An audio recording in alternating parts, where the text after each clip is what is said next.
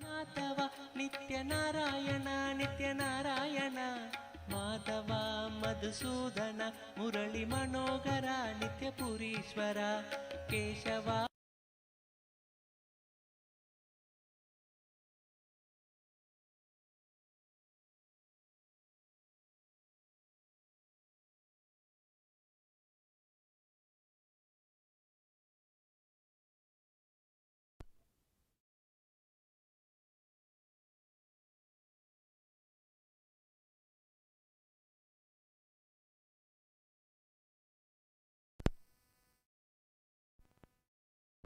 Nithyanandam, we welcome all the Paramashivoham participants to today's Nithyananda Yoga.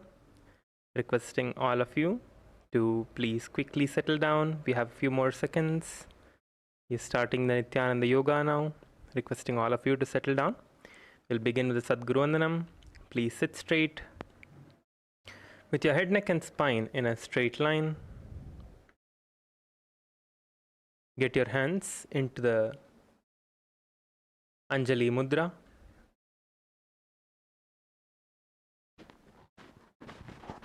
Let us begin with the Sadguru Vandanam. Nithyanandam Paramasukhadam Kevalam Jnanamurtim Dvandvatitam Gagana Sadrusham Atmaspurana Ekam Nityam Vimalamachalam Sarvadhi Sakshibhutam Bhavatitam Trigunarahitam Sadgurum Tam Namami.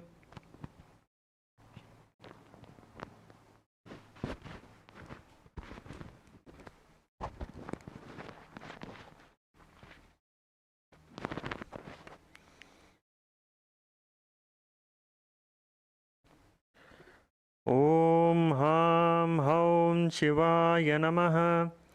Om Ham Haum Shivaya Namaha. Om Ham Haum Shivaya Namaha. Om Ham Haum Shivaya Namaha. Om Ham Haum Shivaya Namaha. Om Ham Haum Shivaya Namaha. Om Ham Haum Shivaya Namaha. Om Ham Haum Shivaya Namaha. Om Ham Haum Shivaya Namaha. Om Ham Haum Shivaya Namaha. Om Ham Haum Shivaya Namaha.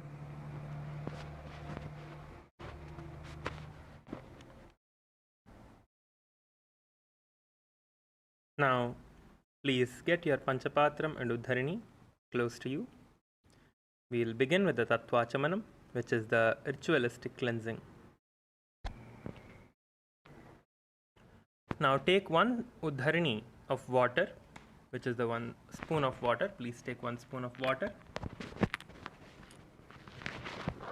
Place your right hand in the Gokarna Mudra with your index finger bent towards the center of your palm. Now pour an Uddharini of water to your right hand and sip the water at the end of the mantra. Om Atma Shodayami Swadha. Take another Uddharini of water. Om Vidya Shodayami Swadha. Take another Uddharini of water. Om Shiva Shodayami Swadha. Now please wash your hands with an Uddharini of water. Now wipe your right to left twice. Om Ham Hridayaya Namaha. Please wash your hand again. Now with your index, middle and ring finger touch above your upper lip and below your lower lip. And again wash your hands. Now with your index finger and thumbs joined together, touch your right nostril, left nostril. With your thumb finger and ring finger joined together, touch your right eye, left eye, right ear and the left ear. And again wash your hands. Now with your little finger and thumbs joined together, touch your navel center, right chest, left chest. With all your fingers joined together, touch above your head, touch your right shoulder, left shoulder, and then the heart center. Now again wash your hands.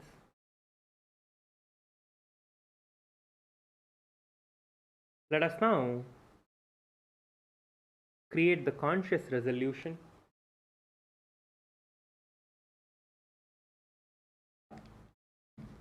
close your eyes and intensely visualize what you want to manifest. It can be anything that you want to manifest, whether it is the physical health, powers of Paramashiva, the completion, the space of completion,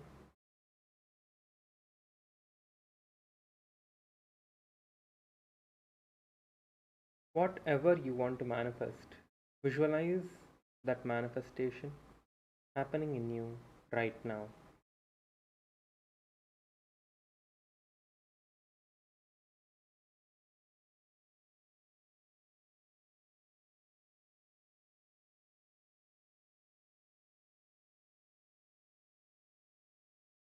Visualize that you're experiencing that space of oneness with Swamiji. Whichever asana you want to have a breakthrough in, see that you are already able to perform that asana. You want to experience completion with someone, visualize that you are experiencing that space of completion with that person.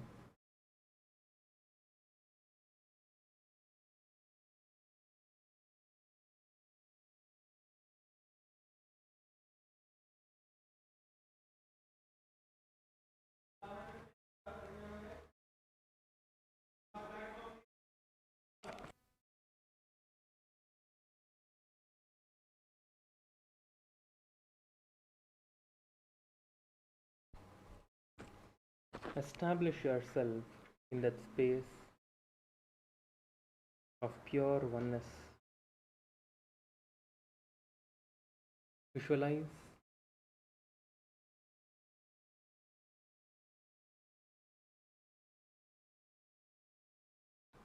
that you are manifesting the powers of Paramashiva.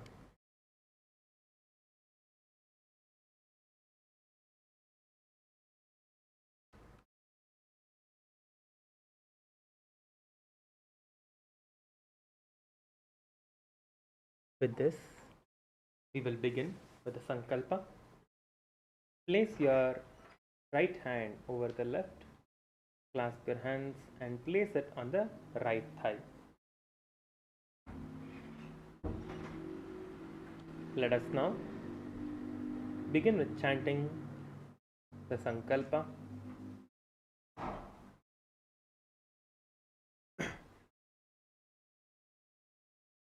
Om ममोपात्त समस्त दुरितक्षयद्वारा भगवत् श्री नित्यानंद परमशिव प्रीत्यर्थम श्री नित्यानंदेश्वरी परमशिव शक्ति समेत श्री नित्यानंदेश्वर परमशिव प्रीत्यर्थम च शुभे शोभने मुहूर्ते अद्य ब्रह्मणः द्वितीय परार्धे श्री श्वेतवराह कल्पे वैवस्वतमन्वन्तरे अष्टाविंशतितमे नित्ययुगे प्रथमे पादे जम्बूद्वीपे भारतवर्षे भरतखण्डे मेरोः दक्षिणे पार्श्वे शकाब्दे अस्मिन् वर्तमाने व्यवहारिके प्रभवादीनां षष्ट्याः संवत्सराणां मध्ये विश्वावसुनाम संवत्सरे दक्षिणायने लक्ष्मीवेङ्कटेश्वर ऋतौ कटकमासे शुक्लपक्षे द्वितीयायां शुभतिथौ स्थिरवासरयुक्तायां मघानक्षत्र व्यतिपतयोग कौलवकर्ण एवं गुणविशेषणविशिष्टायाम् अस्यां शुभतिथौ श्री कैलासोन्नतद्वादशान्तश्यामलापीठारूढ श्री मीनाक्षी सुन्दरेश्वराभिन्नस्वरूप परशिवपुत्र रत्नकुमार गुरुमन्यतुल्यावतार श्री पार्वतीस्तन्यपानलब्ध दिव्यज्ञानविश्रुत सकलनिगमागमसारभूत द्राविड वेद प्रवर्त्रे श्रीमत्परमशिव करुणासमधिगत मुक्तामय चतुरश्रयान गीयमान छत्रचामर श्रीचन्नकाहलादि समस्त विरदावल्यलंकृत ज्ञान विज्ञान चक्रवर्ती सर्वजन संग सत्यो निर्वाण दीक्षा व्ययापवर्गवर्ष विश्राणजीमूत परमत कलभकेसरी शैव सिद्धांत स्थापनाचार्य श्रीराजाधिराज पांड्य महाराज गुरु क्षपन शाक्यादि महांधकार निवारण ज्ञान भानु वीक्षणानर्हार्ह ध्वजोच्छेदन पूर्वक श्रीमद्वृषभध्वज स्थापक शैव समय कर्त्रे सर्वज्ञ पीठारूढ़ श्री जगद्गुरु श्री ज्ञान संबंध देशिक स्वामी वागीश सुंदर माणिक्यवाचक स्वामिनाम अवतार भूत श्री ज्ञान संबंध स्वामी पुनरुद्धृत श्यामला पीठ सर्वज्ञ पीठ तृणवत्युत्तर द्विशततम गुरु महासन्निधान अरुणगिरि योगीश्वर परंपरागत अरुणाचल सर्वज्ञ पीठ गुरु महासन्निधान कैलास परंपरागत कांची कैलास सर्वज्ञ पीठ त्रयस्त्रिंशदुत्तर द्विशततम गुरु महासन्निधान नित्योत्सव नित्य मंगल नित्य कल्याण नित्य रचित कैलास परंपरागत आदि कैलास नित्यानंद पीठ महासंस्थान महासिंहासन पीठ कर्त्रे साक्षात् श्री परमशिव समुद्भूता कैलास परंपरागत वैवस्वतमनु इक्ष्वाकु हरिश्चंद्र भगीरथ श्रीरामचंद्र शूरसेन इत्यादि अनवच्छिन्न सार्वभौम चक्रवर्ती परंपरागत चतुष्षष्टि योगिनी मंडित चतुष्षष्टि संप्रदाय प्रवर्तक मनुधर्म शासन सूर्यवंश प्राप्त सर्वज्ञ पीठ सुरांगी साम्राज्य मूर्धाभिषिक्त चूड़ामणि साक्षात् श्री परमशिव समुद्भूत कपिल महागुरु पुनरुद्धृत महानिर्वाणी पीठ अष्टोत्तर सहस्र श्री महामंडलेश्वर साक्षात् श्री परमशिव समुद्भूत श्री महागणपति समारंभ अनवच्छिन्न पीठाधीश्वर गुरु परंपरा प्राप्त अटल पीठ अष्टोत्तर सहस्रतम अष्टोत्तर सहस्र श्री अटल पीठाधीश्वर धर्म मुक्ति स्वर्गपुर स्वर्ण पीठ त्रयोविंश गुरु महासन्निधान कैलास परंपरागत आदिपीठ सर्वज्ञ पीठ जगद्गुरु श्री कैलास पुनरुद्धारक श्री कैलास परमाचार्य श्रीमत्परमहंस परिव्राजकाचार्य वर्य सच्चिदानंद प्रणव स्वरूप श्रोत्रिय ब्रह्मनिष्ठा श्रीमज्जगद्गुरु श्रीलश्री भगवत् श्री नित्यानंद परमशिव श्री ज्ञान संबंध देशिक परमाचार्य स्वामिनां प्रीत्यर्थं तेषां पादारविन्दयोः भक्ति सिद्ध्यर्थं गुरुकृपा कटाक्ष सिद्ध्यर्थं क्षेमस्थैर्यवीर्य विजय आयुरारोग्य ऐश्वर्याणाम् अभिवृद्ध्यर्थं धर्मार्थ काम मोक्ष चतुर्विध फल पुरुषार्थ सिद्ध्यर्थं समस्त दुरितोपशान्त्यर्थं समस्त मंगल अवाप्त्यर्थं भगवत् श्री नित्यानंद परमशिव प्रसादेन सकुटुम्बस्य ज्ञान वैराग्य जीवन मुक्ति प्राप्त्यर्थं पूर्ण आरोग्य युक्त दृढ़गात्र योगिक शरीर सिद्ध्यर्थं परमशिव शक्ति आविष्करणार्थं नित्यानंद योगाभ्यासं करिष्ये। Om Apaupasprisya. Please wash your hands with an udharni of water. Place your Panchapatram and udharni aside so it doesn't disturb you while you are performing the yoga. Now let us stand up on our yoga mats.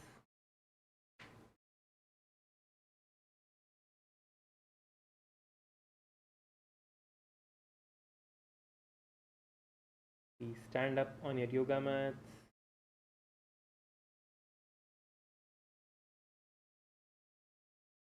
Requesting all of you to please stand up. We'll start with the warm-up now. Let us start by rotating our heads. Please start rotating your heads. Slowly rotate your heads.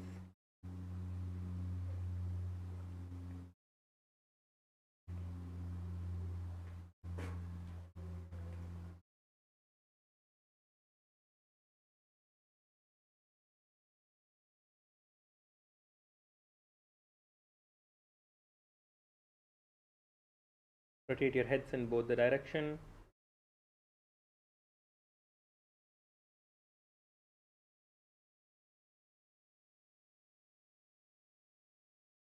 Then you can turn your head from side to side. Tilt your head side to side.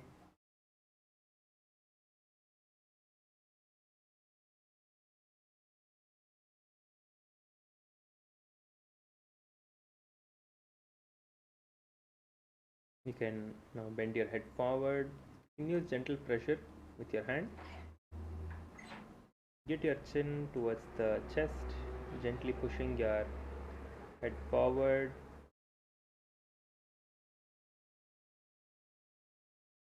And backward.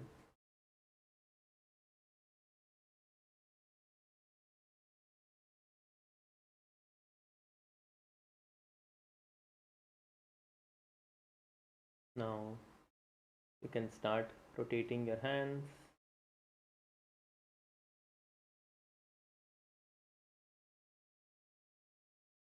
Rotate your hands forward. Then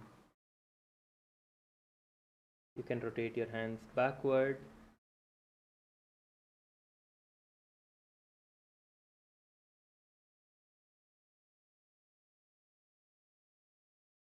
Yes, now you can relax your hand.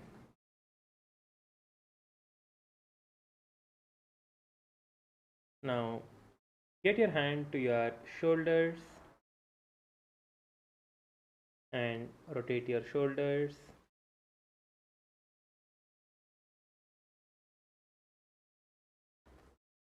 Rotate your shoulder backwards. Get your elbows together. When you're rotating your shoulder, make sure that you are getting your elbows together and you're rotating completely.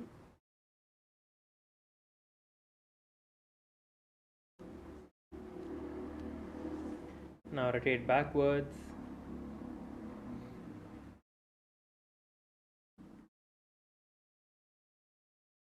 And you can relax your hand.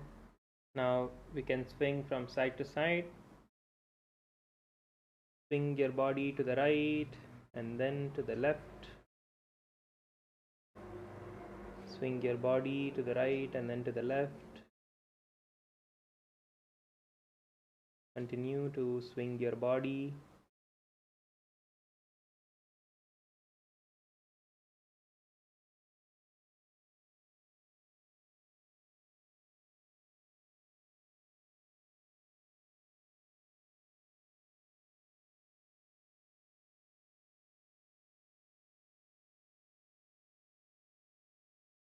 Yes, now you can relax. You can hold on to your elbow and you can pull your hand towards the side. Hold your hand and pull your hand towards the opposite shoulder. Do this on both the hands. Pull and feel that stretch in your shoulder and in your upper back muscles.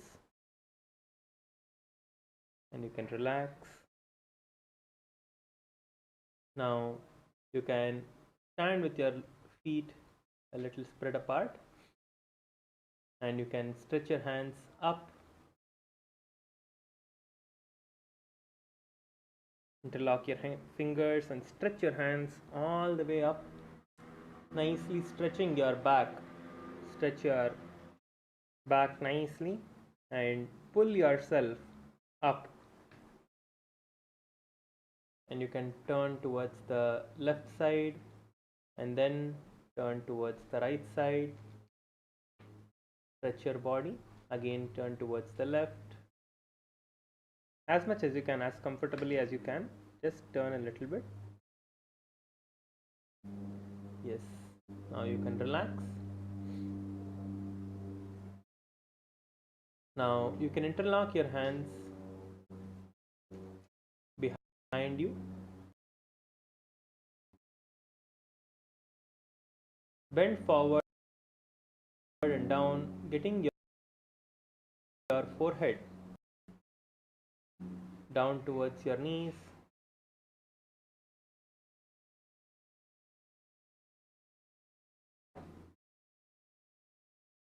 As much as you can, bend forward. Try to get your forehead. You're going to bounce up and down. See, bounce up and down. Keep your knees straight. Do not bend your knees. Keep your knees straight and bend up and down. Yes, you can relax now.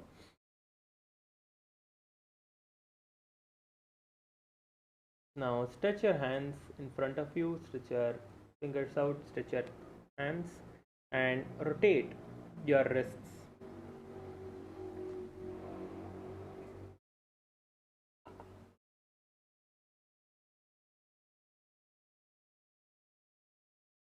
Rotate your wrist inward and outwards.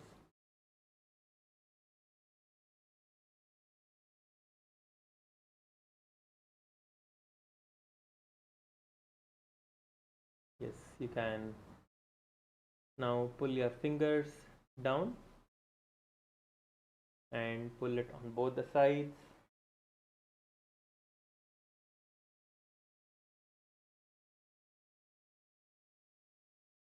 Pull your fingers on both the sides.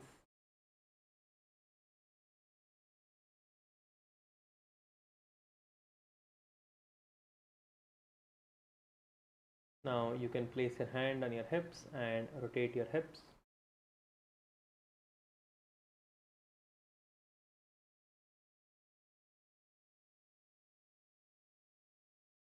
Rotate it on the other side.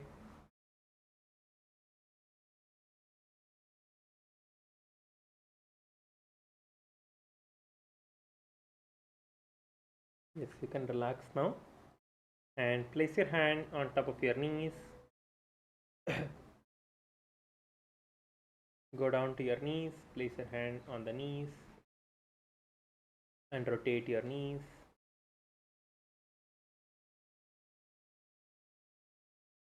Now rotate it in the other direction.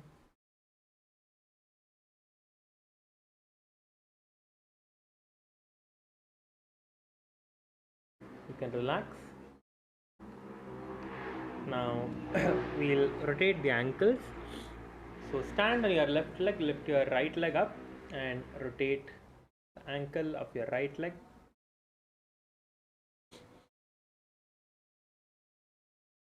Rotate it in the other direction.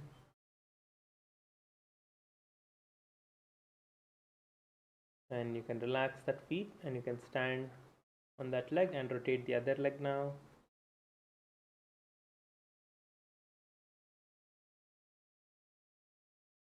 Yes.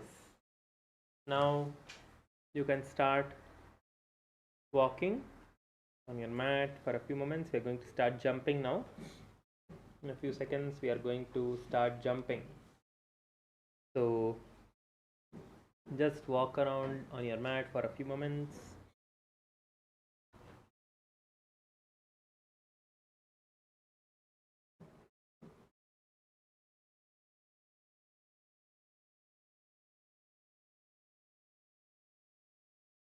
Yes. Now let us start jumping for the next 1 minute. Please come to your mats and start jumping. Let us start jumping now. Start, jump, jump, jump, jump, jump. All of you start jumping, start jumping, start jumping. Jump, jump, jump, jump, jump as high as you can. Try to jump higher. Try to jump higher.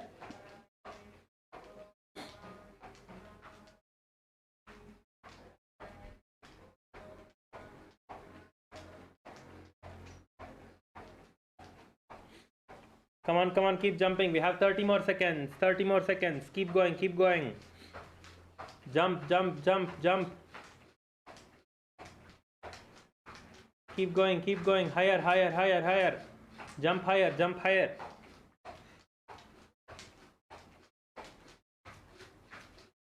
Ten more seconds. Last 10 seconds. Come on, keep going, keep going. Keep jumping, keep jumping.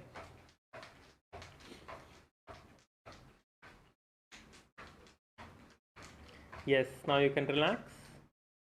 Please stop and relax. Just walk on your mats. Just walk front and back on your mats. We are going to be starting with the skeleton dance in a few moments. In a few moments, we are going to start with the skeleton dance. So just walk back and forth in your mats.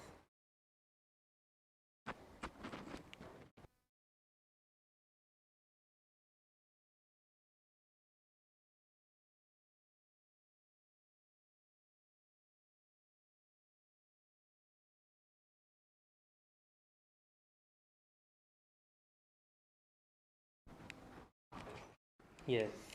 Now close your eyes and visualize yourself as pure bones,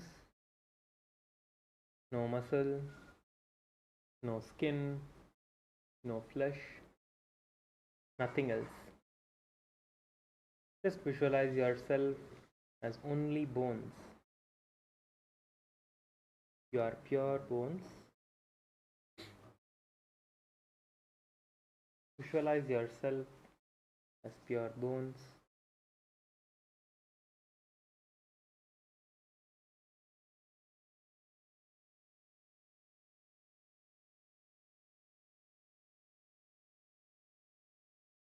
Now intensely start moving your hands.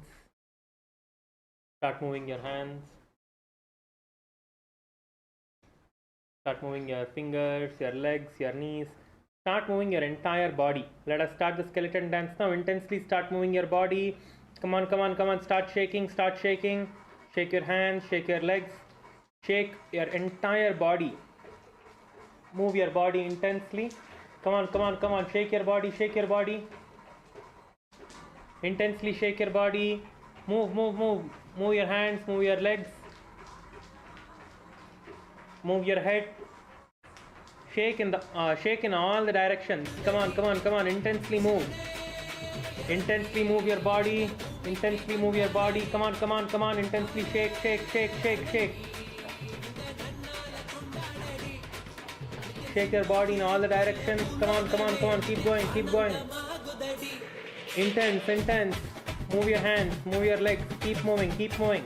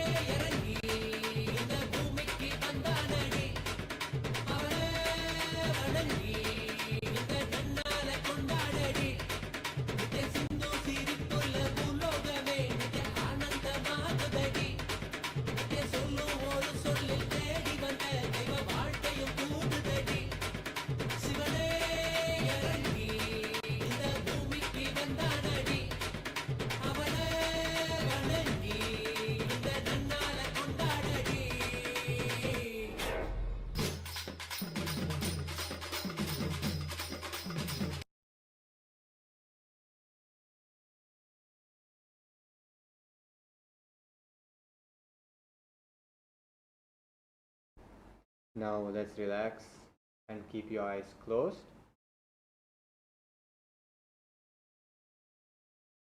Breathe deeply through the nose as slowly as possible and as deeply as possible. Getting back into normal breathing. Feel the intense energy that we have generated through the skeleton dance.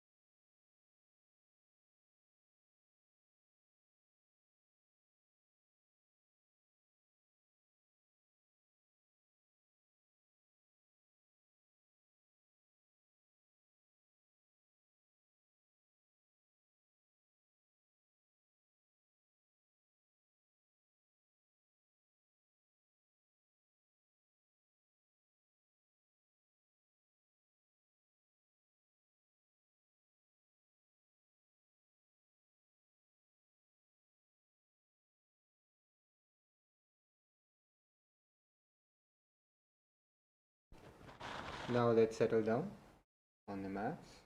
Slowly let's settle down.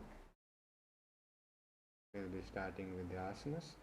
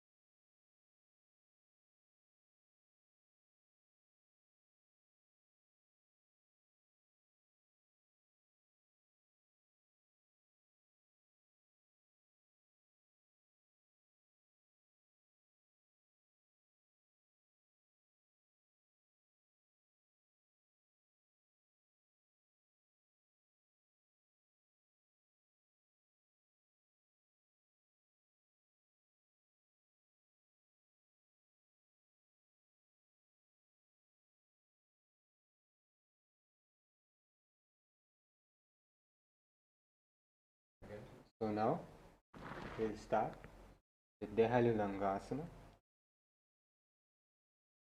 So place your palms on the mat in a plank position. So let's get into the plank position. Parallel to the ground. Keep your core tight.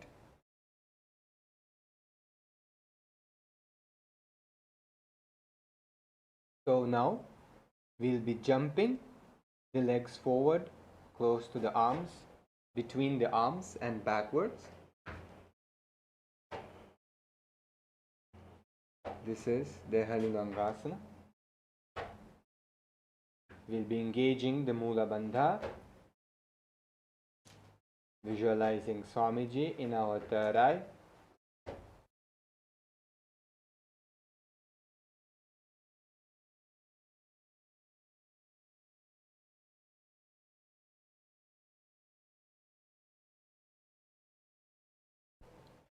We'll be breathing. We'll be breathing in Sahaja Kumbhaka, which means inhaling, holding the breath, exhaling, and holding the breath as long as we can. Chanting the japa. Om Nithyananda Paramashivoham.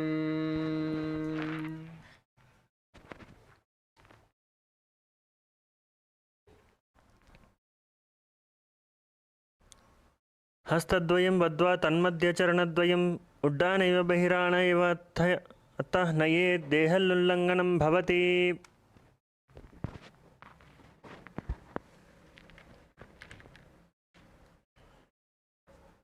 The next asana is Jatyasana. So from standing position, we'll bend forward and place the hands on the mat, and we'll be walking back and forth, engaging the Mula Bandha.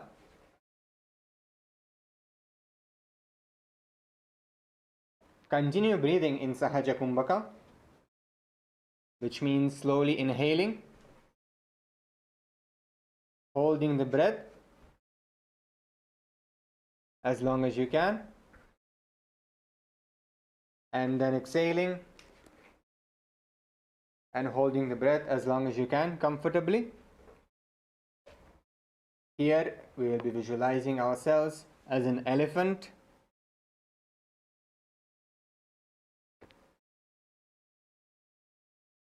Japa. Om Nithyananda Paramashivoham.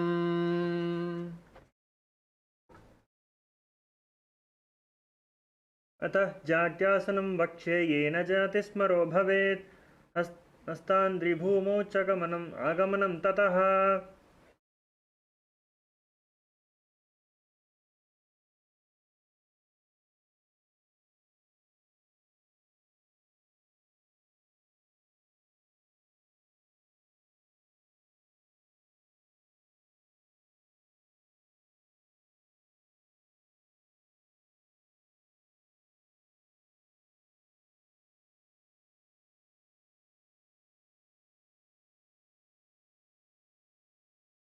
The next, we are moving on to the Karana. This Karana is called the Lolitika Karana. So in the Lolitika Karana, first let us get into the Aramandi position. Get your heels together, toes apart. Once you get into this position, you can stretch your hands towards the sides on either sides, and then tilt your head backwards and rotate your entire upper body. Rotate your hands, rotate your head, and move around.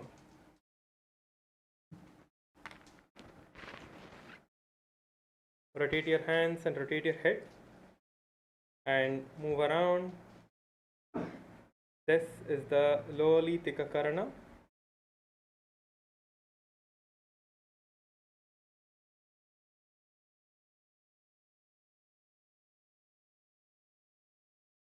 Yes, you can relax now. You can stop. Next, we are starting with the Sarpasana. So in the Sarpasana, stand with your feet together, toes together. Your knees are completely straight.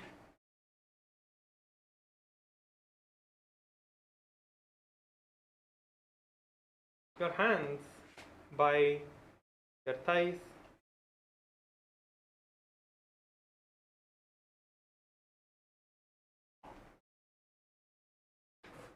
close your eyes and visualize the Kundalini Shakti curling around and up your body from the base of your spine. Visualize that the Kundalini Shakti is curling and raising up on your body. Do the Sahaja Kumbhaka, which is inhaling and exhaling from your nose. Moola Bandha, blocking your perineum region. And chant japa Om Nithyananda Paramashivoham. अथ सर्पासनं वक्षे वायुपाणाय केवलं शरीरं दण्डवत् तिष्ठेत् रज्जुबन्धस्तु पादयोः. The next asana is the Ustrasadanasana. Ustrasadanasana.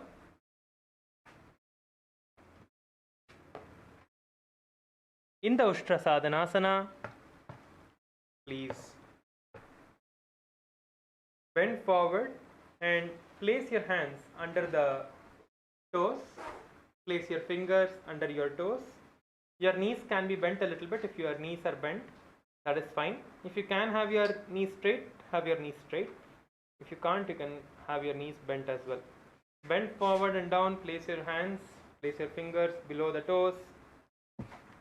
Now, you are going to walk forward and back from this position. You are going to walk forward and back. Come on, all of you, walk forward and back. As you're walking, visualize yourself as a camel and perform the Sahaja Kumbhaka, Moola Bandha, and chant the japa Om Nithyananda Paramashivoham.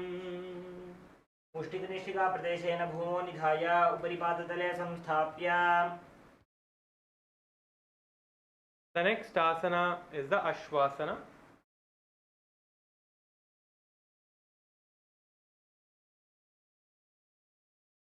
So we are again going to be bending forward and down, but at this time you are going to be placing your hands under your feet from the side. In the previous asana you placed it from the front, but in this asana you are going to place it from the side in the Ashwasana. So all of you bend forward and place your fingers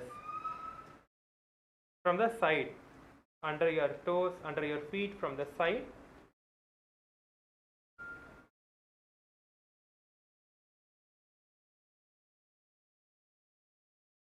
Now you are going to move like a horse forward and back, visualizing yourself as a horse. Continue to perform the Sahaja Kumbhaka, Moola Bandha, and chant the japa Om Nithyananda Paramashivoham. मुष्टिकनिष्ठिका प्रदेशेन भूमो निधाय उपरि पादतले संस्थाप्य अश्ववत् शरीरं चलनीयम् अश्वासनं भवति. The next asana is the Kapota Nikatasana, Kapota Nitakasana. Now, as you're standing up, interlock your fingers behind you. Interlock your fingers behind you.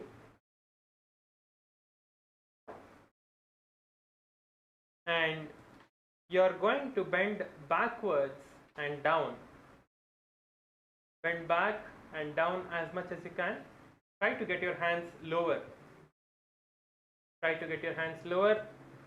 Let your head loose at the back. Let your head loose towards the back.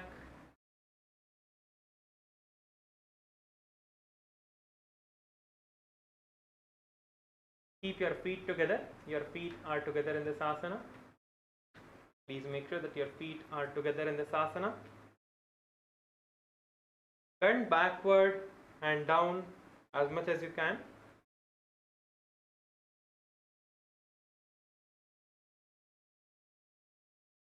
And as you're performing this asana, visualize yourself as a soaring bird which is diving down.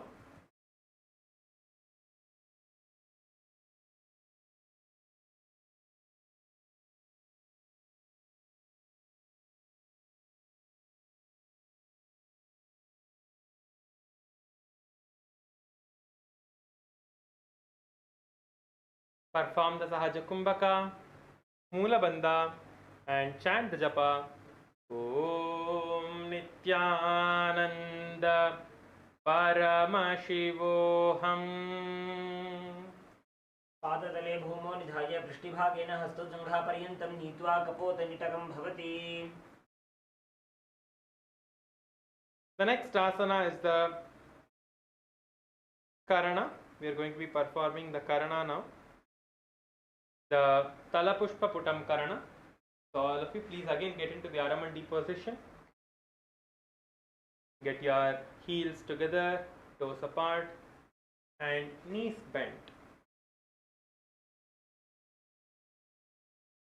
Let us all get into the Aramandi position. Go down, go down. Your knees are supposed to be bent, so you will be going slightly down.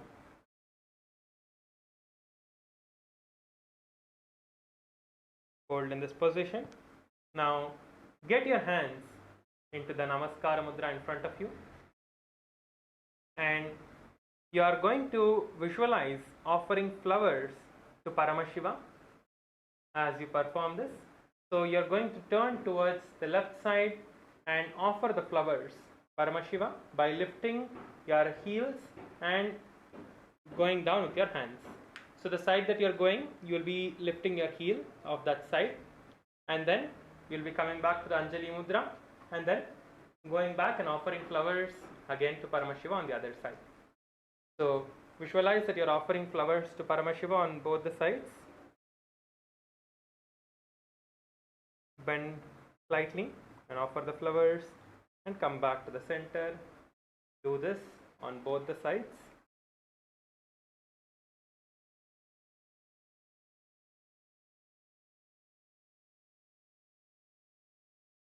Yes, you can relax now. The next asana is the Khadgasana. So in the Khadgasana, first look at how to perform the Khadgasana. So first come to the front of your mat, come to the front of your mats, and from this position you are going to bend down, jump back, and again forward, bend, go down, come back up, come up and get into the Khadgasana. So this you will be performing only once. Okay, so let's do it properly. You can maybe practice, you can try it out a couple of times. So let us perform the Khadgasana now. So the first step is to bend forward, place your hand on the ground. Okay, come on, all of you bend forward, place your hand on the ground. Once you have your hand on the ground, jump your feet back into the plank position. Get into the Tarakshvasana, into the plank position. Go down and come up. And then get your feet again together in front of you. And get your hands into the Namaskara Mudra, your elbows together. Bend forward and down with your fingers pointing forward. Your fingers are pointing forward in this asana. Yes. So this is the Khadgasana. So let us all perform this once more. As you are performing this asana, visualize yourself as a rhinoceros. Keep your gaze towards the nose. Do the Sahaja Kumbhaka, Mula Bandha, and chant the japa. Om Nithyananda Paramashivoham. आसनं कृत्वा पादतलाभ्यां भूमिं वष्टभ्य उत्तिष्ठेत्. खड्गासनं भवति.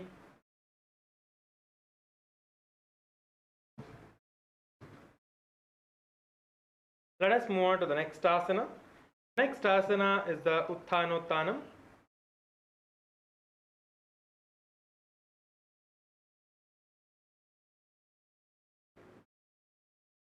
So this is just basically squatting. We are going to be performing the squats now. So please hold on to your opposite elbows. Come on, all of you, hold on to your opposite elbows. So let's perform 21. Everyone are ready? If you all are ready to perform the squats, wave your hands. If all of you are ready to perform the squats, just wave your hands. Yes, ready, ready, ready. Come on, come on, come on, all of you wave your hands. Okay, let us get ready now. As you are performing this, visualize Swamiji in your inner space. Keep your gaze to the nose. Continue to breathe. When you go down, exhale, and when you come up, inhale. Okay, and along with performing the asana, you are going to be performing the Mula Bandha. So let us start the Uttanottanam. So hold on to your hands, opposite shoulders, and have a slight gap between your feet. Your feet are not together. Have a slight gap between your feet. And let us start. Let us go down. 1, 2, 3, 4. Go down, go down, go down. 5, 6, 7, 8, 9. See, at least you should break 90 degrees. Your knee should reach 90 degrees. You should go down. I see many of you are going only halfway. 10, 11, 12. Go down, go down, go down. 13, 14, 15. Come on, come on, 6 more. 16, 17, 18, 19, 20. Last one. Let us all go down. And 21. Yes. And relax. Just shake your feet out. Just shake your feet out a little bit. As we perform this asana, chant the japa. Om Nithyananda Paramashivoham. पुनः पुनः उत्थातव्यम् असितव्यम् इति उत्थानोत्थानं भवति.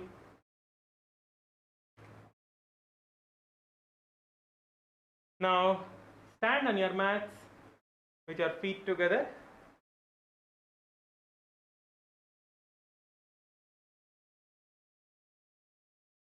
The next asana is the Musalasana. So stand up straight, raise your arms over the head, and you are going to start jumping. Jump and try to reach the roof. Jump, jump, jump, jump as high as you can. Jump and try to reach the roof. As you are jumping, visualize yourself as a maze. Visualize yourself as a maze. See, jump gracefully, jump gracefully. Jump and try to reach the sky and come down. As you will perform this asana, visualize a maze in your inner space.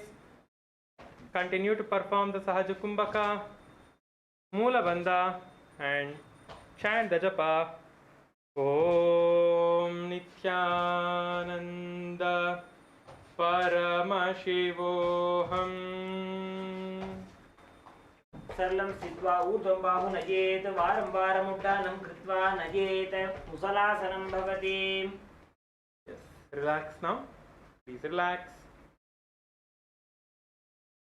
Just catch your breath for a few seconds.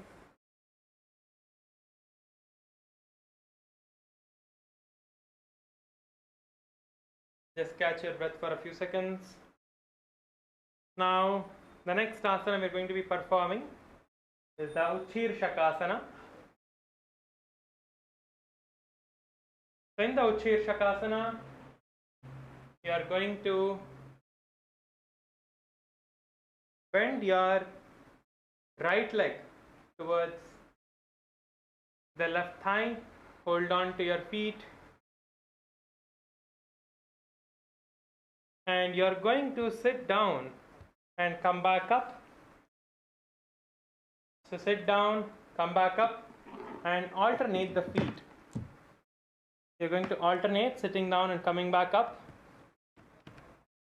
Come on, all of you, perform the Uchir Shakasana. Hold on to your feet, bend close to your thigh, opposite thigh. Sit down and come back up.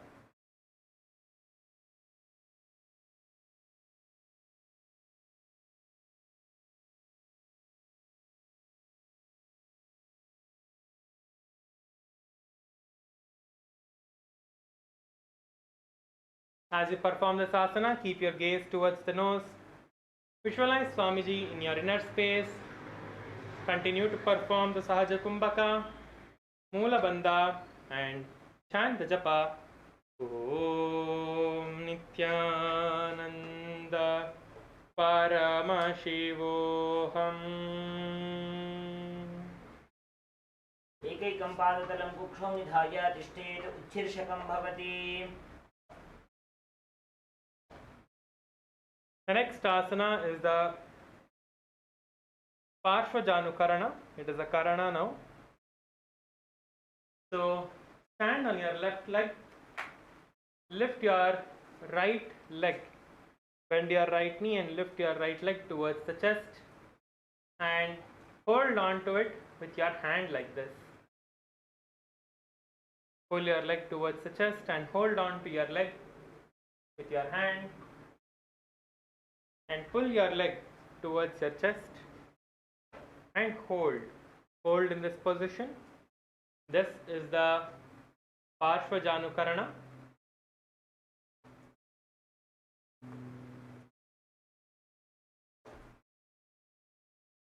Hold in this position.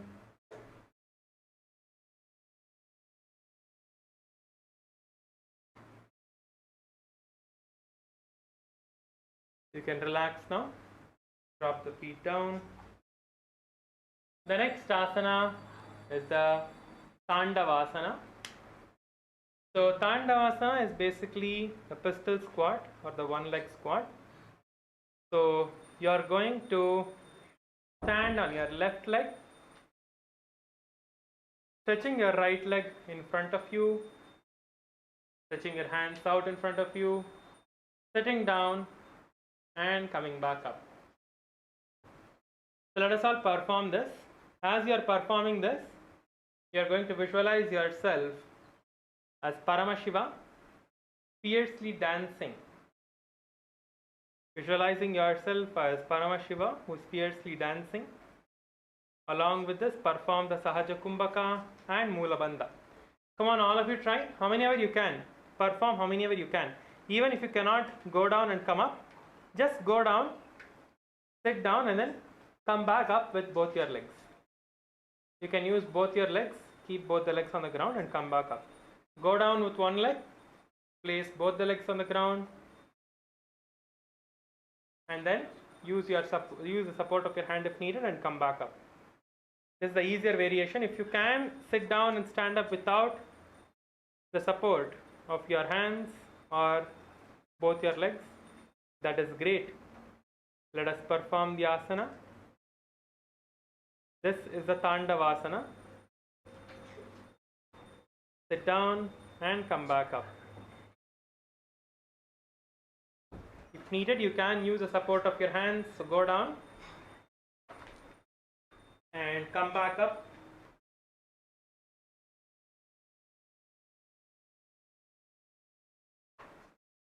Yes. As you are performing this asana, visualize yourself as Paramashiva dancing fiercely. Continue to do the Sahaja Kumbhaka, Moola Bandha and chant the japa. Om Nithyananda Paramashivoham. एकेन पादेन स्थातव्यं ताण्डवासनं भवति. The next asana is the Brahmanasana. So in the Brahmanasana, you are going to continue to stand on your left leg. Now bend your right leg and place the foot on the inner thigh and stand straight. Stand erect like a rod with your hands by the sides. Stand erect like a rod with your hands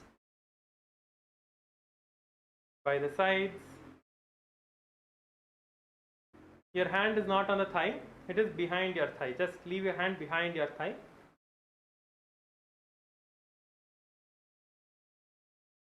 Do not lock your hand, just leave it loose by the sides, but not on the thigh.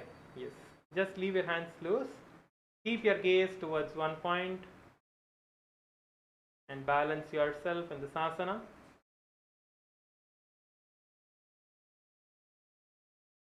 Hold yourself here.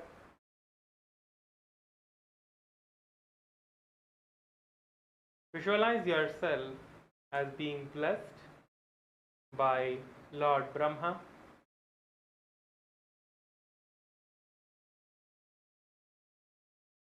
Perform the Sahaja Kumbhaka, inhaling comfortably and exhaling. Perform the Sahaja Kumbhaka. Mula Bandha and chant the japa Om Nithyananda Paramashivoham.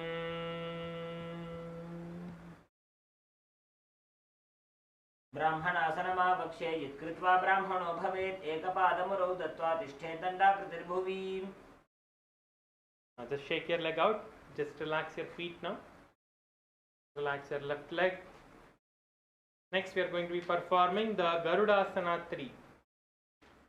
Okay, so first see how to perform the Garudasana 3.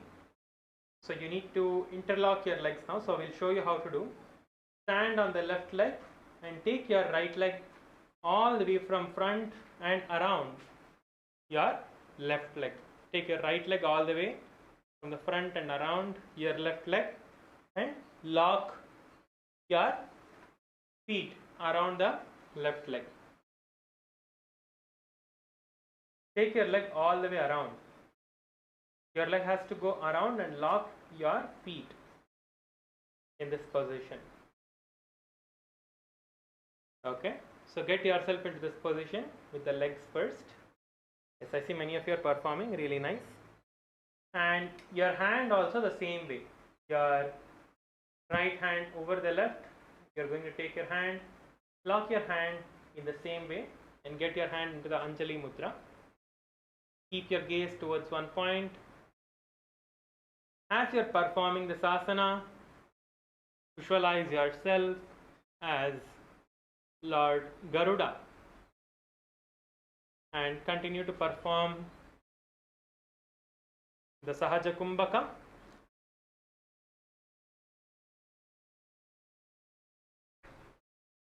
Mula Bandha and chant the japa Om Nithyananda Paramashivoham. उत्तानकूर्मपीठं च सिंहद्गारुडमेव च वातायनं गोमुखं च भारद्वाजं त्रिविक्रमम्. The next asana is the Ekapadasana. So just relax your leg for a few seconds. Just shake your leg out and relax it. Now take your right leg and place it on the left thigh, on top of the left thigh. You are not placing it on the inner thigh, you are placing it on top of the left thigh. Okay.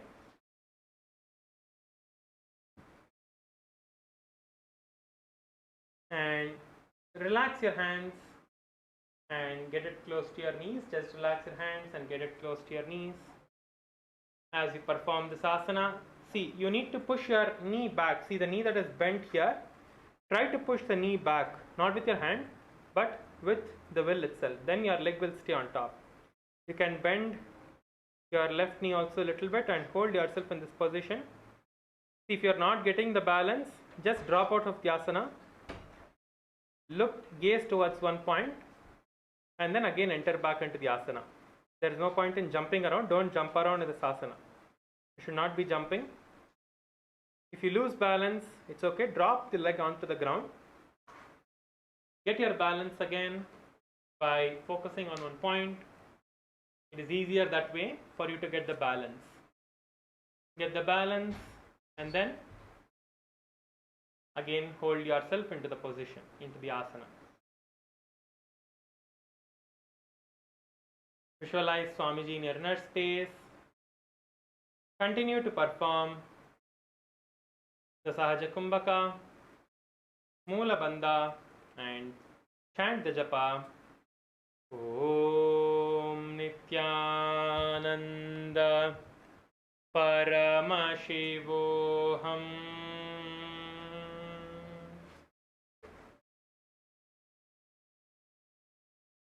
दक्षाङ्घ्रिं वामपादस्य जङ्घोपरि निधाय च.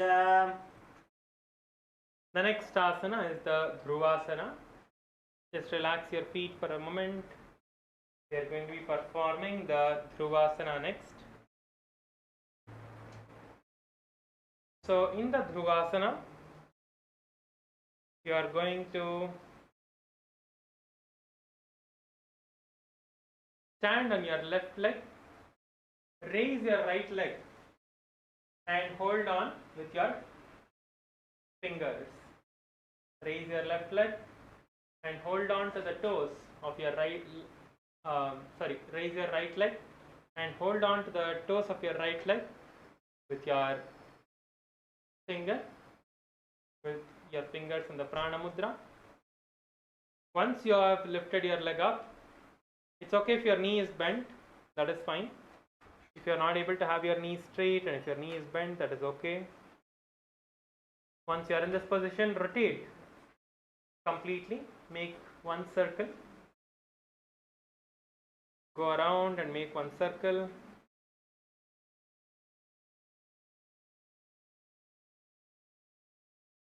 And then you can come back to the standing position.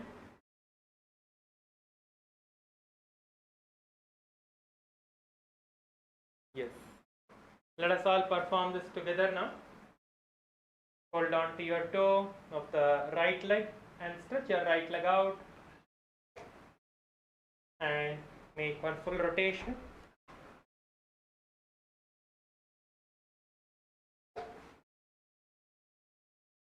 Yes. As you are performing this, visualize the North Pole star in your inner space. Continue to perform the Sahaja Kumbhaka, Moola Bandha, and chant the japa. Om Nithyananda Paramashivoham. एकेन हस्तेन दण्डरूपस्य एकस्य पादस्य अग्रं धृत्वा इतरपादतलं भूमौ निधाय त्वरया भ्रमणं कर्तव्यं. ध्रुवासनं भवति.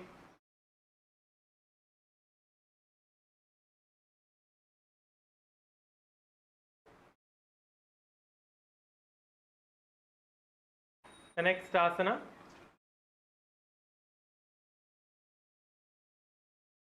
is the Trivikramasana. So you are going to be continuing to stand on your left leg. Here, first look at how to perform the asana. Once you stand on your left leg, you are going to take your right leg all the way up and place your right leg behind your neck. Once you are here, you are going to sit down and stand up again. This is the Trivikramasana. So we'll give you an easier variation. Do not get intimidated by the asana. So it is possible for each and every one of you to do it. So as you're standing on your left leg, raise your right leg up and hold wherever you can. Hold in whichever position you can. If you can pull it close to your face, that is good. If you can pull it behind your neck, then try to pull your leg behind your neck. Yes, Try to pull your leg behind your neck, and once you have placed your leg behind your neck, go down and then come back up. Even if you are not able to place your leg behind your neck, you can still go down. Wherever you are, go down and come back up. Hold your leg, that is important. Just hold your leg, keep your knee bent. I see some participants are having your knee straight and you're going down. Hold on to your leg with your knee bent. You should also come up. Don't go down and sit. Come up as well. Come up once you go down. Make sure that you're coming back up. Yes, nice. I see a lot of you are performing. That is really nice. As you're performing this asana, visualize the 3 steps of Mahavishnu. Visualize Mahavishnu in your inner space.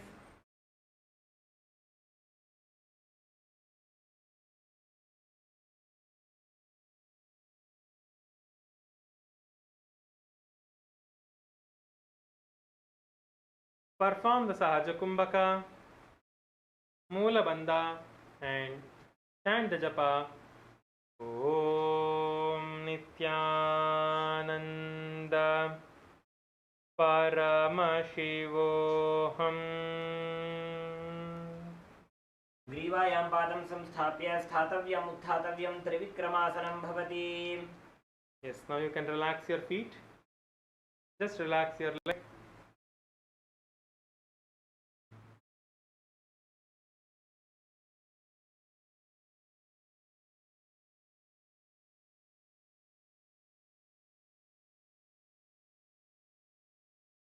We are now going to be repeating the same sequence onto the other side.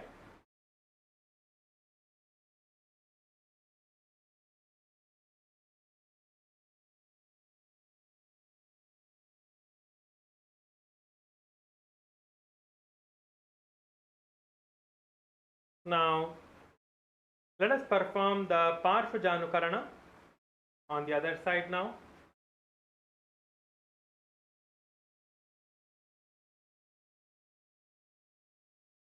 Parshvajanukarana is where you get into the Aramandi position and lift your left leg this time. Stand on your right leg and lift your left leg up towards your chest, placing the right hand on the hip and your left hand is in a fist. Make a fist with your left hand and stand on your right leg.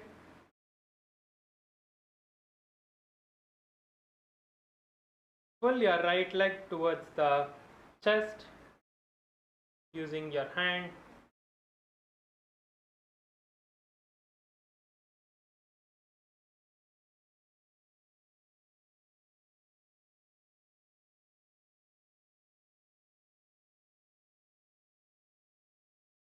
Yes, you can relax now. The next asana is the Tandavasana. We are repeating the Tandavasana on the other side. So stand on your right leg, lift your left leg up. Tandavasana is the pistol squat, the one leg squat. Go down and then come back up. While going down, try to go down without the support of your hand. And then you can place your hand and the leg on the ground and then come back up slowly. Come on, all of you, perform this now. Go down and come back up using the support of your hand if needed. If you can go down and come up without the support, try that first. Try going down and coming up without support. Only if you are not able to, then use the support of your hands.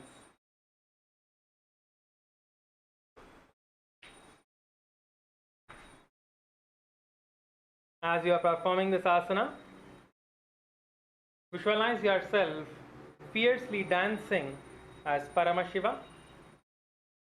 Perform the Sahaja Kumbhaka, Moola Bandha, and chant the japa Om Nithyananda Paramashivoham.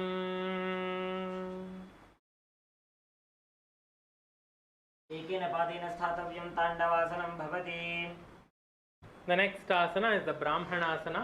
So all of you just stand up and shake your leg out a little bit. Just relax your feet. Relax your legs a little bit. We are entering into the Brahmanasana now. So from the standing position, get your stand on your right leg and get your left leg on the inner thigh of the right leg.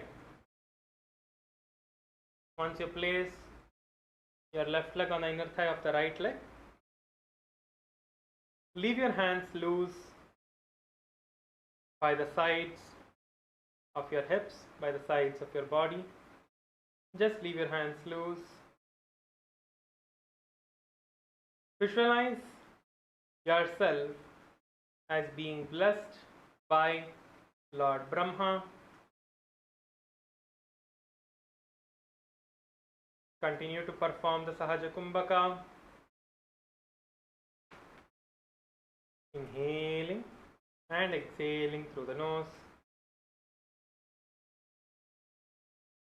Lock your perineum into the Moola Bandha and chant the japa Om Nithyananda Paramashivoham. ब्राह्मणासनमावक्षे यत्कृत्वा ब्राह्मणो भवेत् एकपादमुरो दत्त्वा तिष्ठेत् दण्डाकृते भुवि. Just relax your feet for a second. Now let us get back into the Garudasana 3. The next asana is the Garudasana 3. So again stand on your right leg.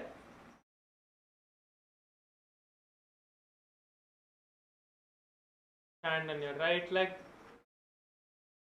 and twist your leg. Take your left leg and turn it all the way around your left and try to lock your left leg around the right.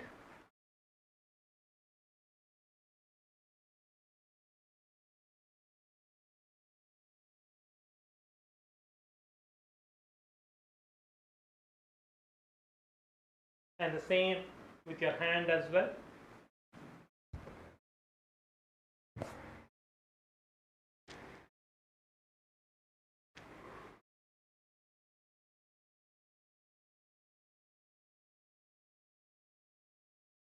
Visualize yourself as Lord Garuda. Continue to perform the Sahaja Kumbhaka, Moola Bandha and chant the japa Om Nithyananda Paramashivoham. उत्तानकूर्मपीठं च सिंहस्गारुडमेव च वातायनं गोमुखं च भारद्वाजं त्रिविक्रमम्. The next asana is the Ekapadasana. So as you're standing on your right leg, take your left leg and place your left leg on the upper thigh of your right leg. This is the Ekapadasana. Once you place your left leg on the right thigh, slightly push your knee back, which will hold your leg in the position.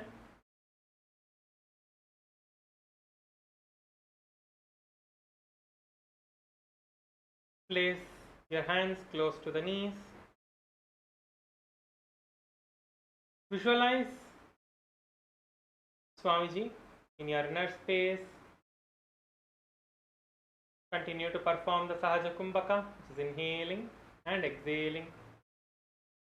Moola Bandha and chant the japa Om Nithyananda Paramashivoham. दक्षाङ्घ्रिं वामपादस्य जङ्घोपरि निधाय च. The next asana is the Dhruvasana. We are repeating the Dhruvasana on the other side now. So just relax your feet for a moment. We are going to be standing on our right leg, lifting the left leg up, holding on to the left big toe with your left hand in the Prana Mudra, and then gracefully go around in a circle. Gracefully go around in a circle. Your right hand is on the hip. Your right hand is on the hip. Place your right hand on the hip. Don't jump around. Don't jump around. Gracefully. Try to slowly do it. You don't have to do it fast. You can take some time and try to do it slowly. Yes, I see some of you are doing it. Nice. Nice. See, when you are going around, don't jump your feet. Only move your feet. When you are going around, don't jump your feet. Only move your feet. Okay? So you can see here, you should not jump. Only try to move your feet and go around in a circle.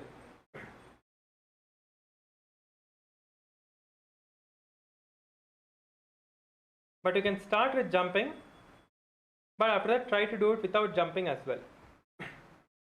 Yes. Let us all give it one last try. As you are performing the asana, visualize the North Pole star in your inner space. Continue to perform the Sahaja Kumbhaka, Moola Bandha, and chant the japa. Om Nithyananda Paramashivoham.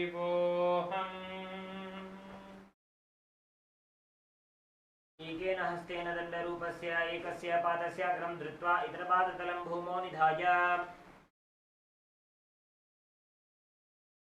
The next asana is the Trivikramasana.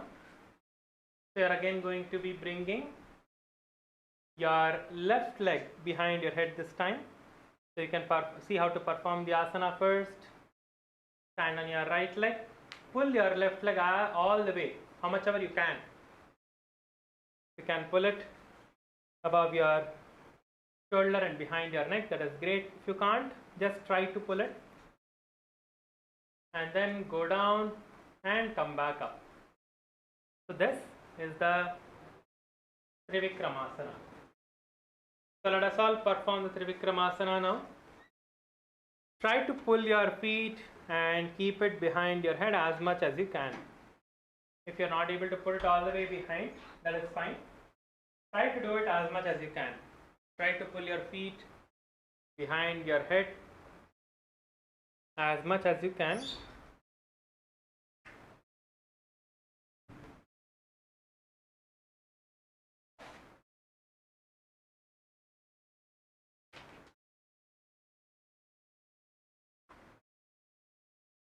As you perform this asana, visualize Lord Vishnu. Visualize Vishnu, Mahavishnu in your inner space. Continue to perform the Sahaja Kumbhaka, Moola Bandha, and chant the japa. Om Nithyananda Paramashivoham. ग्रीवायां पादं संस्थाप्य स्थातव्यम् उत्थातव्यं त्रिविक्रमासनं भवति. The next asana is the Karana, which we are going to be performing. Next is the Karana, which is the Samanaka Karana.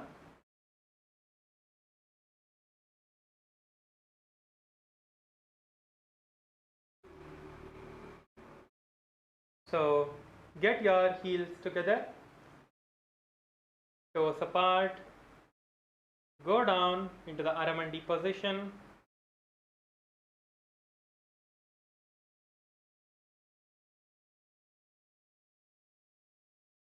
And place your hands on the sides of your hip. You can place your hand on the hip and go down in the Aramandi position and hold in this position. This is the Samanaka Karana. Just place your hand. See, your knees are bent to the side. So open up your feet nicely and bend your knee down.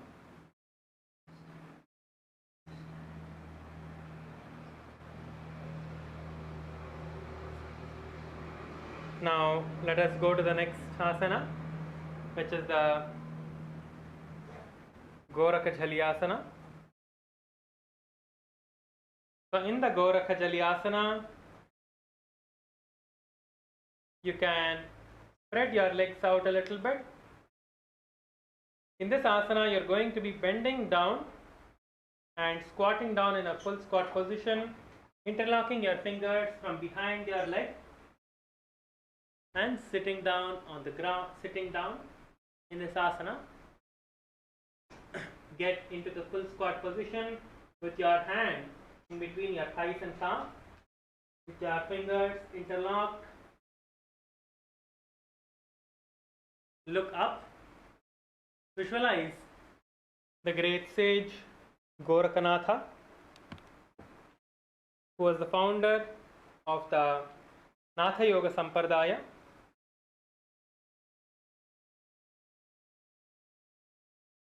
And hold in the asana. Visualize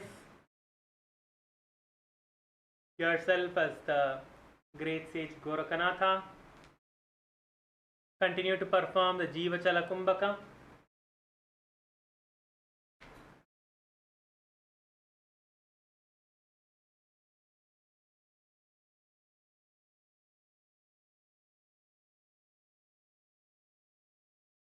So Jiva Chala Kumbhaka is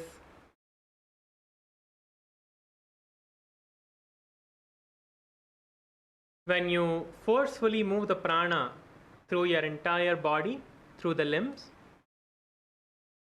in a downward direction. So you inhale and visualize that the prana is going through your limbs. Once you inhale, visualize and direct your prana to go through your limbs downwards.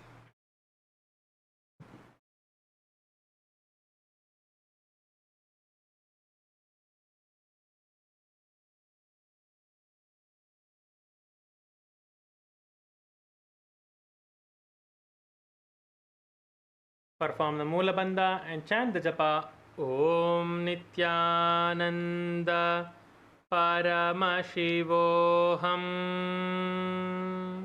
Pratamahivohoye bahuri nicho punihove. The next asana is the Kanchyasana.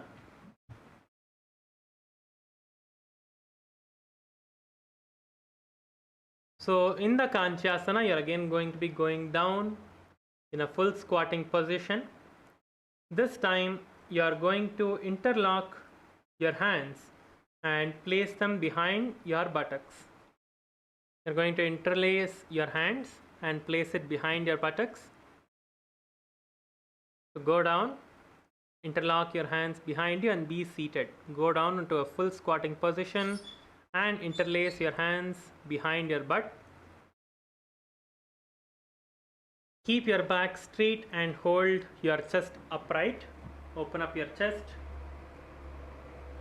Visualize Swamiji in your inner space. Continue to perform the Jiva Chala Kumbhaka, Mula Bandha and chant the japa Om Nithyananda Paramashivoham. पूर्वध्याधस्तो निवेश्यानितम्बं धृत्वा पादतलाभ्यां भूमिं पष्टभ्य तिष्ठेत्. The next asana is the Bhairuvasana. So in the Bhairuvasana, bring the feet together and sit in a squatting posture. Your feet are together this time. Your feet are completely together.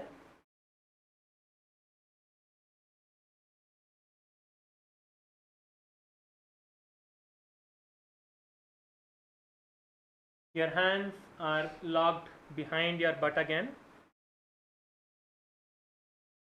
And sit upright. Your back straight. Keep your gaze towards the navel, bend forward and down, and keep your gaze towards the navel.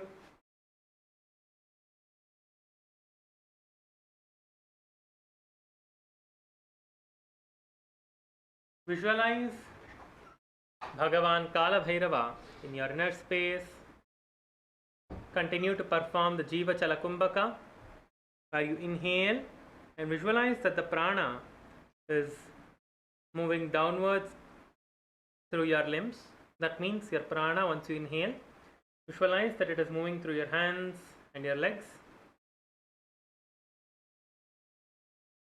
And then you can exhale.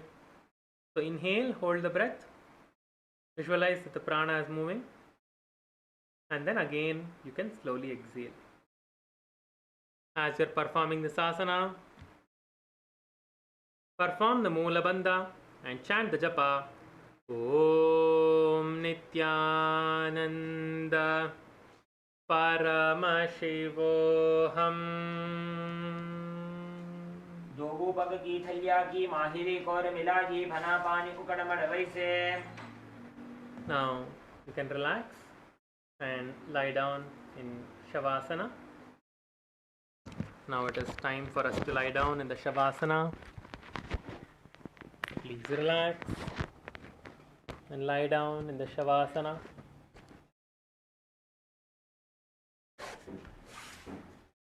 Visualize that the Kundalini Shakti is raising from the base of your spine, the Mooladhara Chakra, to the crown of your head, which is the Sahasrara Chakra. Visualize this and completely relax your body and visualize that the Supreme Pontiff of Hinduism, Bhagavan Shri Nithyananda Paramashivoham Swamiji, is liberating you.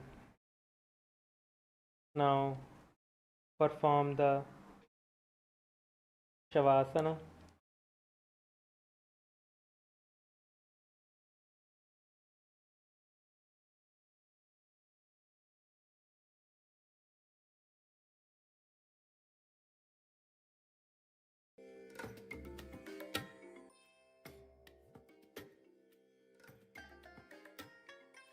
I bless you all.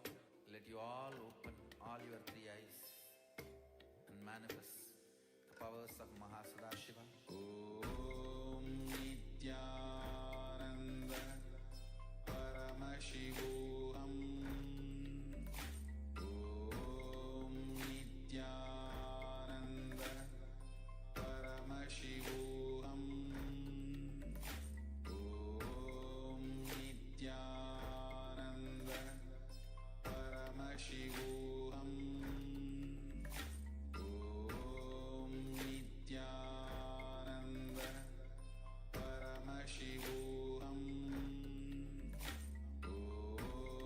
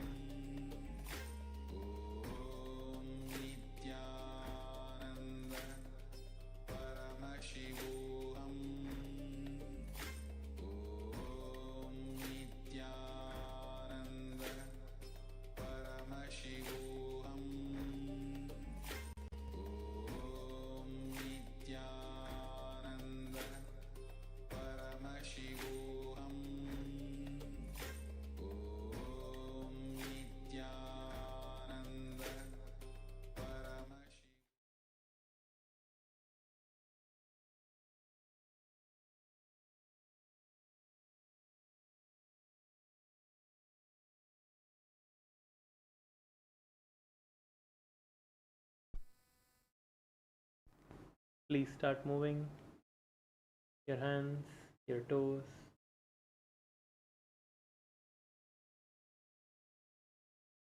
your fingers, your shoulders. Pull your feet, pull your knee towards your chest. Roll from side to side. And let us please sit up.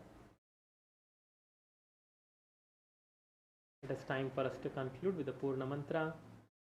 Please get your hands into the Anjali Mudra. Close your eyes. Offer your gratitude to Swamiji for giving us all this wonderful opportunity to perform the most authentic form of yoga. Let us now conclude with the Purna Mantra.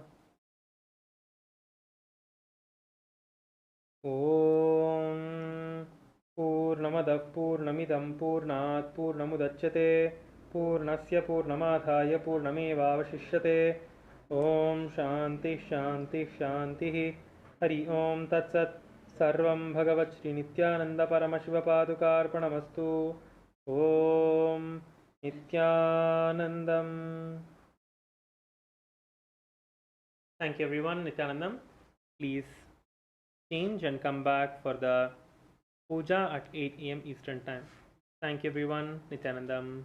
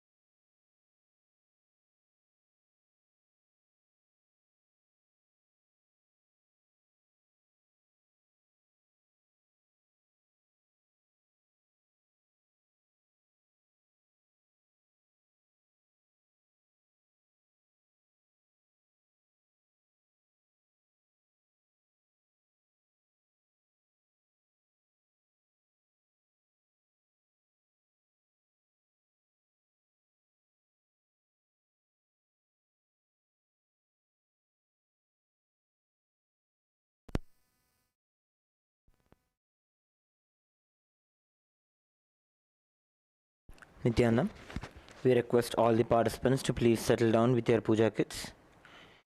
We will begin with the Pada Puja and the Paramashiva Puja in a few moments from now. Please be settled in the space of gratitude and deep restful awareness in your Ananda Gandha.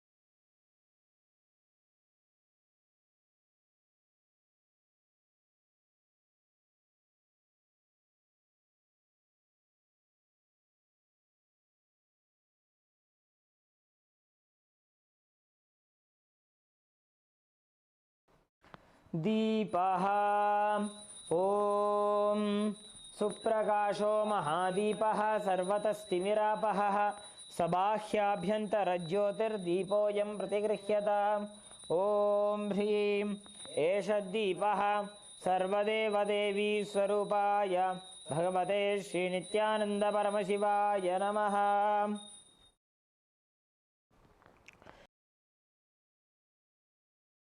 Established since 2002 in the United States of America, the United Ancient Nations is an intergovernmental organization, currently made up of 160+ members and indigenous nations. The UAN and its work are guided by the purposes and principles contained in its founding charter. The UAN is a manifestation of the profound connection amongst indigenous peoples across the world, including African, Andean, American, European, Caribbean, Oceanic, and Asian regions.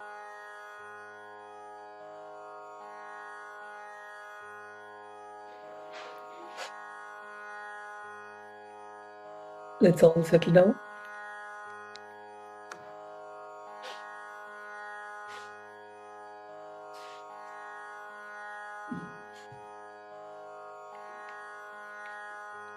Bring your awareness, your heart center. Please close your eyes.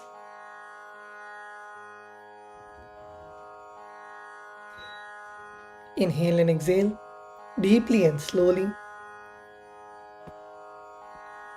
Visualize Swamiji's presence inside of you. Continue to remain in the same space as the Nirvikalpa Samadhi initiation.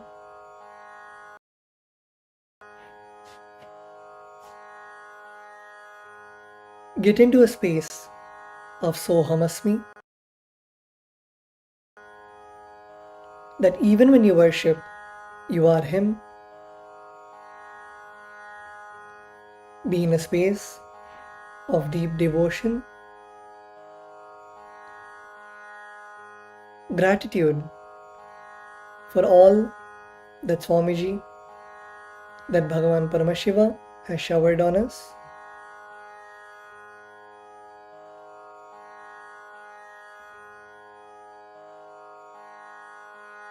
The puja is your personal time with Swamiji, where you can connect to Swamiji and Bhagavan Paramashiva and request any prayer, any blessing,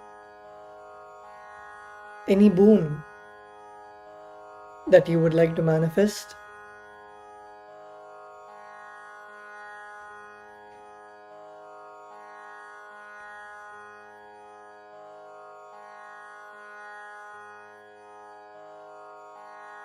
In that space,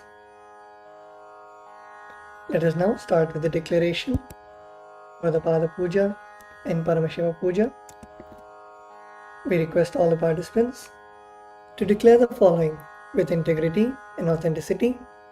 If you agree to this, please say yes loudly. I authentically cognize, which is internally process, understand and declare the truth that cosmic energy exists. Yes. I authentically cognize, which is internally process, understand and declare the truth that Swamiji, Bhagavan Nithyanandeshwara Paramashiva, Devi Nithyanandeshwari Paramashiva Shakti, the Guru Padukas and the Atma Linga are the Chinmaya Vigrahas, the embodiment and representation of that very cosmic energy. Yes.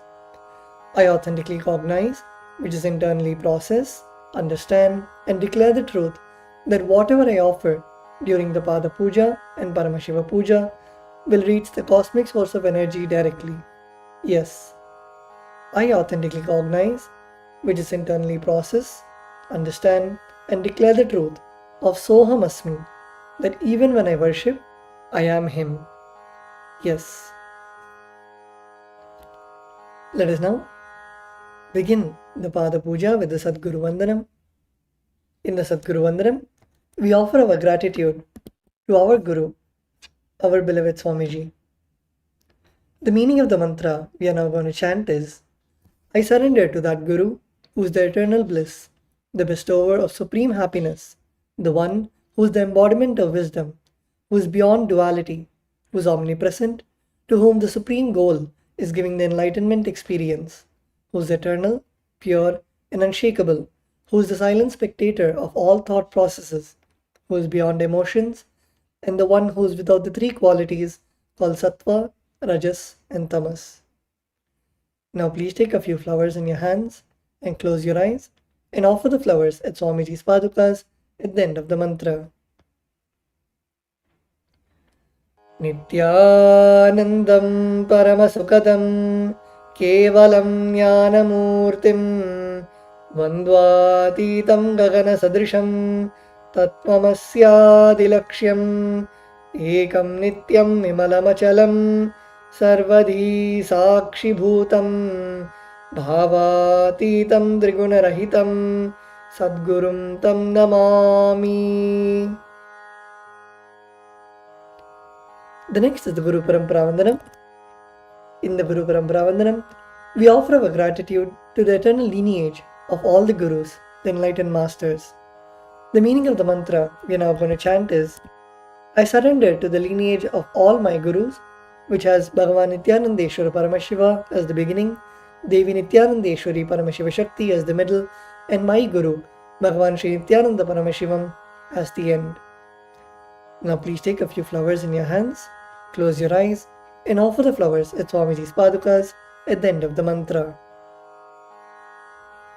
Nithyanandeshwara Paramashiva Samarambham Nithyanandeshwari Paramashiva Shakti Madhyamam Nithyananda Pariyantam Vande Guru Paramparam.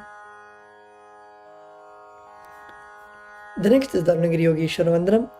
In the Arunagiri Yogeshwara Vandanam, we offer our respects and gratitude to Bhagavan Arunagiri Yogeshwara, who is the incarnation of Paramashiva. The meaning of the mantra we are now going to chant is, the Arunagiri Yogeshwara, who is the Lord of all beings, who has a sacred musk paste applied on his forehead, who has a glittering stick, who has worn a loin cloth on his glittering hip, who has worn the Datura flower, the king cobra, and a crescent moon on his forehead. That Arunagiri Yogeshwara's presence happens. Now please take a few flowers in your hands, close your eyes, and offer the flowers at Swamiji's Padukas at the end of the mantra. Lalate Tripundri Nitilakata Kasturi Tilakaha Spuran Maladhara Spurita Katikaupi Navasanaha Dadhano Dustaram Shirasi Panirajam Shashikalam Pradipas Sarvesham Arunagiri Hogi Vijayate. The next is the Tattvachavanam, the ritualistic cleansing of the mouth. Now keeping your right hand in the Gokarna Mudra, pour an udharani of water into your right palm and sip the water from the base of your palm each time the word Swada is chanted. Om Atmatattvam Shodhayami Swadha. Om Vidyadattvam Shodhayami Swadha. Om Shivadattvam Shodhayami Swadha. With the base of your right hand thumb, wipe your lips twice from the right to the left. Om Ham Mridayaya Namaha. Wash your hands with an udharani of water. With the tips of your right hand index, middle and ring fingers touch above the upper lip and below the lower lip. Wash your hands. With the tips of your right hand index finger and thumb joined together, touch your right nostril and left nostril. With the tips of your ring finger and thumb joined together, touch your right eye, right ear, left ear. Wash your hands with an udharani of water. With the tips of your little finger and thumb joined together, touch your navel center, right chest and left chest. With all 5 fingers joined together, touch the top of your head, right shoulder, left shoulder and the heart center. Wash your hands with an udharani of water. The next is Shukla Mardhanam. We chant this mantra invoking the energy of Mahaganapati, the remover of obstacles. The meaning of the mantra we are now going to chant is: I meditate upon the Lord Ganesha, who is clad in white garments, who is all-pervading, who is as bright colored as the moon, who has a smiling, pleasant face, having 4 shoulders and hands, and who is the remover and pacifier of all obstacles. Now please take the akshata, the turmeric mixed rice, and a flower in your right hand.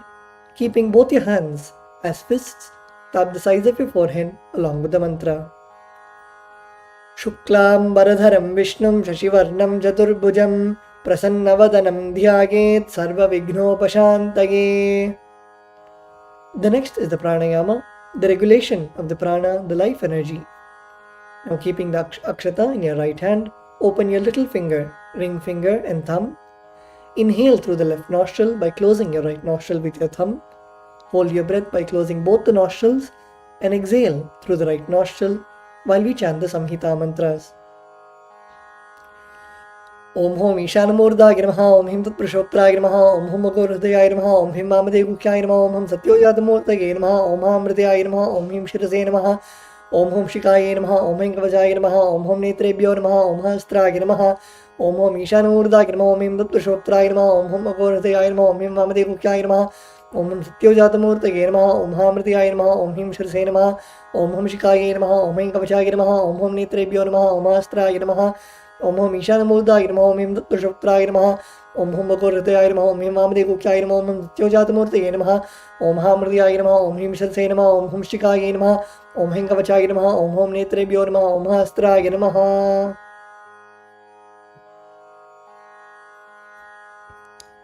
The next is Sankalpa, the conscious resolution. Now please close your eyes and visualize the Sankalpa that you want to manifest for today. Visualize the state of Nirvikalpa Samadhi that Swamiji initiated all of us into. Keep that as your Sankalpa and manifest all your desires, all your intentions, all your prayers through the space of Nirvikalpa Samadhi.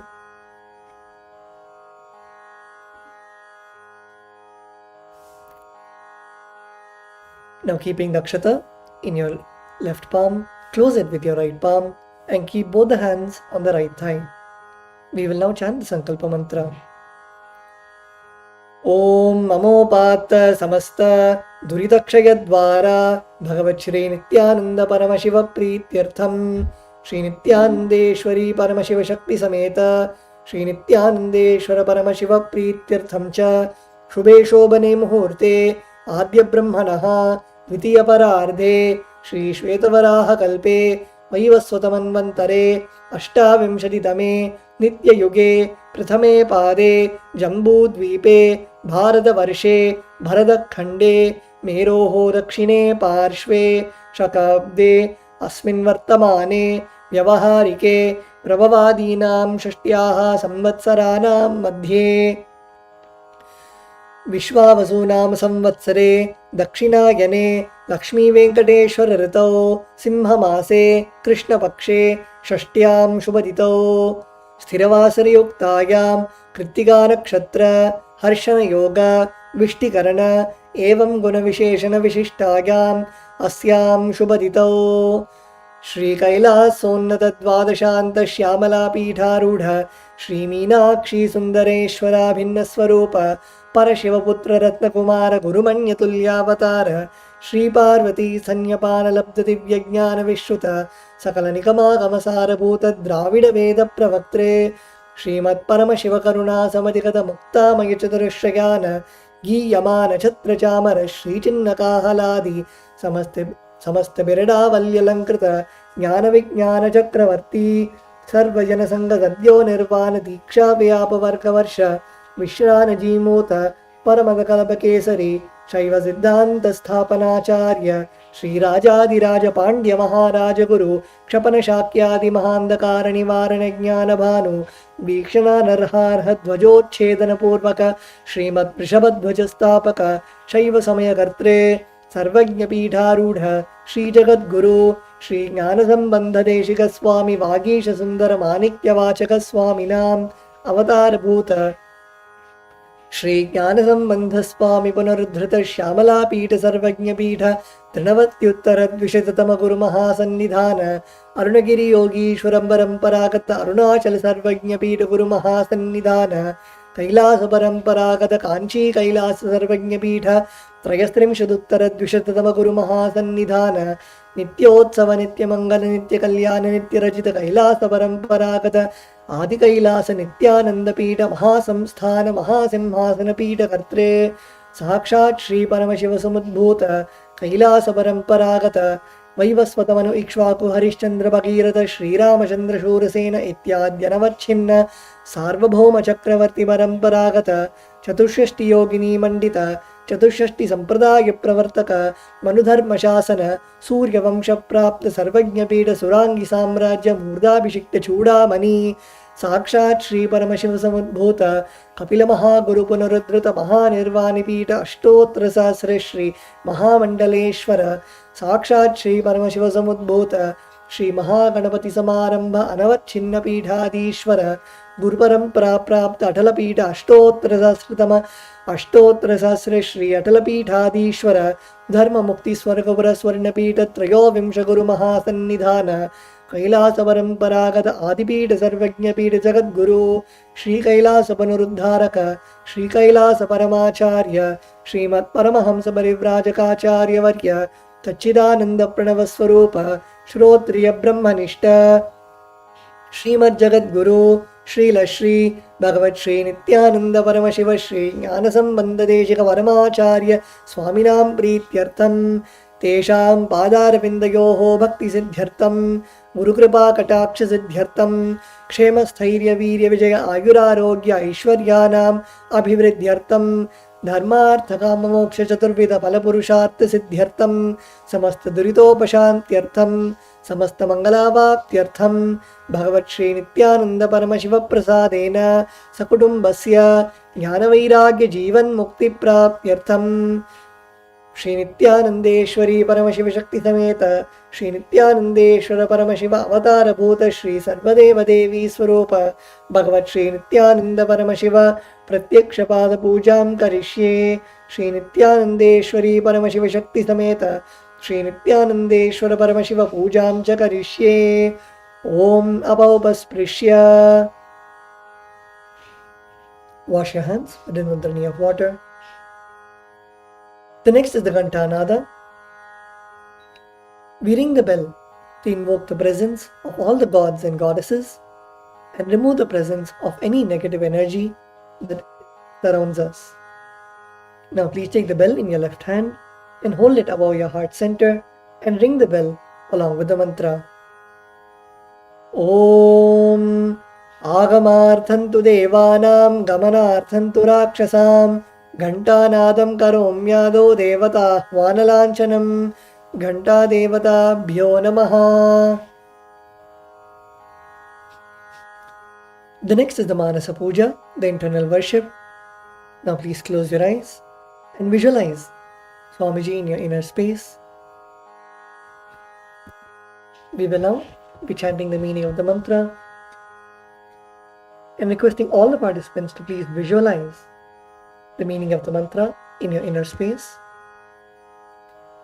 What seed can I offer to the Master except my heart? I offer the gratitude flowing as nectar to wash his feet and to rinse his mouth. I offer my mind itself as the arghya, the bouquet. To my Master, who is the very cosmos, what clothing can I offer except the space? I offer my very prana, the life energy, as the incense, and I offer the ocean of nectar as the food offering. The principle of unstuck perennial sound is to be offered as the bell, the air is the chamara, the sahasrara as the umbrella, the principle of sound as the music, the actions of the senses, and also the vagaries of the mind as the dance. All the 7 chakras along with the Sushumna Nadi is to be offered as a flower garland. The different kinds of flowers with which the Guru should be worshipped are the guilelessness, freedom from the ego, freedom from suffering when your desires are not fulfilled, freedom from arrogance, freedom from ignorance, freedom from deceit, freedom from hatred, freedom from agitation, freedom from jealousy and greed. And the Guru should also be worshipped with the power of non-violence, mastery over the senses, compassion, forgiveness, and enlightenment. Now please take a few flowers in your hands and place your hands in the Kurma Mudra, close your eyes and offer the flowers at Swamiji's Padukas at the end of the mantra. Om Hritpadmamasanam Dadyat Sahasrarachyutamritaihi Padyam Sharanayor Dadyat Manastu Argyam Nivedayet Tena Amritena Achamaniyam Snaniyam Tena Chasmritam Akashadattvam Vastram Syat Gandhasyat Gandhadatvakam Chittam Prakalpaget Pushpam Dhupam Pranan Prakalpaget Tejastattvam Cha Deepartam Naivedyam Syat Sudam Buddhi Anahatadhvanirghanta Vayutattvam Cha Chamaram Sahasraram Bhavet Chatram Shabdatattvam Cha Geetakam Nityamindriya Karmani Chanchalyam Manasastatha Sumekalam Patmamalam Pushpam Nana Vidam Tatha Amayadyair Bhava Pushpaihi Archayet Bhava Gocharam Amayam Anahankaram Aragam Amadam Tatha Amohakam Adambham Cha Advesha Akshobhakau Tatha Amatsaryam Alobham Cha Dashapushpam Vidurbudaha Ahimsa Paramam Pushpam Pushpam Indriya Nigraha Taya Pushpam Kshama Pushpam Jnana Pushpam Cha Panchamam Idi Panchadashair Bhava Pushpaihi Sampujaget Bhagavantam Shri Nithyananda Paramashivam.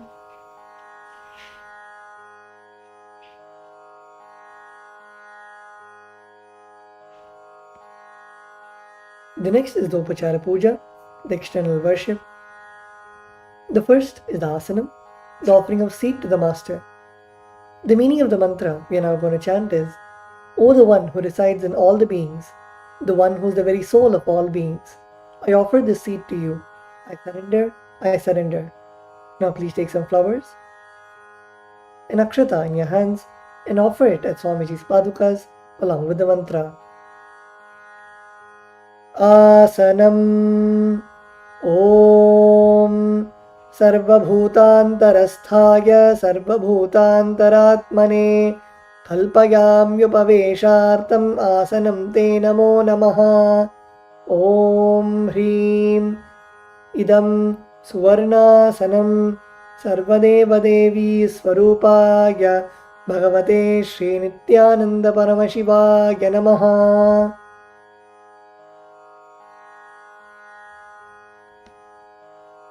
The next is Swagatam, the offering of welcoming the Master. The meaning of the mantra we are now going to chant is, O the Lord of all gods, the one whose darshan is awaited by the gods for the fulfillment of their desires. Welcome, welcome. Today my birth, life, and all deeds are fructified. The fruits of all my tapas is materialized just by welcoming you. Now please take a few flowers in your hands and offer it at Swamiji's padukas along with the mantra. Swagatam Om Shantatvat Sarvakartritvat Bhavo Paratikaranat Shiva Ukto Mahatantra Mantra Vidbhis Sada Shivaha Tasmai Shivaya Gurave Vitaraghkalaya Vai Ameyatvat Anantoyam Ajatvacha Prakirtitaha Yasya Darshanamichanti Deva Swabhishta Siddhage Tasmai Devarameshana Swagatam Swagatam Prabho Adya me Sapalam Janma Jivanam Sapala Kriyaha Swagatam Yatvaya Tanme Tapasam Phalamagatam Om Hrim Sarvadeva Devi Swarupa Bhagavat Shri Nithyananda Paramashiva Swagatam Suswagatam Te. The next offering is Padhyam, the offering of water to wash the feet of the Master. The meaning of the mantra we are now going to chant is, I offer Padhyam, that is the water for washing the feet of the Supreme God, the very devotion on whom brings about the ultimate bliss. Now please take the udharani of water in your hands and offer it at Swamiji's padukas along with the mantra. Padhyam Om Yadbhaktilesha Samparkat Paramananda Samplavaha Tasmai Parameshana Padhyam Shuddhaya Kalpage Om Hrim Etat Padhyam Sarvadeva Devi Swarupaya Bhagavate Shri Nithyananda Paramashivaya Namaha. The next offering is Arghya, the offering of the traditional bouquet. The meaning of the mantra we are now going to chant is, O Maheshwara, please accept this Arghya, offering of traditional bouquet with water to welcome the guest, made of durva grass, a flower, a bilva leaf and a rice pellet, and kept in a beautiful conch. Now please take the conch in your hands and offer it at Swamiji's padukas along with the mantra. Arghyaha Om Durvakshata Samayuktam Bilvapatram Tatha Param Shobhanam Shankapatrastam Grihanargyam Maheshwara Om Hrim Esho Arghyaha Sarvadeva Devi Swarupaya Bhagavate Shri Nithyananda Paramashivaya Swaha. The next offering is Achamaniyam, the offering of water for mouthwash. The meaning of the mantra we are now going to chant is, please accept this auspicious and sin-removing Ganga water offered by me as Achamaniyam, that is the water for mouthwash offered by me with devotion to you. Now please take an udharani of water in your hands and offer it at Swamiji's padukas at the end of the mantra. Achamaniyam Om Mandakinyastu Yadvari Sarvapapaharam Shubham Grihanachamaniyantam Maya Bhaktya Niveditam Om Hrim Idam Achamaniyodakam Sarvadeva Devi Swarupaya Bhagavate Shri Nithyananda Paramashivaya Swadha. The next offering is Madhubarka, the offering of the nectarine drink. The meaning of the mantra we are now going to chant is, for the destruction of all negativities, I offer this Madhubarka, this drink which is full of nectar. Be pleased towards me, O Lord. Now please take the Madhubarka in your hands and offer it at Swamiji's padukas along with the mantra. Madhubarka Om Sarvakalmashanashaya Paripurna Sudhatmakam Madhubarkamimam Deva Kalpayami Prasidame Om Hrim Esha Madhubarkaha Sarvadeva Devi Swarupaya Bhagavate Shri Nithyananda Paramashivaya Swadha. The next offering is Gandha-tailam, the offering of the scented oil. The meaning of the mantra we are now going to chant is, I offer with love and affection the scented oil to you, O healer of all the worlds, which is purest among all the worlds. Now please take the Gandha-tailam, the scented oil in your hands and offer it at Swamiji's padukas along with the mantra. Gandhatailam Om Sneham Grihana Snehena Lokanam Hitakaraka Sarvalokeshu Shuddhastvam Dadami Snehamuttamam Om Hrim Idam Gandhatailam Sarvadevadevi Swarupaya Bhagavate Shri Nithyananda Paramashiva Nivedayami. The next offering is Snaniyam, the offering of water from the sacred bath.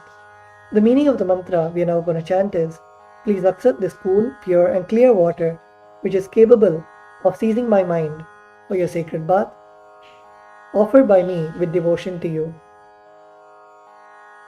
Now please take an uddarani of water in your hands and offer it at Swamiji's padukas along with the mantra, and please ring the bell as you do so.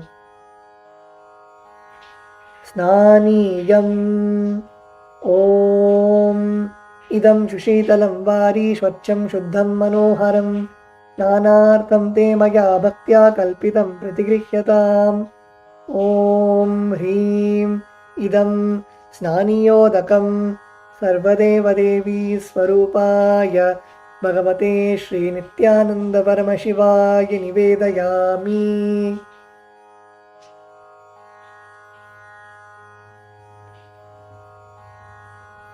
The next offering is Vastram, the offering of the sacred cloth. The meaning of the mantra we are now going to chant is, I offer Vastram, this cloth offering to the Master who removes the veil of Maya or illusion. The Master, who is the true light of enlightenment, who does not have a veil of Maya and has the very space as the dress. Now please take the offering of clothes in your hands and offer it at Swamiji's padukas along with the mantra. Vastram Om Maya Chitrapatachanna Nijaguhyoru Tejase Niravarana Vijnaya Vasaste Kalpayamyaham Om Hrim Idam Vastrottariyam Sarvadevadevi Swarupaya Bhagavate Shri Nithyananda Paramashivaya Nivedayami. The next offering is Abharanam, the offering of the sacred jewelry. The meaning of the mantra we are now going to chant is, I offer this golden ornament to you, Master, who by very nature has a gracefully blissful body and who is the repository of all powers. May you be pleased. Now please take the jewelry in your hands and offer it at Swamiji's padukas along with the mantra. Abharanam Om Subhavasundaraangaya Nana Shaktyashrayayate Suvarnam Bhushanam Tubhyam Kalpayami Prasidame Om Hrim Idam Suvarnabharanam Sarvadevadevi Swarupaya Bhagavate Shri Nithyananda Paramashivaya Nivedayami.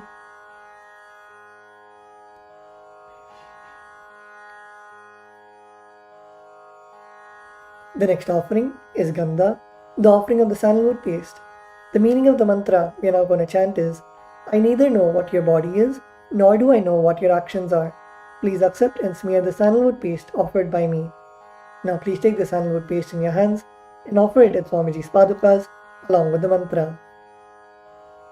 Gandha Om Shariram te na janami cheshtam naivacha naivacha Maya niveditan gandhan pratigrihya vilipyatam Om Hrim Idam Esha Gandha Sarvadevadevi Swarupaya Bhagavate Shri Nithyananda Paramashivaya Namaha. The next offering is Pushpam, the offering of fragrant flowers. The meaning of the mantra we are now going to chant is, please accept these blissfully fragrant different kinds of flowers which are taken from the forest of Turiya, that is the space of ultimate restful awareness. Now please take a few flowers smeared with sandalwood paste in your hands and offer it at Swamiji's padukas along with the mantra. Pushpam Om तुरीयवनसम्पन्नं नानागुणमनोहरम् आनन्दसौरभं पुष्पं गृह्यताम् इदमुत्तमम् ॐ ह्रीं एतानि सचन्दनपुष्पाणि सर्वदेवदेवी स्वरूपाय भगवते श्रीनित्यानन्दपरमशिवाय वौषटे.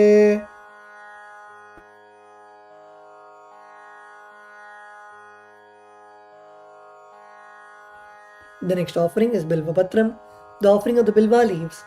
The meaning of the mantra we are now going to chant is, I offer you, O God of all gods, this holy Bilva leaf in which dwells the goddess of richness and which is so much loved by Lord Shiva. Now please take the Bilva leaf smeared with sandalwood paste in your hands and offer it at Swamiji's padukas along with the mantra. Bilva Patram Om Amritodbhavam Shri Vriksham Shankarasya Sada Priyam Bilvapatram Prayachami Pavitram Te Sureshwara Om Hreem Etani Sachandana Bilvapatrani Sarvadeva Devi Swarupaya Bhagavate Shri Nityananda Paramashivaya Vaushate. The next offering is Tulasi Patram, the offering of the Tulsi leaves. The meaning of the mantra we are now going to chant is, let this offering of Tulsi leaf be unto the Supreme Soul, who has unlimited forms and who is the bestower of all boons. Now please take the Tulsi leaf smeared with sandalwood paste in your hands and offer it at Swamiji's padukas along with the mantra. Tulasi Patram Om Namaste Bahurupaya Vardamurtaye Paramatmane Swaha Om Hreem Idam Sachandana Tulasi Patram Sarvadeva Devi Swarupaya Bhagavate Shri Nityananda Paramashivaya Namaha.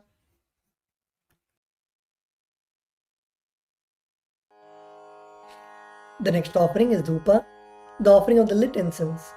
The meaning of the mantra we are now going to chant is, this incense smoke is made of sacred herbs of intoxicating fragrance.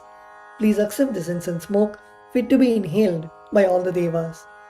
Now please take the lit incense sticks in your hands and slowly wave it towards Swamiji's padukas along with the mantra, and please ring the bell as you do so.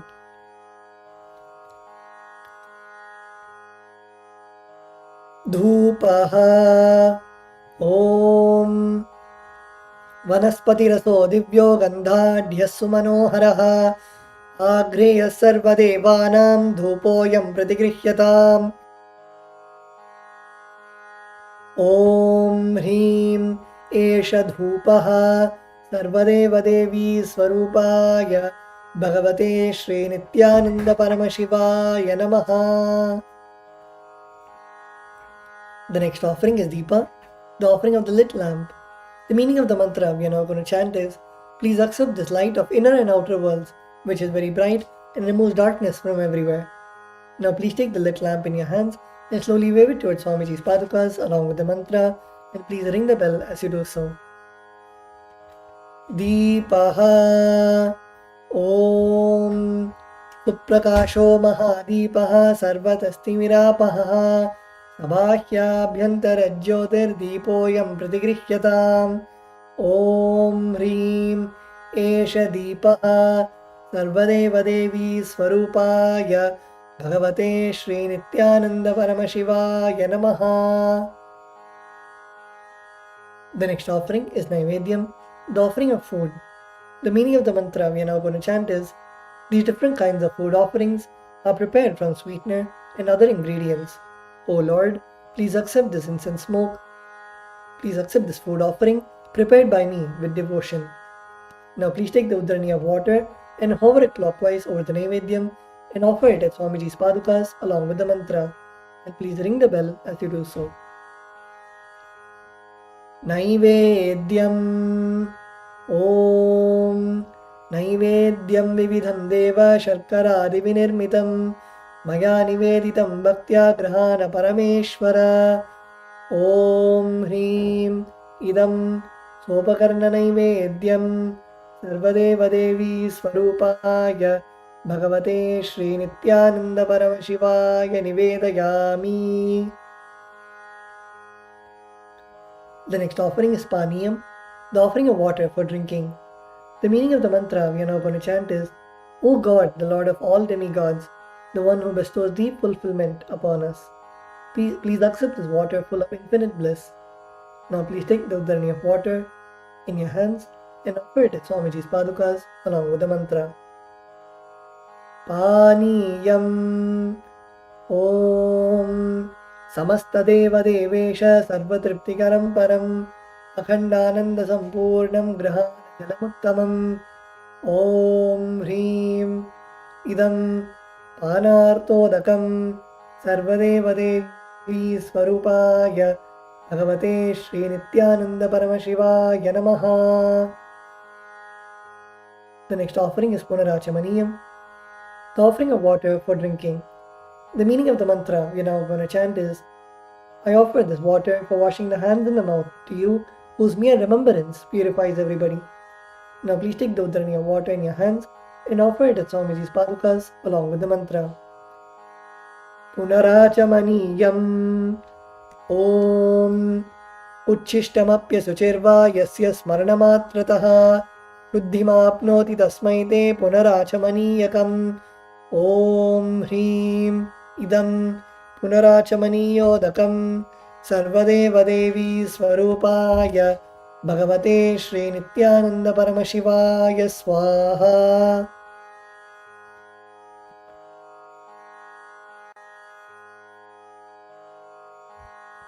The next offering is Aratrikam, the offering of Arati to the Master. Now please take the lit camphor in your hands and slowly wave it towards Swamiji along with the mantra, and please ring the bell as you do so.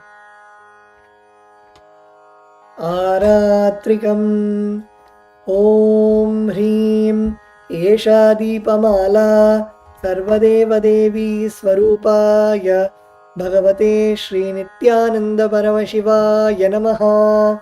Om Sangrahanyeshtya Yajate Imam Janatagum Sangrinaniti Dvadasharatni Rashana Bhavati Dvadashamasa Samvatsaraha Samvatsarameva Varundhe Paunji Bhavati Urvaimunjaha Urjameva Varundhe Chitra Nakshatram Bhavati Chitram Va Etat Karma Karpuragauram Karunavataram Samsarasaram Bhujagendraharam Sada Vasantam Hridayaravinде Bhavam Bhavani Sahitam Namami Bhavam Bhavani Sahitam Namami Bhavam Bhavani Sahitam Namami. Aratrikam Samarpayami Bhagavat Shri Nithyananda Paramashiva Charana Kamalebhyo Namaha.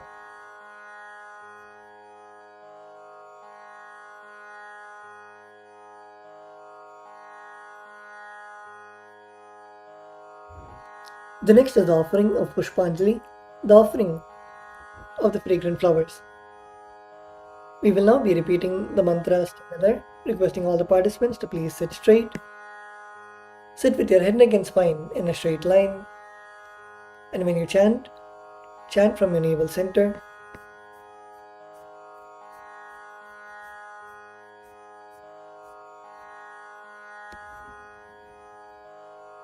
We will now be chanting the meaning of the mantra first.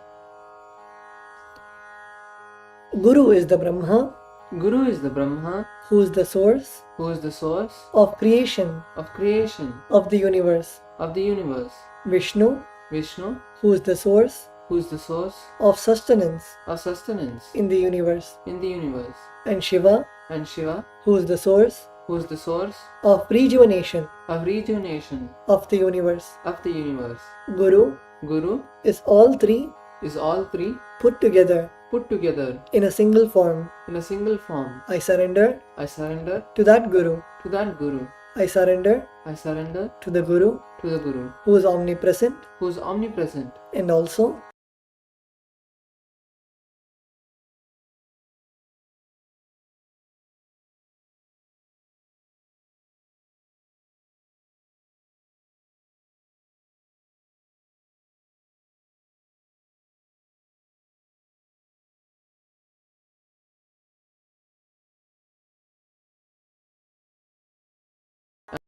my karmic baggage my karmic baggage of so many births. of so many births. I surrender I surrender to the Guru, to the Guru, who is who is the Lord of the cosmos, the Lord of the cosmos, the Guru of the cosmos. the Guru of the cosmos. My soul My soul is the same soul is the same soul which is in all the beings. which is in all the beings. I surrender I surrender to Dakshinamurti, to Dakshinamurti, the primal Guru, the primal Guru, who manifests who manifests himself himself differently differently in the form in the form of Ishvara, of Ishvara, Guru, Guru, and Atman, and Atman, or the Self. or the Self.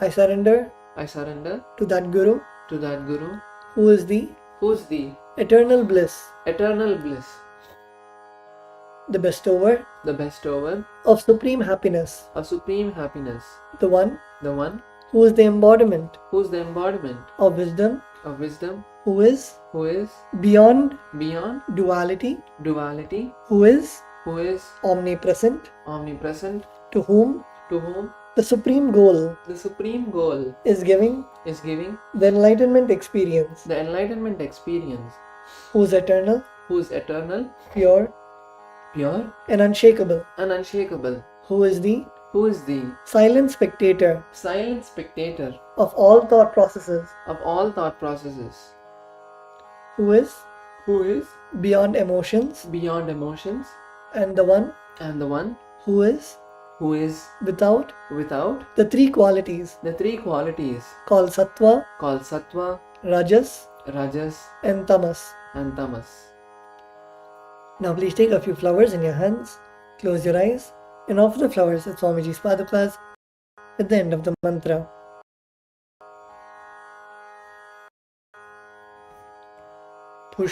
Pushpanjalihi Pushpanjalihi Guru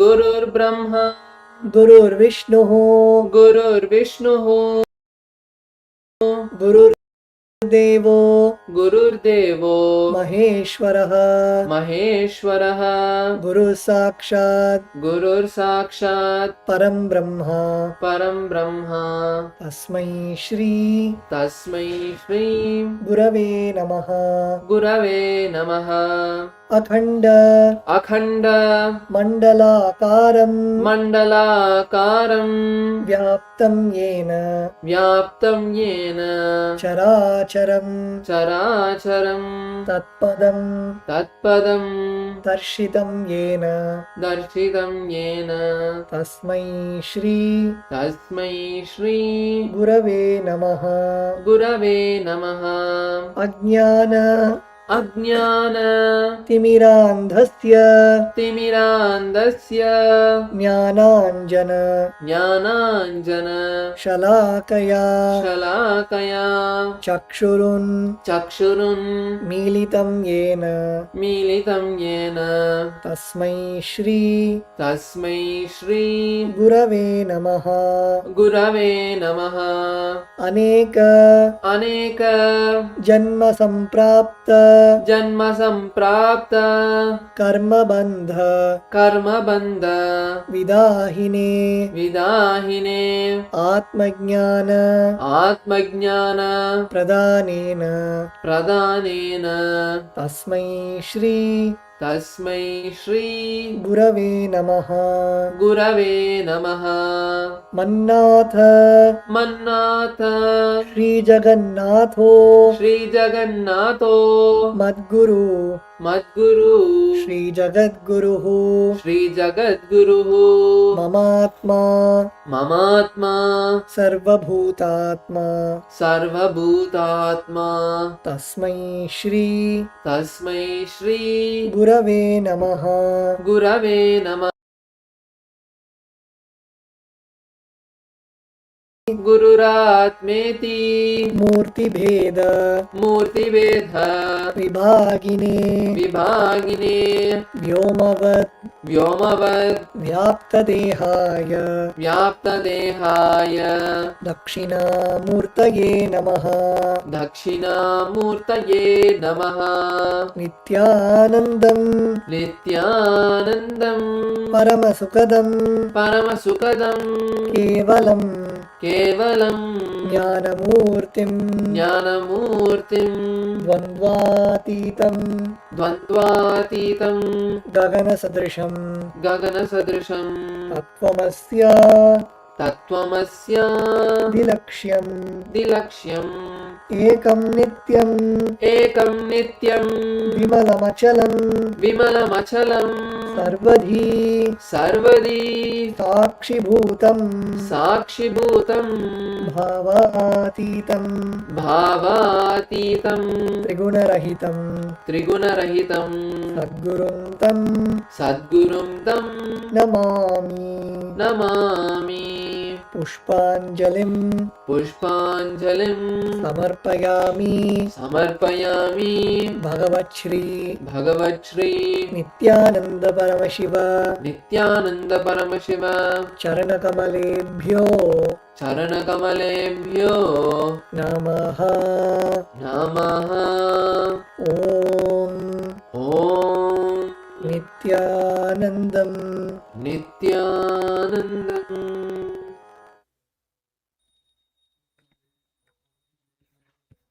The next is the Paramashiva Puja.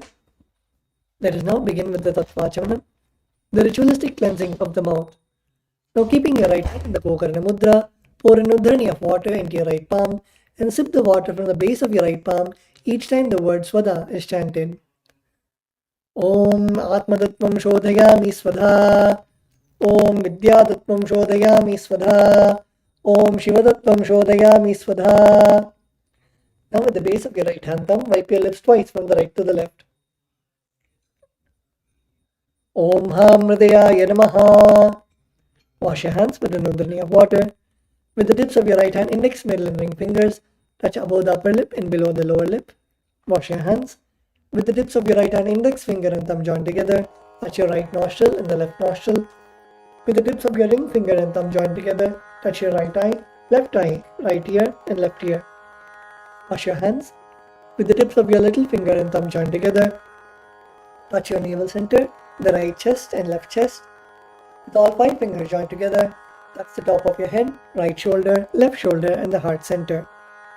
Wash your hands with an udhrani of water. The next is Sakalikaranam. Now please close your eyes and get into a space of Sohamasmi. The Nirvikalpa Samadhi that Swamiji blessed all of us with.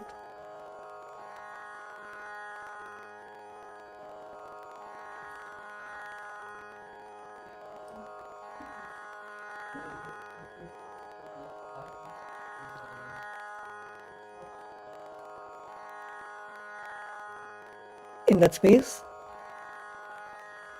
now using your left hand, wipe the front and back of your right hand once, and using your right hand, wipe the front and back of your left hand twice.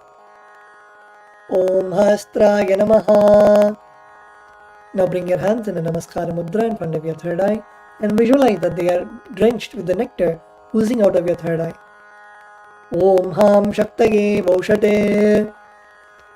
Now keeping your hands together with your palms facing towards you, touch your thumbs to the center of your respective palms. Om Ham Shivasanaya Namaha. Om Ham Shivamurtaye Namaha. And with the tip of your thumbs, touch the tip of your index finger of your little finger and move your thumbs down towards the base of your little finger. Om Ham Satyavajatamurtaye Namaha. Now with the tip of your thumbs, touch the tip of your ring finger and move your thumbs down towards the base of your ring finger. Om Him Vamadeva Gukhyaya Namaha. Now your middle finger. Om Hum Agor Hridayaya Namaha. Now your index finger. Om Him Tat Purushavatraya Namaha. Now your thumbs. Om Hum Ishanamurdhaya Namaha. Now bring your palms in front of you and touch your thumbs to the center of your palms. Om Ham Hom Vidyadehaya Namaha. Now bend your index, middle and ring fingers and touch the center of your respective palms. Om Hom Netrebhyo Namaha. Now bend your thumbs inwards and touch the tip of the thumb to the center of your palms. Om Ham Hom Shivaya Namaha. Now with the tip of your thumbs, touch the tip of your ring of your little finger and move your thumbs down toward the base of your little finger. Om Ham Hridayaya Namaha. Now your ring finger. Om Him Shirase Namaha. Now your middle finger. Om Hum Shikhaya Namaha. Now your index finger. Om Him Kavachaya Namaha. Now your thumbs. Om Hastraya Namaha. Now bring your hands into the Mushti Mudra and roll them around each other once. Om Haim Kavachaya Hum. Now bring your hands in Namaskara Mudra in front of your third eye. Om Ham Shivaya Vaushate. Now bend your thumbs and touch the center of your palms. Om Ham Hom Shivaya Namaha. Now with the right hand, thumb and ring finger joined together, touch your Ananda Gandha. Om Ham Shivasanaya Namaha. Om Ham Shivamurtaye Namaha. Now keeping your thumbs and little finger joined together, touch your respective knees. Om Ham Satyojata Namaha. With your right hand, thumb and ring finger joined together, touch your navel center. Om Him Vamadevuhyaya Namaha. With your right hand, thumb and middle finger joined together, touch your heart center. Om Hum Agora Hridayaya Namaha. With your right hand, thumb and index finger joined together, touch above your upper lip. Om Him Tat Purushavaktraya Namaha. Now with the tip of your right hand thumb, touch the top of your forehead. Om Hum Ishanamurdhaya Namaha. With your right hand thumb and ring finger joined together, touch your Ananda Gandha. Om Ham Hom Vidyadehaya Namaha. Now with the tips of your right hand, index, middle and ring fingers, touch your right eye, third eye and left eye respectively. Om Hom Netrebhyo Namaha. With your right hand thumb and ring finger joined together, touch your Ananda Gandha. Om Ham Hom Shivaya Namaha. Now with your right hand ring finger and thumb joined together, touch your heart center. Om Ham Hridayaya Namaha. With your right hand thumb and ring finger joined together, touch the top of your head. Om Him Shirase Swaha. With your right hand thumb and middle finger joined together, touch the back of your head. Om Hum Shikhaye Vaushate. Now cross your left hand over your right hand in front of your chest. Keep your index fingers in form of a hook and uncross your arms, moving them around your head and bringing them till your chest. Om Haim Kavachaya Hum. Now strike your right thumb onto your left palm and your left thumb onto your right palm. Om Hastraya Pate. With your right hand index finger and middle finger, strike your palm thrice. Om Hastraya Hum Pate. Now using your right hand index finger and thumb, snap in all the 10 directions around yourself, starting from east in all the 8 directions clockwise, down and up. Om Hastraya Pate. Now move your hands from the head to the toes, touching the sides of your body. Om Ham Shivaya Vaushate.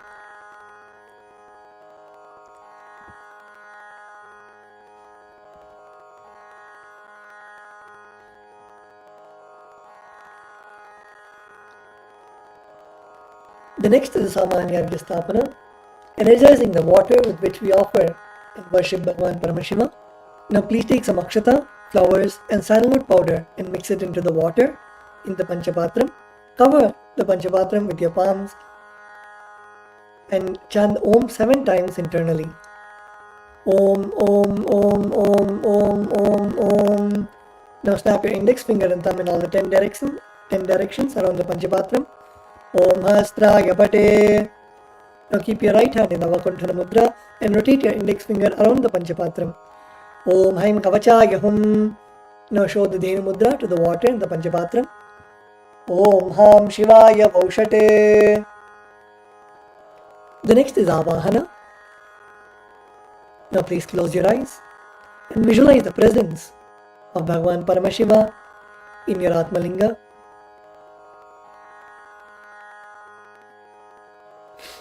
Visualize Bhagwan Paramashiva present, alive, radiating, ready to receive all of your offerings, your devotion, your gratitude, and hear your prayers.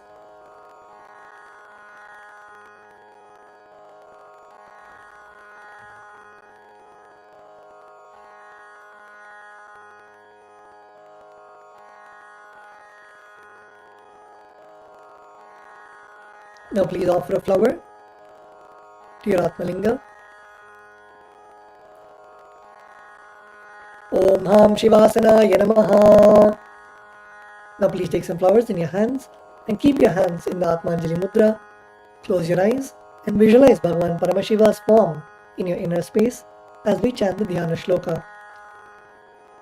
Lalate Tripundri Nitilakrita Kasturi Tilakaha Spuranmaladhara Spurita Kadikaupi Navasanaha Tadhano Dustaram Shirati Panirajam Shikalam Pradipas Sarvesham Arunagiri Yogi Vijayate Indhuni Bapanchamuka Hastadashayuktam Shulamragatam Kamasi Vajramabhayam Syat Pashavardam Kushamanijwala Navame Shweta Kamalasana Sadashiva Swarupam Om Ham Shivamurtaye Namaha Om Ham Hom Shivaya Namaha Shri Nithyanandeshwari Paramashiva Shakti Sameta Shri Nithyanandeshwara Paramashivaya Namaha Dhyayami Avahayami.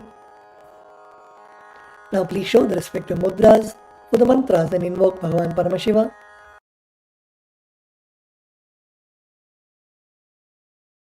Two palms and place your palms open facing upwards. Om Ham Shivaya Namaha.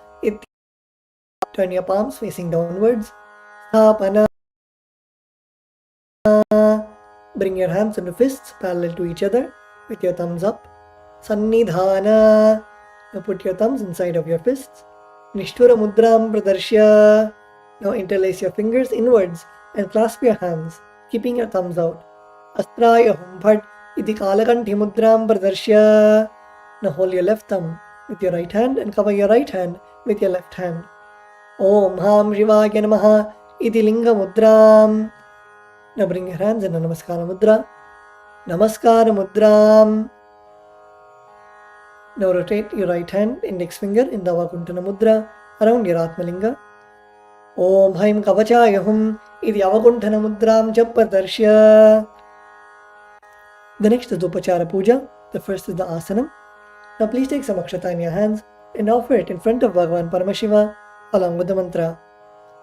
Om Ham Hom Shivaya Namaha Shri Nithyanandeshwari Paramashiva Shakti Sameta Shri Nithyanandeshwara Paramashivaya Namaha Asanam Samarpayami. The next offering is Padyam, Achamanam and Argyam. Now please take the Uddarani of water in your hands and show it to Bhagavan Paramashiva's feet and offer it in the Padya Patram along with the mantra. Om Ham Shivaya Namaha. Now please take another Uddarani of water and show it to Bhagavan Paramashiva's mouth and offer it in the Achamana Patram. Om Ham Shivaya Svadha. Now please take another Uddarani of water and show it to Bhagavan Paramashiva's crown and offer it in the Argya Patram. Om Ham Shivaya Swaha. Shri Nithyanandeshwari Paramashiva Shakti Sameta Shri Nithyanandeshwara Paramashivaya Namaha Padya Chamanargyam Dattva. The next offering is Snaniyam, the sacred bath. Now please take some water in your hands and pour it onto Bhagavan Paramashiva along with the mantra and please ring the bell as you do so. Om Ham Om Shivaya Namaha Shri Nithyanandeshwari Paramashiva Shakti Sameta Shri Nithyanandeshwara Paramashivaya Namaha Snanam Samarpayami. Now please take a Uddarani of water and show it to Bhagavan Paramashiva's mouth and offer it in the Achamana Patram. Om Ham Shivaya Svadha Ananantaram Achamaniyam Samarpayami. The next offering is Vastram, the offering of fresh clothes. Now please take some akshata in your hands and offer it to Bhagavan Paramashiva along with the mantra. Om Ham Hom Shivaya Namaha Shri Nithyanandeshwari Paramashiva Shakti Sameta Shri Nithyanandeshwara Paramashivaya Namaha Vastre Yajñopavita Uttariya Varnartam Akshatan Samarpayami. The next offering is Gandha, the offering of sandalwood paste. Now please take the sandalwood paste in your right hand ring finger and offer it to Bhagavan Paramashiva. Please offer the kumkum along with the mantra. Om Ham Hom Shivaya Namaha Shri Nithyanandeshwari Paramashiva Shakti Shwara Paramashivaya Namaha Gandhandharayami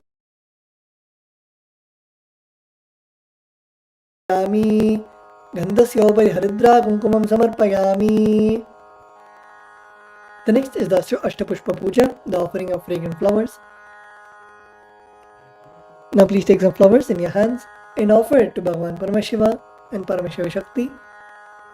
Each time the word Namaha is chanted.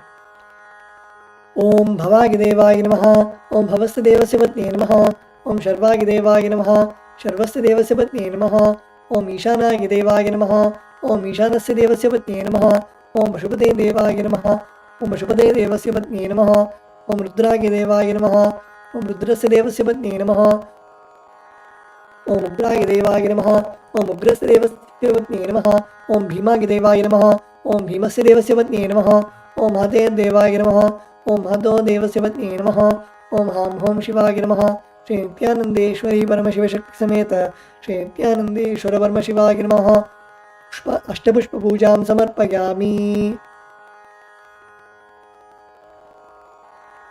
The next offering is Bilvatram.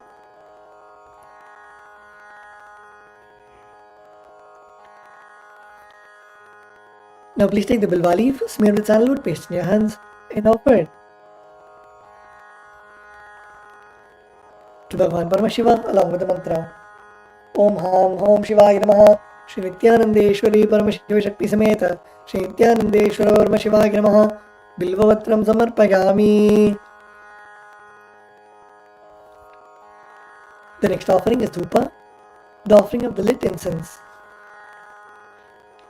Now please offer a flower on the bell. Om Hastraya Namaha. Now please sprinkle some water on the Dhupa stand. Om Hastraya Pate. Please offer a flower on the Dhupa stand. Om Hridayaya Namaha. Now please take the lit incense sticks in your hands and slowly wave it towards Bhagavan Paramashiva along with the mantra, and please ring the bell as you do so.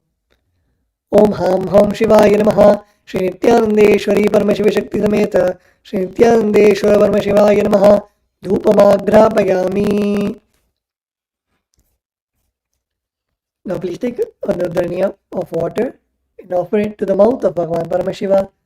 Om Ham Shivaya Svadha. The next offering is Deepa.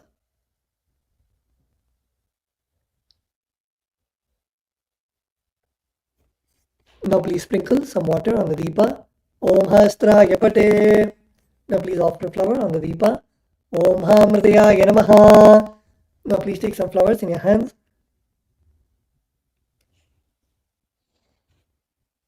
Please take the lit lamp in your hands and slowly wave it towards Swamiji along with the mantra, and please ring the bell as you do so. Om Ham Hom Shivaya Namaha, Shri Nithyanandeshwari Paramashiva Shakti Sameta, Shri Nithyanandeshwara Paramashiva Namaha, Deepam Darshayami. Now please take a dharni of water and show it to Bhagavan Paramashiva's mouth and offer it in the Achamana Patram. Om Ham Shivaya Svadha. The next offering is Naivedyam, the offering of food to Bhagavan Paramashiva and Paramashiva Shakti. Now please sprinkle some water on the Naivedyam. Om Hastraya Pate. Please offer a flower on the Naivedyam. Om Hamridayaya Namaha. Now please take another dharni of water and hover it clockwise over the Naivedyam and offer it in front of Bhagavan Paramashiva at the end of the mantra.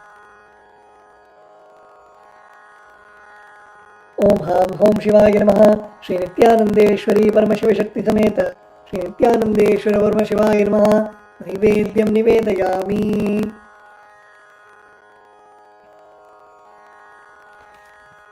The next offering is Tambulam. Now please take some akshata in your hands and offer it to Bhagavan Paramashiva along with the mantra. Om Ham Hom Shivaya Namaha, Shri Nithyanandeshwari Paramashiva Shakti Sameta, Shri Nithyanandeshwara Paramashiva Namaha, Tambulam Samarpayami. The next offering is Aratrikam, the offering of Arati to Bhagavan Paramashiva and Paramashiva Shakti.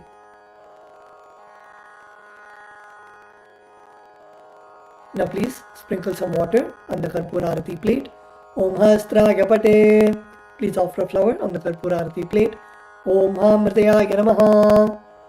Now please take the Karpura Arati in your hands and slowly wave it towards Bhagavan Paramashiva along with the mantra, and please ring the bell as you do so.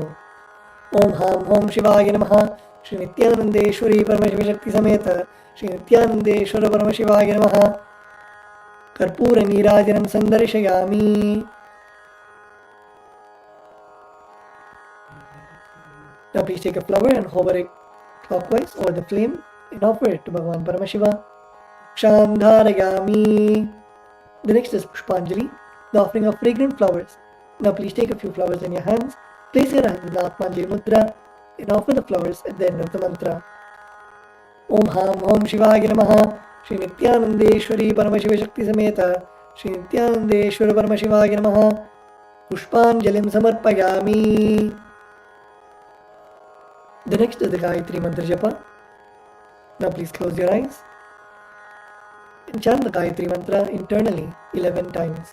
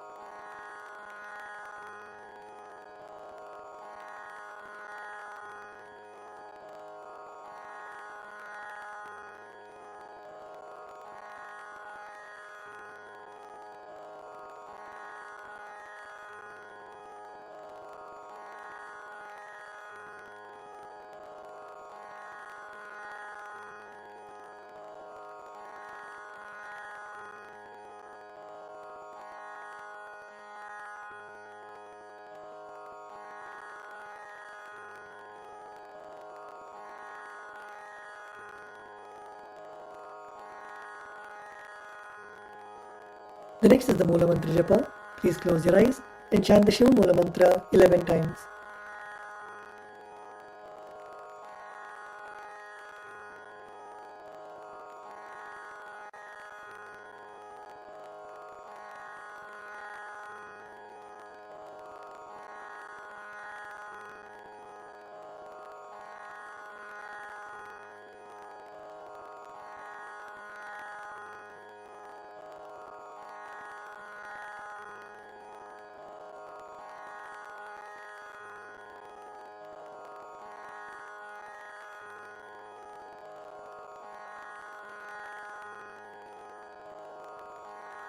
The next is the Kshama Prarthana, requesting Bhagavan Paramashiva for forgiveness for any mistake that we have offered in the puja. Now please take some flowers, the ruwa grass and akshata into your right hand. Om Ham Nithyanaya Namaha. Om Haim Kavachaya Hum. Om Ham Shivaya Vaushate.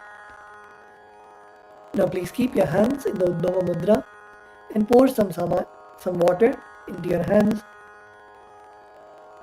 And at the end of the mantra, let the water flow through the index finger onto the left side of Bhagavan Paramashiva. Om Yatkinchit Karma Devesha Sadaskruta Dushkritam Tanme Shivavadastasya Bhungshakshapaya Shankara Shivo Data Shivo Bhokta Shiva Sarvam Vidam Jagate Shivo Yatiti Sarvatra Yashiva Sohame Vatu. Om Ham Om Shivaya Namaha. The next is Tattvachanam, the ritualistic cleansing of the mouth. Now keeping your right hand in the Gokarna Mudra, pour an udhrani of water into the base of the palm and sip the water 3 times while the word Swada is chanted. Om Atma Shodhayami Swadha. Om Vidyadatvam Shodhayami Swadha. Om Shivadatvam Shodhayami Swadha. Now with the base of your right hand thumb, wipe your lips twice from the right to the left. Om Ham Hridayaya Namaha.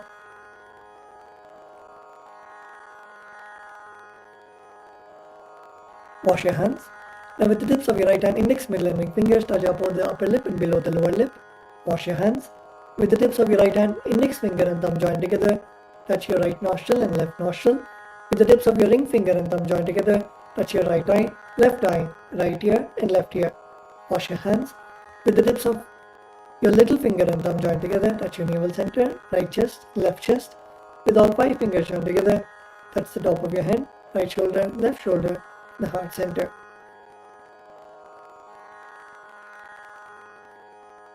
With that, let us now give our gratitude to Swamiji and end the session with the Purna Mantra. Om Purnamadav Purnamidam Purnat Purnamudachyate Purnasya Purnamataya Purnamevavashishyate Om Shanti Shanti Shanti Hari Om Tat Sat Sarvam Bhagavat Shri Nithyananda Paramashiva Padukarpanamastu Om Nithyanandam.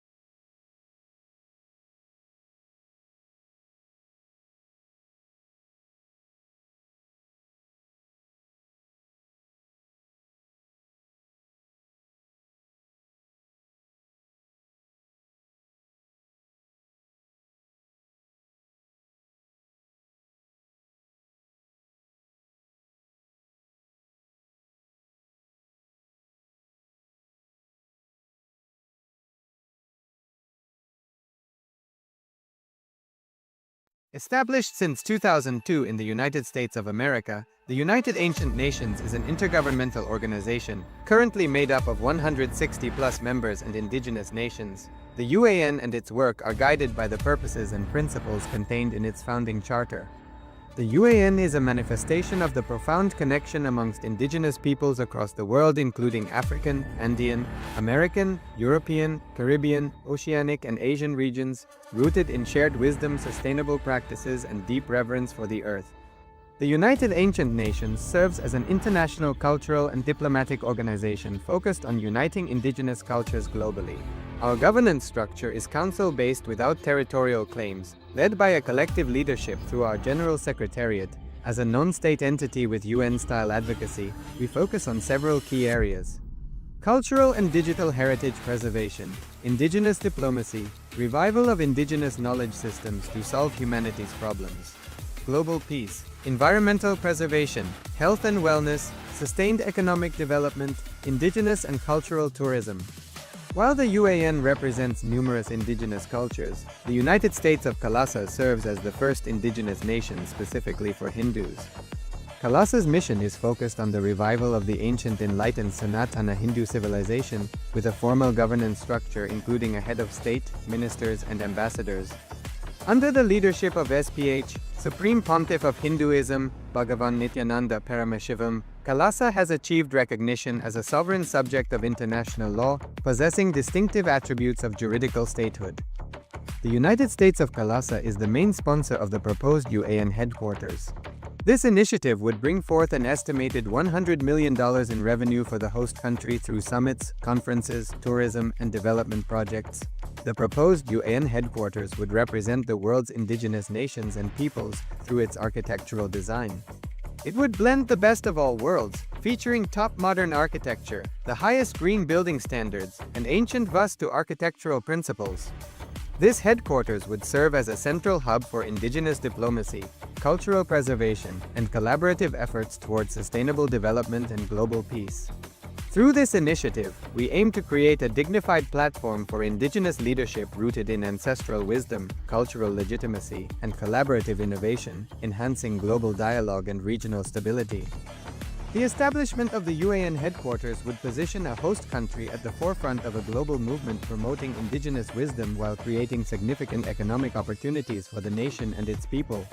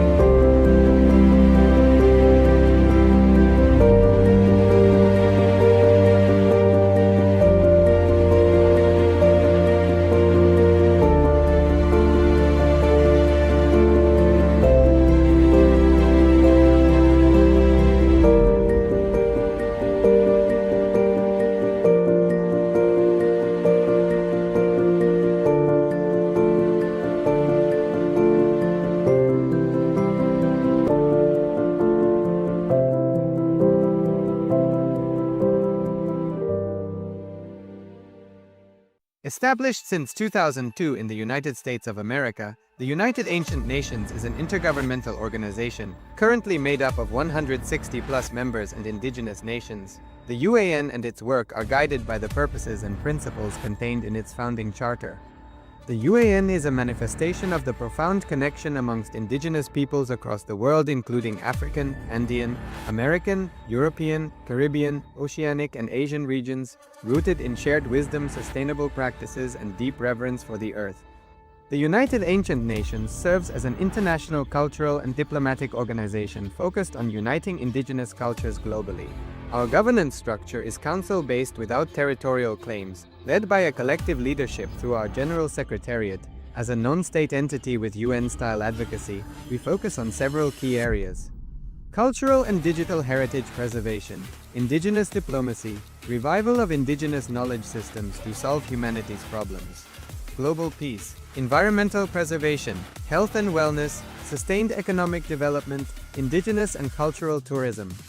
While the UAN represents numerous indigenous cultures, the United States of KAILASA serves as the first indigenous nation specifically for Hindus. KAILASA's mission is focused on the revival of the ancient enlightened Sanatana Hindu civilization with a formal governance structure including a head of state, ministers, and ambassadors. Under the leadership of SPH, Supreme Pontiff of Hinduism, Bhagavan Nithyananda Paramashivoham, KAILASA has achieved recognition as a sovereign subject of international law, possessing distinctive attributes of juridical statehood. The United States of KAILASA is the main sponsor of the proposed UAN headquarters. This initiative would bring forth an estimated $100 million in revenue for the host country through summits, conferences, tourism, and development projects. The proposed UAN headquarters would represent the world's indigenous nations and peoples through its architectural design. It would blend the best of all worlds, featuring top modern architecture, the highest green building standards, and ancient Vastu architectural principles. This headquarters would serve as a central hub for indigenous diplomacy, cultural preservation, and collaborative efforts towards sustainable development and global peace. Through this initiative, we aim to create a dignified platform for indigenous leadership rooted in ancestral wisdom, cultural legitimacy, and collaborative innovation, enhancing global dialogue and regional stability. The establishment of the UAN headquarters would position a host country at the forefront of a global movement promoting indigenous wisdom while creating significant economic opportunities for the nation and its people.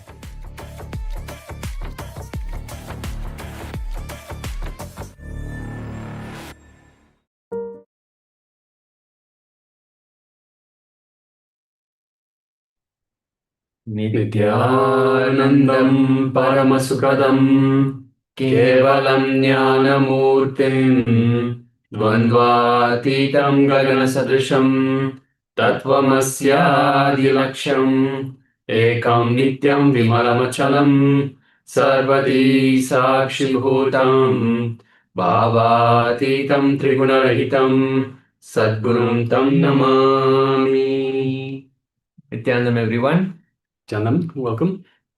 And we welcome each and every one of you for this exciting day of Paramashivoham with the blessings of the Supreme Pontiff of Hinduism, Bhagavan Sri Nithyananda Paramashivoham. We have an exciting day.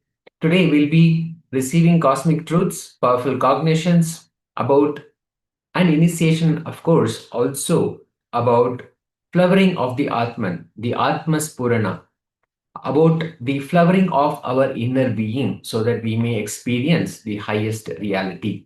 And we'll be also practicing Kriya for skin problems, and we'll be receiving initiation into the Atma Spurana, which is the flowering of the Atman, and ultimately the darshan of the Supreme Pontiff of Hinduism, manifesting as the Veerabhadra Murti. So it's going to be an exciting day of sessions. Now we have just completed the Paramashiva Puja, the Pratyaksha Pada Puja, and before that, the Nithyananda Yoga. All of these part of the Charya Pada, the everyday life of Sanatana Hindu Dharma, as prescribed by Paramashiva, again and again bring us to that space of oneness with Paramashiva. Nithyananda Yoga completely prepares our body, and it is not just for the body, it aligns our consciousness to be in oneness with Paramashiva. and we offer our gratitude to the Guru, the manifestation of Paramashiva, and ultimately the Paramashiva Puja we can offer only when we are in the space of oneness with Paramashiva. So continuing to be in that space, oneness with Paramashiva, experiencing that space, and sitting comfortably, let us enter the first session of the day, which is the power manifestation, manifesting the power of the third eye. So let us sit comfortably with our head, neck, and spine in a straight line. Let us sit with the intention to manifest the power of third eye.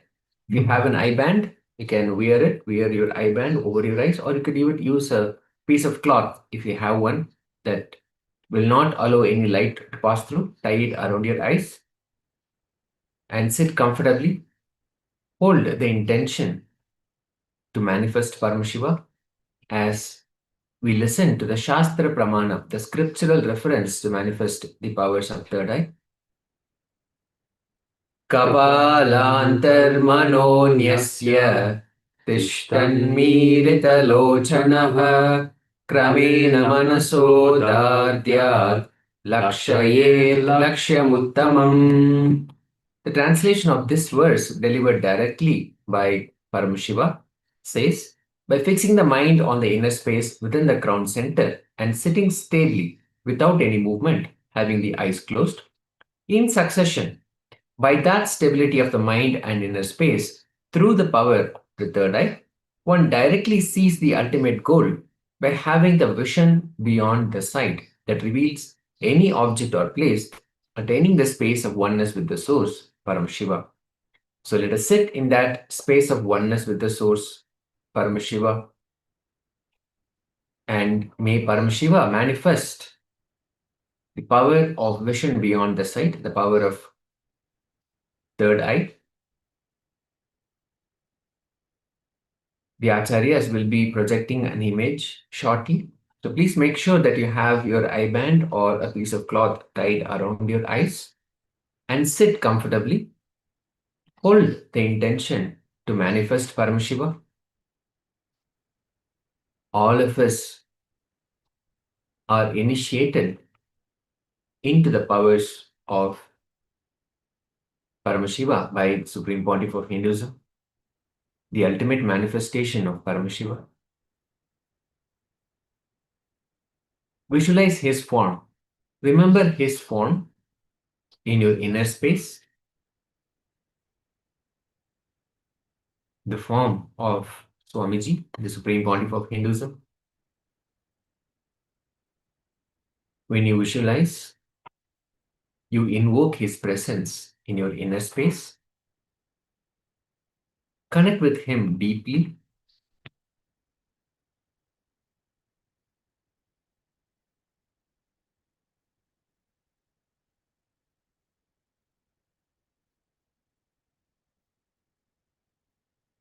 Hold the intention to manifest Paramashiva.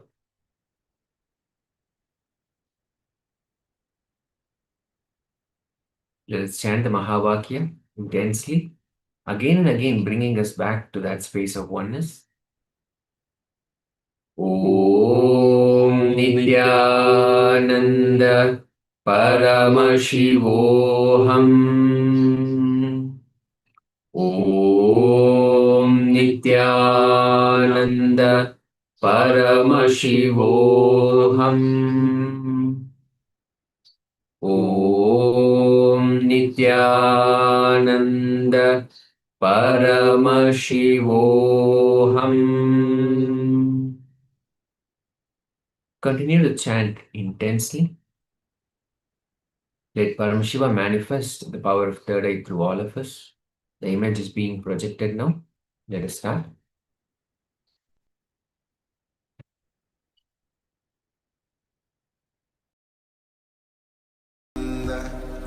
Paramashivoham.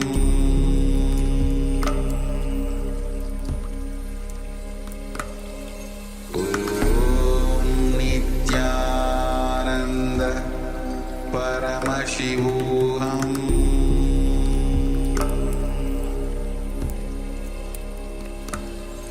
Om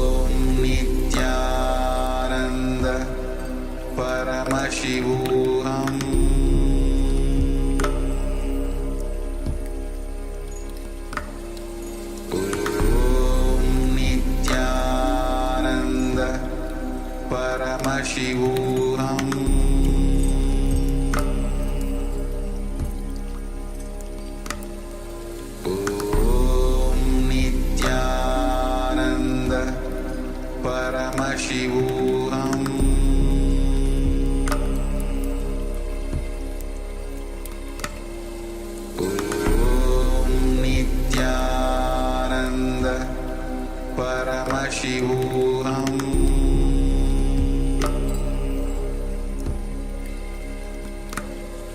Om Nithyananda Paramashivoham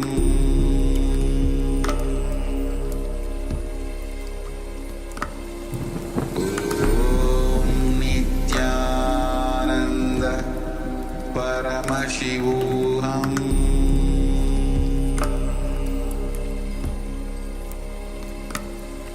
Om Nithyananda Paramashivoham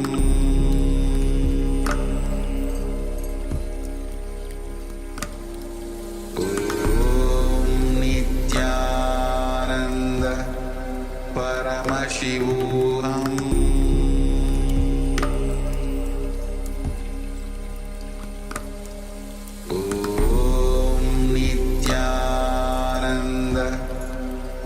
Paramashivoham Om Nithyananda Paramashivoham Om Nithyananda Paramashivoham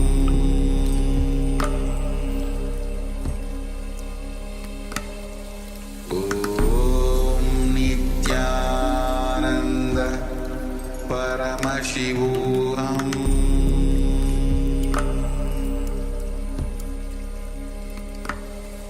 Om Nithyananda Paramashivoham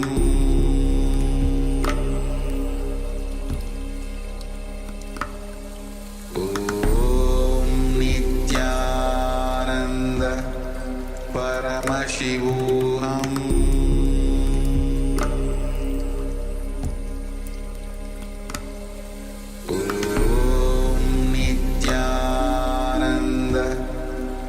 Paramashivoham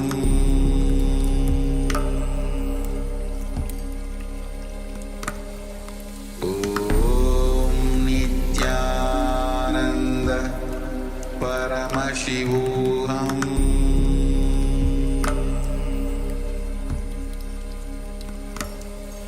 Om Nithyananda Paramashivoham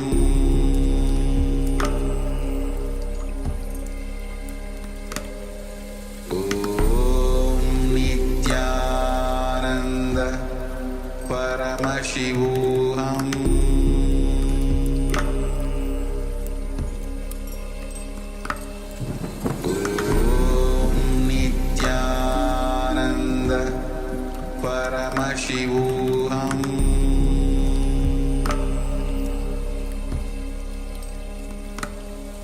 Om Nithyananda Paramashivoham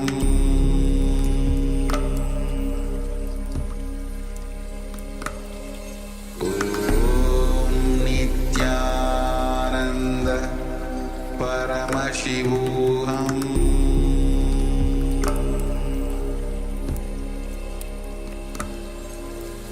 Om Nithyananda Paramashivoham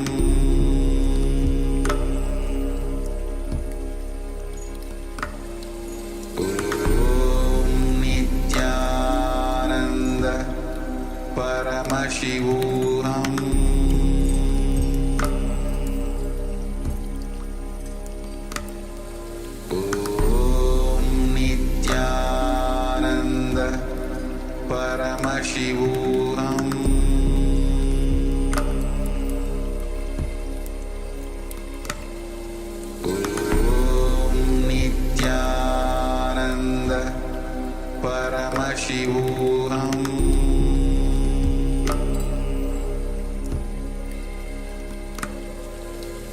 Om Nithyananda Paramashivoham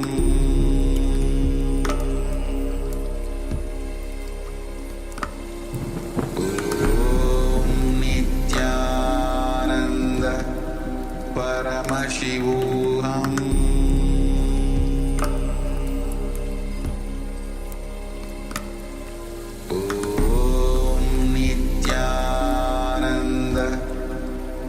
Paramashivoham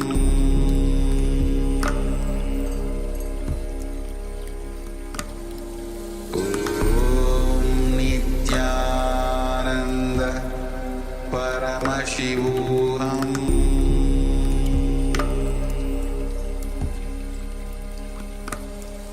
Om.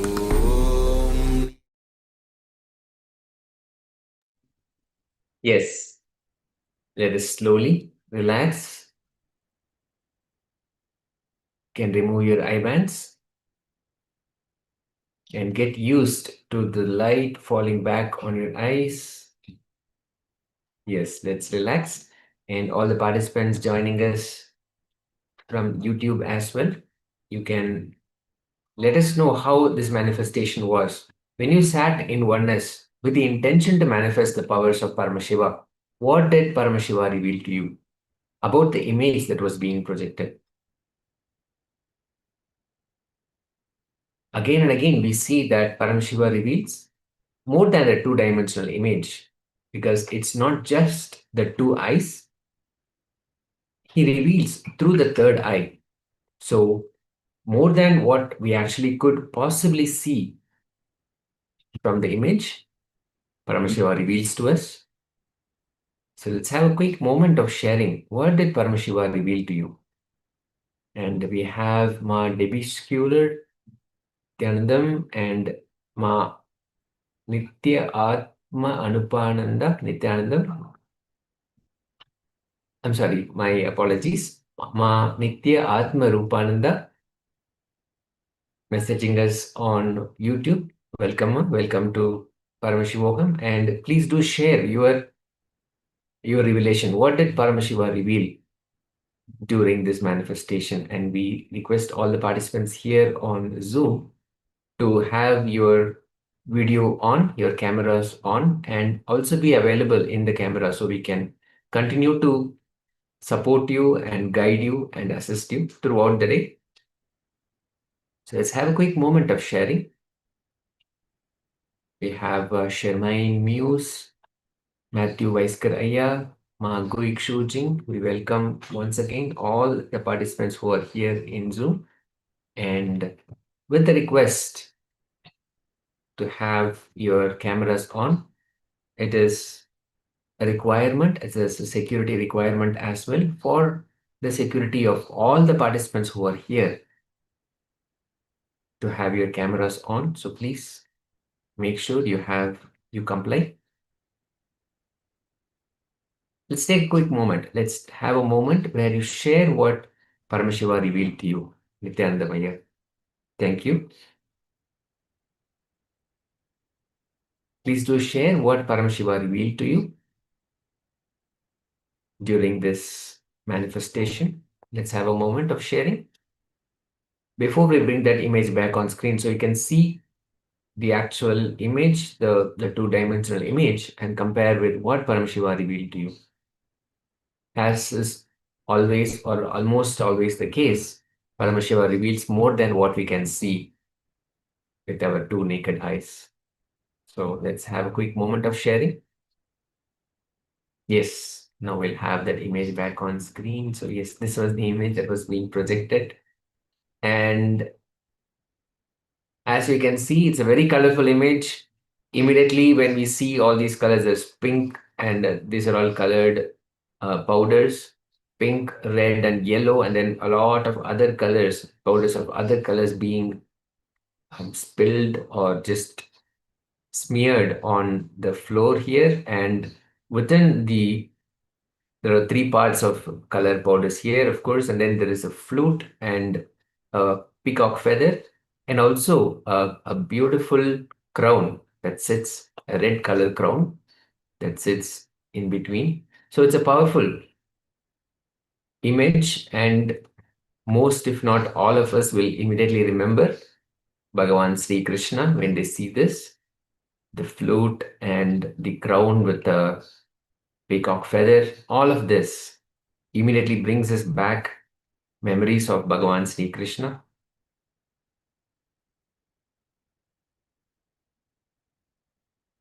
And when we sit and experience a space of oneness. Paramashiva reveals himself in so many different ways, so many different forms. Let's have a quick moment of sharing before we enter into the next segment.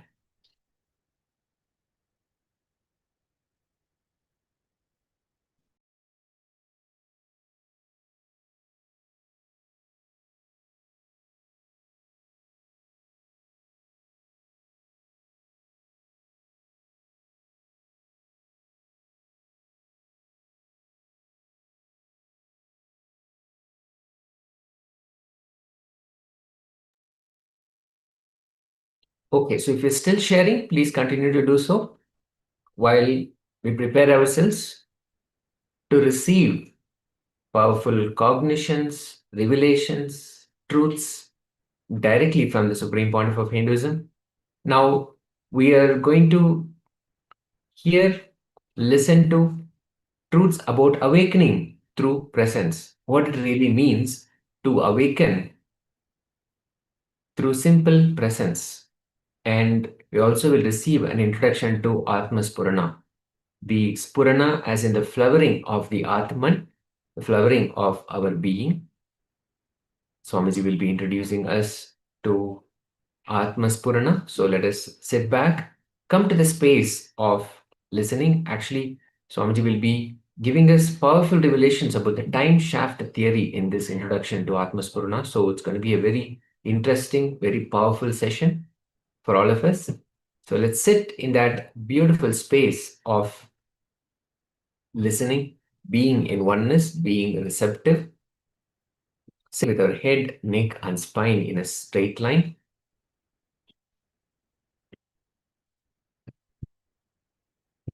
Let us sit in Upanishad, which simply means sitting with the master in deep silence and listening.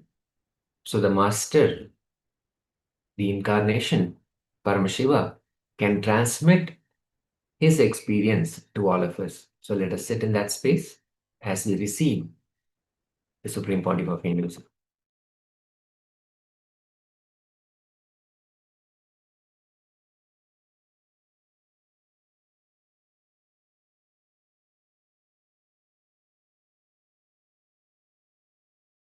One's disciple who has got a deep interest becoming enlightened, wanted to attend Atma Spurana, went to the Zen master. Atma Spurana means enlightenment intensive, the flowering of Atman, enlightenment. He went to the Zen master. Actually, master was in the 3rd floor. He was walking the roof.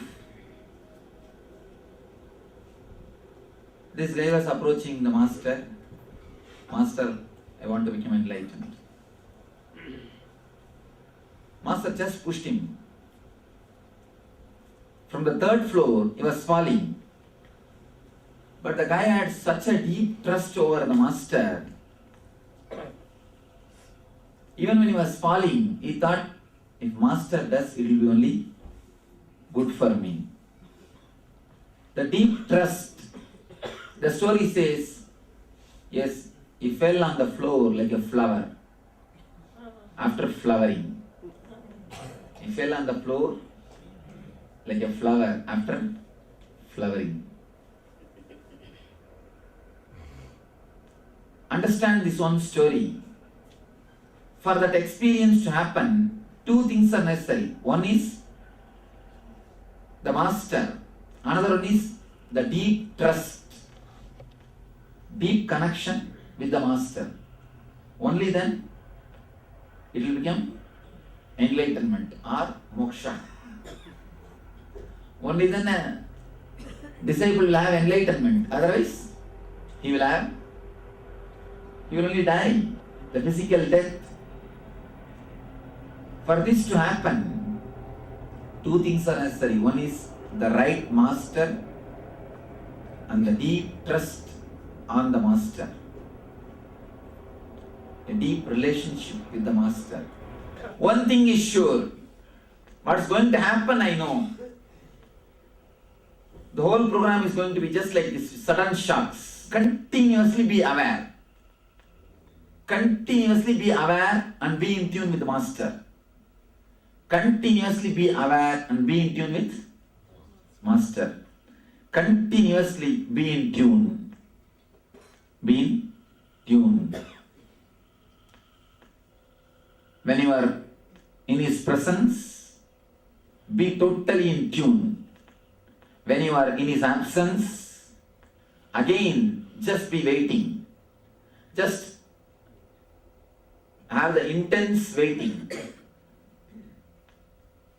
Intense waiting is one of the wonderful technique. Whomsoever was waiting for me before I came, whomsoever was waiting, you will see, you will have this program. You will have it. The people who are intensely waiting, the very word Upanishad means sitting with Master, nothing else. Just sitting with Master. Of course, sitting for the Master is also Upanishad.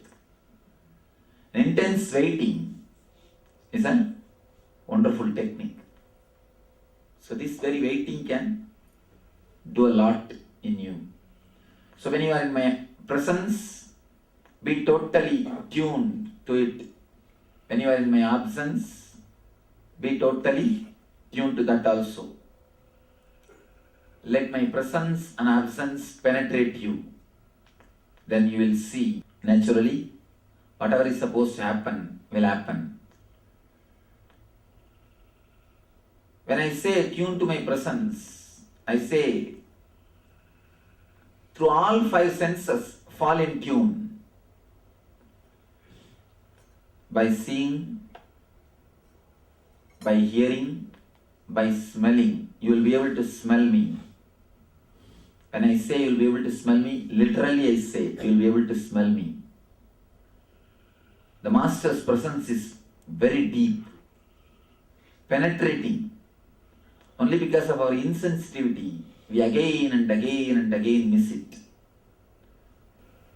When you fall in tune with Master's presence, the intense joy.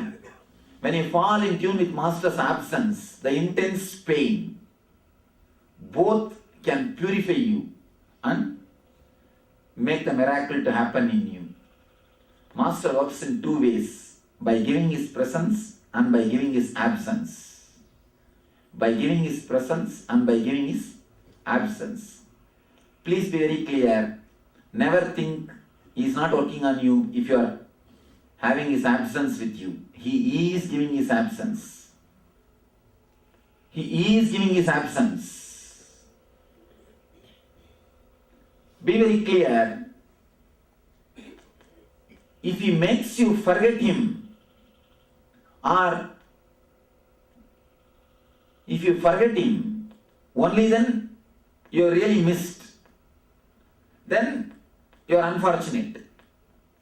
If you are continuously remembering, but you are not able to be around Him, or He is just keeping you aside, He is not giving you due importance which you want, or He is not giving you His presence the way in which you want, never think He is not working you or He has left you.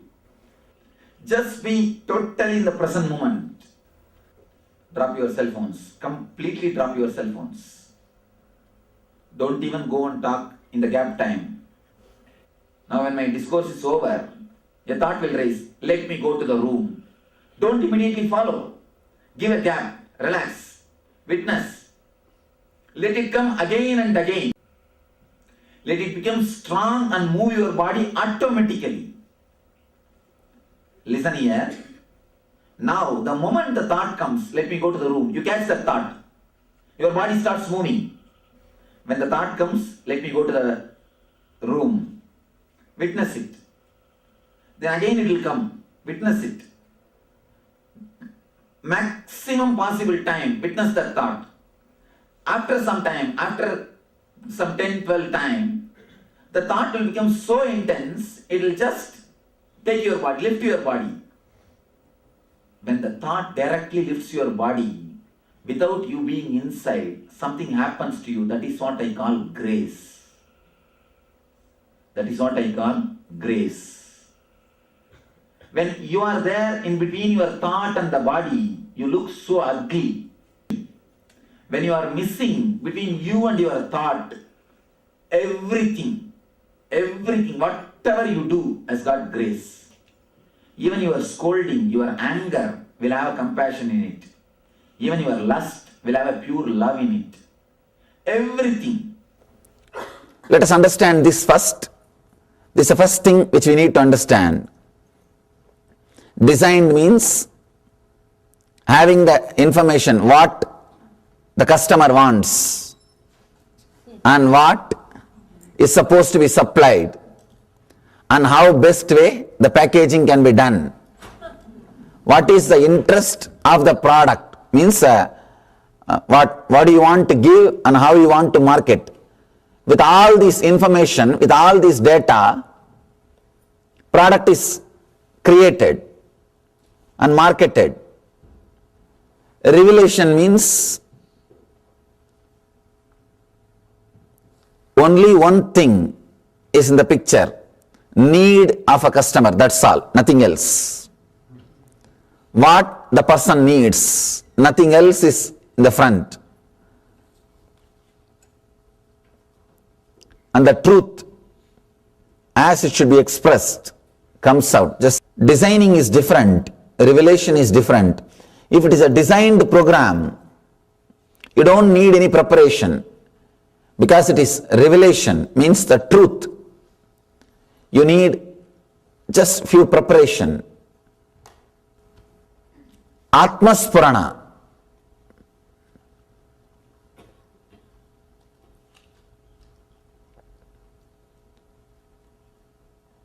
Flowering of yourself. Understand? The ultimate consciousness which is in you, that is always overflowing. That is an eternal flower. We don't need to work on it. But something which is between that self and us, your body, your mind, your emotions, these few things, these few sheaths we call Koshas. Only these few Koshas needs to flower, needs to open, needs to radiate, needs to fall in tune. Understand? The ultimate self itself does not need anything. But the instruments with which you experience the self needs to flower. They need to open up. They need to experience the truth. Now we are going to work on the very koshas, very layers, not just on the engrams. In NSP you worked on the painting. Now we are going to work on the canvas on which the engrams or the paintings are painted. Koshas, the 5 layer, first layer, the first body which you carry is Annamaya Kosha, the physical body with the flesh, bones. Second, Pranamaya, the breathing, the prana movement happening in you. Third, Manomaya, the inner chattering happening in you. Fourth, Vijnanamaya, the emotion, intense emotion happening in you. Fifth, ultimate, Anandamaya, the peace which you experience or the joy which you experience. Now all 5 layers need to be purified so that it constantly radiates enlightenment. One more thing, please understand, in NSP we work on the samskaras, means the engrams which is printed on the koshas, on the layers. Now we are going to work on the very koshas, very layer itself, on the very canvas itself.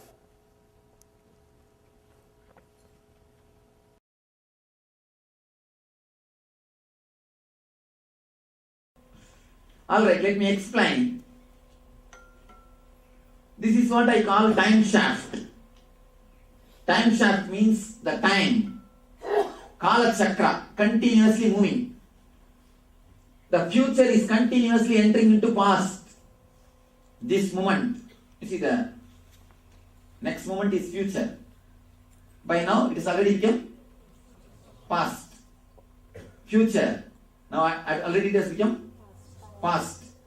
The past is continuous, the future is continuously becoming past. The time, the future time is continuously becoming past. The time is moving, the time shaft. Continuously it is rolling and moving in this direction. In this direction.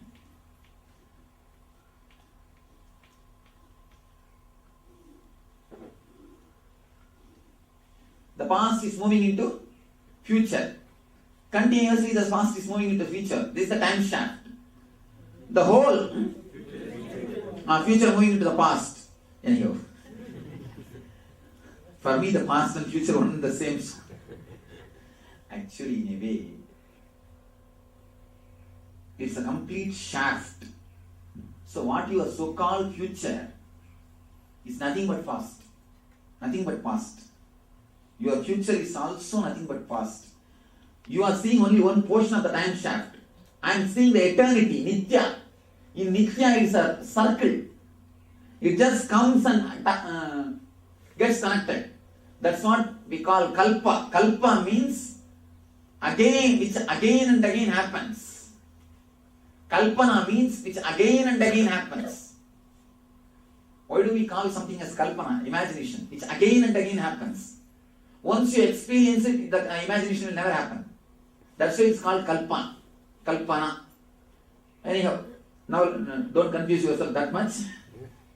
Understand this much, that's enough. The future is becoming past. This is the time shaft. Past, future and present, all put together is only eternity, Nithya.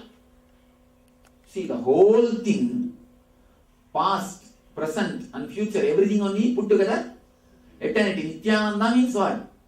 Eternally blissful. In the past, in the present and in the future.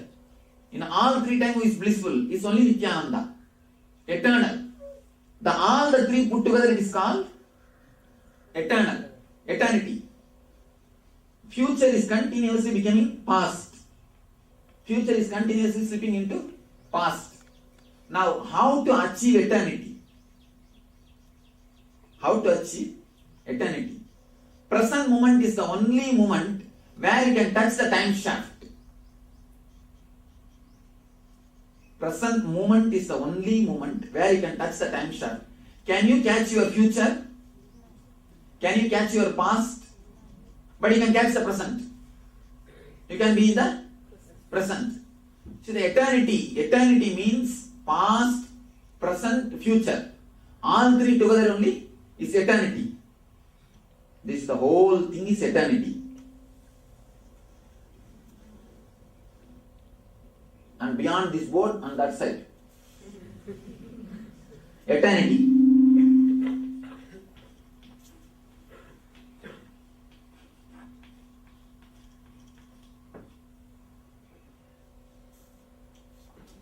Adi, understand all these diagrams and copyright it. Because these are all not taken from anywhere. Simply downloaded. Eternity. You see, this is the eternity. In this eternity means Nithya. We have to touch Nithya. We have to become Nithya. Where is the relationship between you and Nithya? Only present moment. You see, where is the relationship between you and the planet Earth? The place where you are touching, where your feet is touching. Is there any other place where you are connected to planet Earth? No. Planet Earth may be this side so much of land is there, this side so much of land is there. But you are connected to planet Earth where? Only where your feet is touching the earth. Only in this place you are connected. So the time shaft is also there. Thousands of years are over. Thousands of years are going to come. But you are connected to time when? Where? Only now. Only now, this moment. Thousands of acres are there this side, thousands of acres are there that side.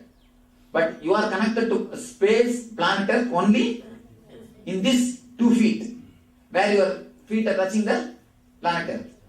Thousands of years are gone and thousands of years are going to happen.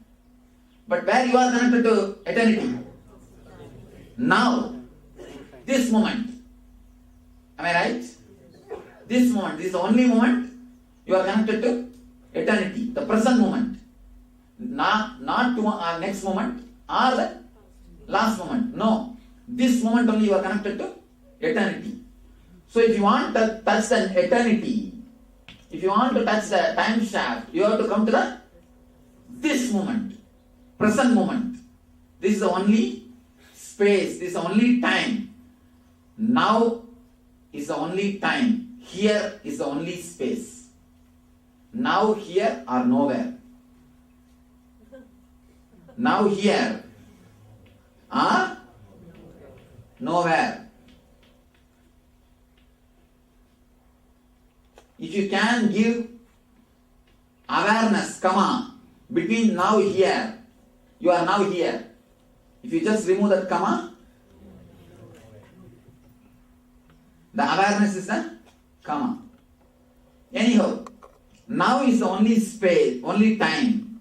Here is the only space. If you have to penetrate Nithya, if you have to touch Nithya, if you have to touch Nithyananda, if you have to even see Nithyananda, please be very clear, you have to be now and here. You can't see me if you are in the past or if you are in the future. Don't think you have seen me. The big problem is you think you have seen me. That's a major problem. That's a major problem. You think you have seen me. The moment you think you have seen me, you have missed me. You cannot see me unless you see Nithya. So many people, so many hundreds of our devotees in Anya meditation, they have experienced the chair is empty. Chair is empty. So many hundreds, they say that the backs completely we are able to see the screen. The chair is empty. You are not there. What has happened? Actually, I tell them, I am not there. Here nobody is speaking. Please be very clear. Here nobody is speaking. Nobody is standing in front of you. Nobody is holding the mic. I don't know how you will understand or get confused. No problem. Nobody is standing. The problem is, if you really penetrate Nithya, the present moment, you will understand your emptiness is there. Just your emptiness is speaking with you. When you don't know, when you are not able to penetrate Nithya, you start thinking you are seeing me. You are seeing me. Only when you penetrate the present moment, Nithya, only when you penetrate the time shaft, Nithya, you come to the clarity. You can touch the Nithya. Now, the Atman is in eternity. Atman is eternity. Atman is eternity. Atman is everywhere. Atman is present in all the time. Atman exists. Atma exists in past, present and future. Now, how will you touch the Atma? How will you become one with Atma? What's the way? Only coming to the present moment. Only this moment you can relate with Atman. You can't relate with Atman with any other moment. Only this moment. This moment is the only time you can relate with Atman. This is the only moment you can relate with Atman. If you have to have the Atma Spurana, you have to come down to the present moment. Present moment. Only then you can penetrate the eternity. Only then you can penetrate the eternity. Only then you can penetrate the Atman. So the whole thing which we are going to do, these 3 days, not only these 4 days, whatever I have done only for this. All your ASP, NSP, RSSP, NESP, till ASP to ZSP, have all the SPs are done only for this, nothing else. You are supposed to come to this moment. You are supposed to be brought to this moment. To bring you to this moment is the only work. To bring you to this moment is the only job. To bring you totally to this moment is the whole purpose of this program or anything. People ask me, many people come and ask me, Swamiji, when we sit around you, when we are around you, we do not know how time passes. Just time flies. We do not know how dates are passing, how time is flying, what is happening. We do not know what's happening. And the other day we went to Tiruvannamalai. Some of our guys forgot even the date. Even the date, day, everything is forgotten. And they didn't even remember the days and dates. Time is forgotten. Dates are forgotten. Not everything is forgotten. What is happening? How it's happening like this? See, if you sit with a person who is boring you, even 10 minutes will look like a 10 years. You will continuously again and again see the watch. And if you sit with a person with whom you are in tune, you are enjoying, days are passing but you don't feel like a time is gone, time is up. You don't feel like time is moving. How this happens, you need to understand deeply. See, when you are with a person with whom you are not happy, you are uneasy, number of thoughts happening in your system is more. Number of thoughts happening in your system is more. Continuously so many thoughts are happening. Thoughts are nothing but your movement between future and the past. Understand? I am defining the thoughts. Thoughts are nothing but your particle or yourself. Consider yourself as a particle. Yes, particle. The particle is yourself. This particle, if it moves from past to future in high frequency, that is what is called thoughts. Your thoughts are nothing but about your past and the future. Is there anything else? About the past or about the future? Your thoughts are nothing but your illogical, irrational, idiotical movement between your past and the future. Your thoughts are nothing but your illogical, irrational and idiotical. The word is right, idiotical. R will create, that's all, whatever is after all idiot. And you know, idiotical moments of between future and the past. And one more thing I wanted you to be very clear. There is no good thought and bad thought. Please be very clear. Now I am breaking one more stone. There is no good thought and bad thought. All thoughts are bad. Over. No, really. Even your thought to become enlightened is bad. Even your thought to become enlightened will stop your enlightenment. In ultimate sense, that is what will be the final hindrance. That's what will be the final hindrance. Any thought is bad, that's all. In the garbage, there is no good garbage and bad garbage, no. No question of good and bad. Your thoughts are as such bad. Simply as such your thoughts are bad. There is no question of good thought and bad thought. Don't think that if I do some punya, it's a good thought, otherwise it's a bad thought. No. The very movement between past and the future, just running. Actually, that's what you are doing. Don't think you are sitting. It's not actually now you are doing. Actually, that is what you are doing. You do not know. And this is the same thing you are doing. Continuously you are doing. Between past and the future. Past and the future. Past and the future. Past and the future. Past and the future. Now that is what actually you are doing. Past and the future. Past and the future. Past and the future. Continuously the frequency that you are vibrating. You are oscillating. This side and that side. This side and that side. This side and that side. So much of movement is happening. That is what I call thoughts. You are being, moving irrationally, illogically and idiotically, between the future and the past is what I call thoughts. Now, in this, there are few categories. 100 thoughts per second means high frequency. Just like a doobie runs. Doobie's running. This is 100 thoughts per second. 100 thoughts per second. When the frequency, that's what TPS, new term, TM, no SM. Service mark. TPS, thoughts per second. If it's 100, using the word just 100 thoughts for a mark, there is no such thing as 100. I think it will be a little more, I don't know. 100 thoughts per second. If that is the case, you are too much away from the time shaft. You are too much away from your center. You are too much away from the Nithya. You are too much away from your Atman. Your Atman, center, Nithya, everything is one and the same. This is your Atman.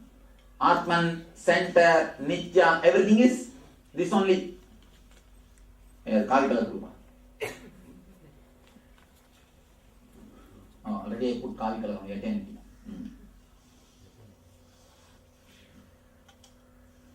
Here you and me is one and the same. Here you and me are one and the same. Please be very clear. In this space, you and me are one and the same. If you chronologically, plan, you're still thinking. That means you'll lead a life of... No. Now let me. You see, as long as you are inside your Manipura, all your thinking will be only psychological worrying. The moment you are out, all your thinking will be chronological planning. As long as you are inside your Manipura, yesterday that is what I gave you the technique. Just sit, don't move. Don't move by your thoughts. Witness. Create maximum space between you and your thoughts. There will be time when the cold becomes too much. You are not able to sit. Your body wants to rest. Automatically your body will get up and move. You will not even have any feeling. Neither you will feel like controlling, nor you will feel like not controlling. You see, when you walk that way, you will not have weight in you. Understand, this is the key. You will move, but you will not have the weight in you. Usually you always have weight in this space. In this place you will always have a weight. Always you will have a weight and a solid feeling in this place. Am I right? In this place, between the Manipura and the Swadhisthana, in this space, always you will have a weight. You will have a tightness. It's a continuous. When you move in that way, you will not have any weight. That space will be totally relaxed. That space will be just empty. Try 2-3 days. Nothing wrong. Then naturally you will see all your psychological worrying will become chronological planning. Just get out. Then things will become alright. I will put them straight. As long as it is 100 thoughts per second, you are too much away from the time shaft or Nithya or eternity, Atman. When it is 80 thoughts per second, the frequency is little less. Now less. Then when it's 60, then little less. You can say just like a kilometer speed only. 100 kilometer, this Ragini drives. And 80 kilometer, Chitrama driving. And the 60, she is driving. No, she is driving.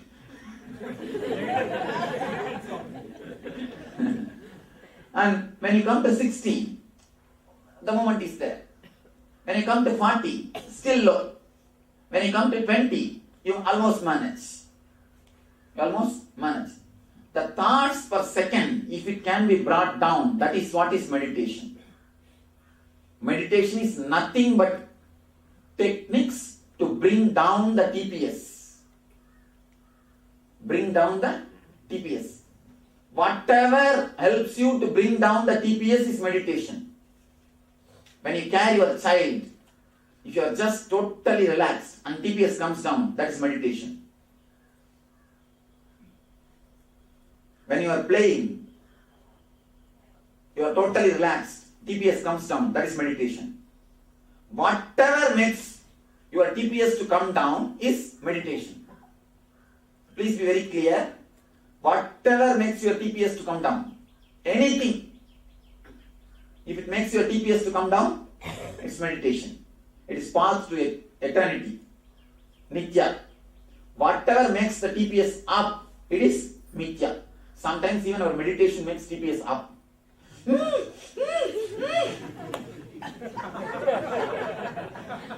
What do you do?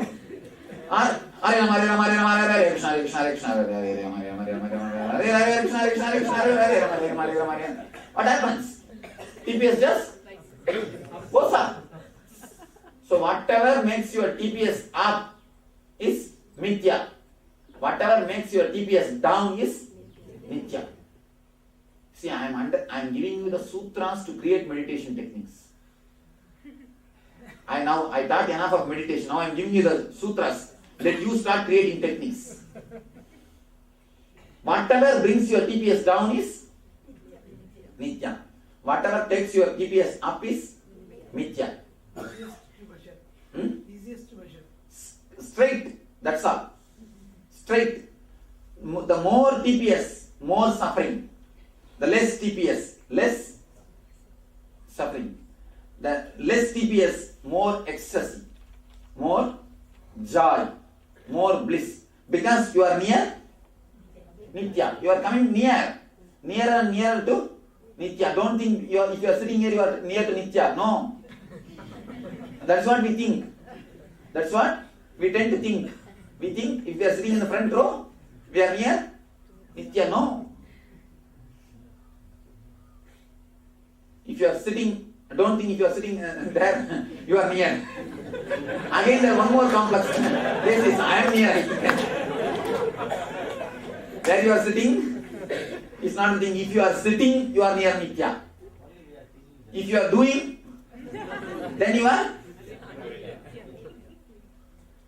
If you are sitting, you are near nithya. Just sit, you will be with nithya. Just sitting you will be with nithya. Nothing else. Understand, the number of thoughts, the TPS, if it comes down, naturally you are near bliss. If it is high, you are away from the bliss. Now, let me give you very clearly, that's Upanishad concept. Your Atman, your being, is covered with 5 sheaths. Annamaya. Annamaya means 100 TPS. Pranamaya means 80. Means coming down and down. Then don't ask between the 81 and the 90, which Koshas only. This is the area. So Pranamaya. Then comes Mano. Then comes Vijnana. Then comes Anandamaya. Even this Anandamaya is not enlightenment. Please be very clear. Even this Anandamaya is not enlightenment. When you cross the Anandamaya, what happens is what is? Atman. If your thoughts are continuously moving this side and that side, this side and that side, you are in Annamaya. High speed. I read a beautiful statement yesterday in the Madras.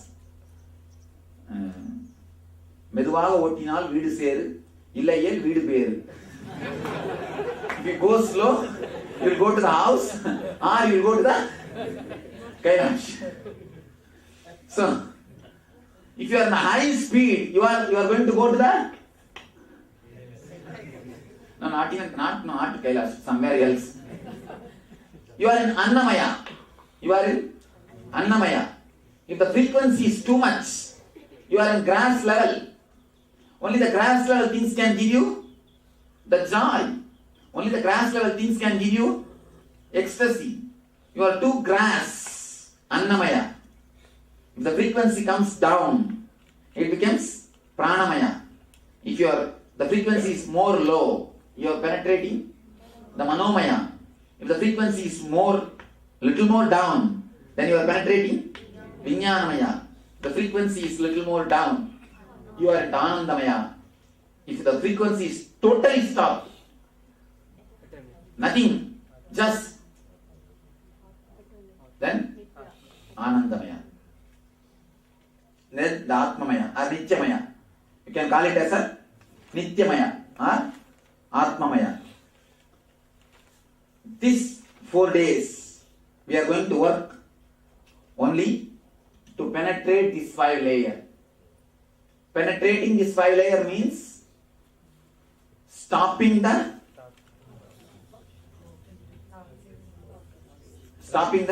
movements.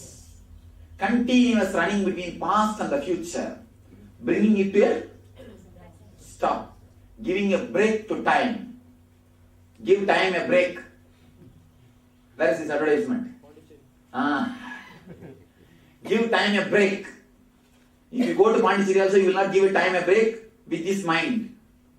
And actually I tell you, the person who do not know how to give time a break can never have a vacation. I tell you honestly. Even if you go to beach and sit, what will you be doing? You will start thinking about when I will go to bed next day office. What I will do in the next day office. What else you will do? And I tell you, all your vacation is just foolishness. All your vacation, all your holiday is just changing the worries. Just changing the worries. You cannot have vacation, you cannot have a holiday, you cannot have any enjoyment unless you know the technique of bringing down the TPS. Tell me, what do you know about your enjoyment? What have you enjoyed? Tell me. All your enjoyment is nothing but changing the worries. Instead of worrying about how to clean the house and how to do things, you go and sit in the beach and start worrying, when will I go to office and what will I do? Worrying in the house is work. Worrying in the office is profession. Worrying in the beach is vacation. That's all. In your life, this is nothing else. Worrying in the house is work. Worrying in the office is profession. Worrying in the beach is vacation. Nothing else. What else you know about vacation? Nothing else. Unless you know how to give time a break, you can't have a vacation. All your vacation is just an idea about vacation. Not originally vacation. Be very, very clear. All your idea about vacation is just idea about vacation, not vacation itself. Only when you can give time a break. Give time a break. For Atma Spurana, I have a quotation. Atma Spurana, in the bracket, give time a break. Give time a break. That is the only way to have a vacation. Now really these 4 days you are going to have a vacation. That is why even with all the difficulty, I told the kitchen guys, give food whenever they come. Give food whenever they come. Here they will be making the announcement for regular timings. But you are not supposed to follow, you are not compelled to follow the regular timings. It is up to you. Continuously give time a break. Continuously give time a break. One thing, by giving this freedom, I know it's a big job for them. It's a big job for the kitchen people. But here I am trying to create a space where the TPS can be brought down. Where the TPS can be brought down. When you are with a person with whom you don't feel comfortable, happy, naturally the TPS is up. That is why what you do? You feel bored. You are in suffering. That is why all hell is called eternal hell. Why you know? You feel the time is not moving. Even if it is 10 minutes, what do you feel? 10 yuga, you don't feel? Time is moving. You feel time is not moving. Again and again you see the watch. Time is not moving. It looks like a eternity. Even if you spend half an hour, it looks like a eternity. And heaven always looks very short. Oh, time is up. Days are over. Heaven always looks short. Even if you enjoy your whole life in the heaven, you feel, oh, over, ended. Again, it's over. You feel it is ended. Why? Because the frequency is less. If the frequency is less, you don't feel the time passing. That's what in Sanskrit they say. In Sanskrit, time is measured psychologically, not chronologically. Shana. Shana means gap between one thought and the other thought. You see, in this level, Shana is too small. In this level, Shana is too big. In this level, Shana is too small. In this level, Shana is too big. That is why for Devatas, for us 1 year means for Devatas. No, for us 1 day, for us 1 full year is for Devatas 1 day. For us 1 year, what they say for Devatas? 1 day. That is why Nararaja will have only 6 Abhishekams. In Shiva temples per day they will do 6 Abhishekam. For Nataraja for whole 1 year they will do only 6 Abhishekam. Because for Nataraja the Devata's time is only calculated. The cosmic dance frequency is very, only when you come down in this frequency you can tune in with that frequency. Cosmic frequency. You go near the time shaft. He is dancing in the time shaft only. See, that circle is time shaft. That circle is time shaft. Below you see the 2 snakes will be there. Swallowing. The past is swallowing the future. From the past, the mouth of the future, the time shaft starts and ends in the mouth of the past. He is dancing in the time shaft. Only when you go near the time shaft, you will experience the cosmic dance, the bliss, the joy, Ananda Tandava, Ananda Nardana. Only when you go near the time shaft, you can understand what is Ananda Tandava and what is Ananda Nardana. Otherwise, what will you do? That much only you will do. Nothing else can be done. You can never understand real Ananda Tandava. You can never understand real cosmic dance. You can never understand the real joy. When the frequency is silence, that is why he is called, he is doing his cosmic dance in silence. Utter silence and the total dancing is one and the same. When the frequency is not there, when it is almost zero frequency, you can see the cosmic dance happening. You can see the cosmic dance happening because he is in that frequency. That is why once in a year only we do the 6 Abhishekams. 1 year is considered for as a 1 day for Nataraja, for Devatas. Only the guys who are living in that frequency can really understand who is Nataraja. All other people can only see he is dancing, that's all. Nothing else. What other guys can understand? Nothing. What people can understand when they see my dancing? Dance somewhere. Dance somewhere. I'll explain now. It cannot be called exactly as Nithya.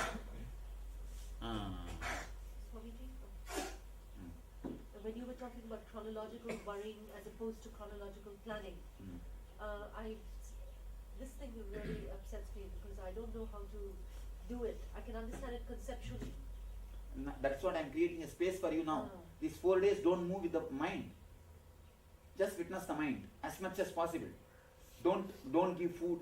Don't do anything. Just witness. Let us see how much the body can pull you, how much the mind can pull you. Give a break. Give time a break.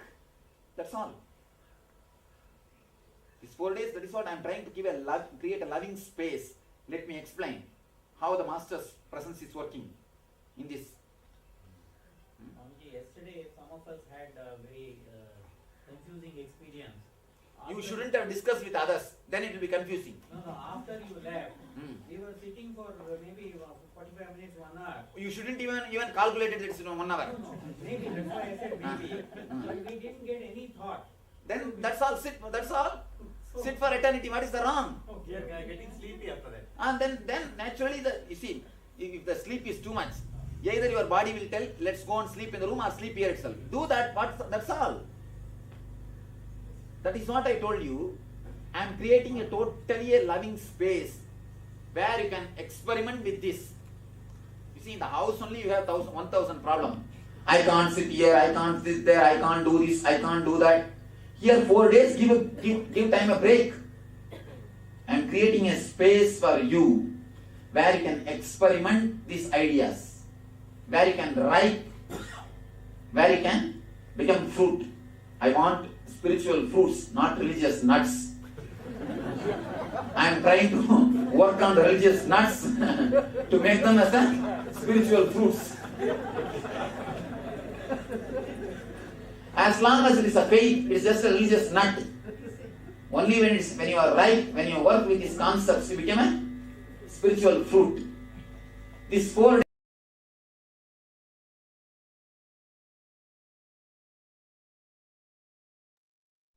Yes, profound truths revealed by the Supreme Pontiff of Hinduism about the flowering of the Atman, how our being will flower, and how the time shaft works. When we go beyond that, how we can experience the flowering of our being. That's a powerful revelation, and we'll just take a moment to invite new participants who have joined us here. We have Ma Anafan, Nithyananda Ma, and thank you for translating. And Kaili Wang, Nithyananda Ma, and we have Manistri Gunya also, thank Nithyananda Ma, and welcome all of you once again to Paramashivoham. Great. So now let us internalize the truths. We listened to the powerful revelations. Now let us internalize, make it a part of our life. Make all the powerful cognitions as the base for our thoughts, our actions, and essentially our living as well. So let us enter into this exercise, which will really help us understand and identify who we truly are. How we introduce ourselves is usually with our track record. It's like saying, here is my track record of all my past. Let's say I have this qualification, I have all these skills, I come from this place, I come from this family, all of these things. Here is my track record. You can trust me now, and we can be friends. That's how we normally introduce ourselves. But the reality is, we don't need such big files. We don't need a credit report to create friends. Showing our track record is like showing our credit report. Each one of us carrying our own credit report. So now, what we will do is, we will now introduce ourselves without any of the track record. If you are not the person coming from your region, if you are not the person who has all these educational qualifications, if you are not the person who holds a certain responsibility, either in the business or at the workplace or even at the family, try this new experiment of creating new friends. Not your own family, not your own friends, because if you go to them, you'll actually bring your old identity. Go to people who you don't know, at least 20 new people, and express yourself in a very new way, totally new way, not using any of the identity, any of the visiting cards that we carry, any of the credit report that we carry, any of our past track record.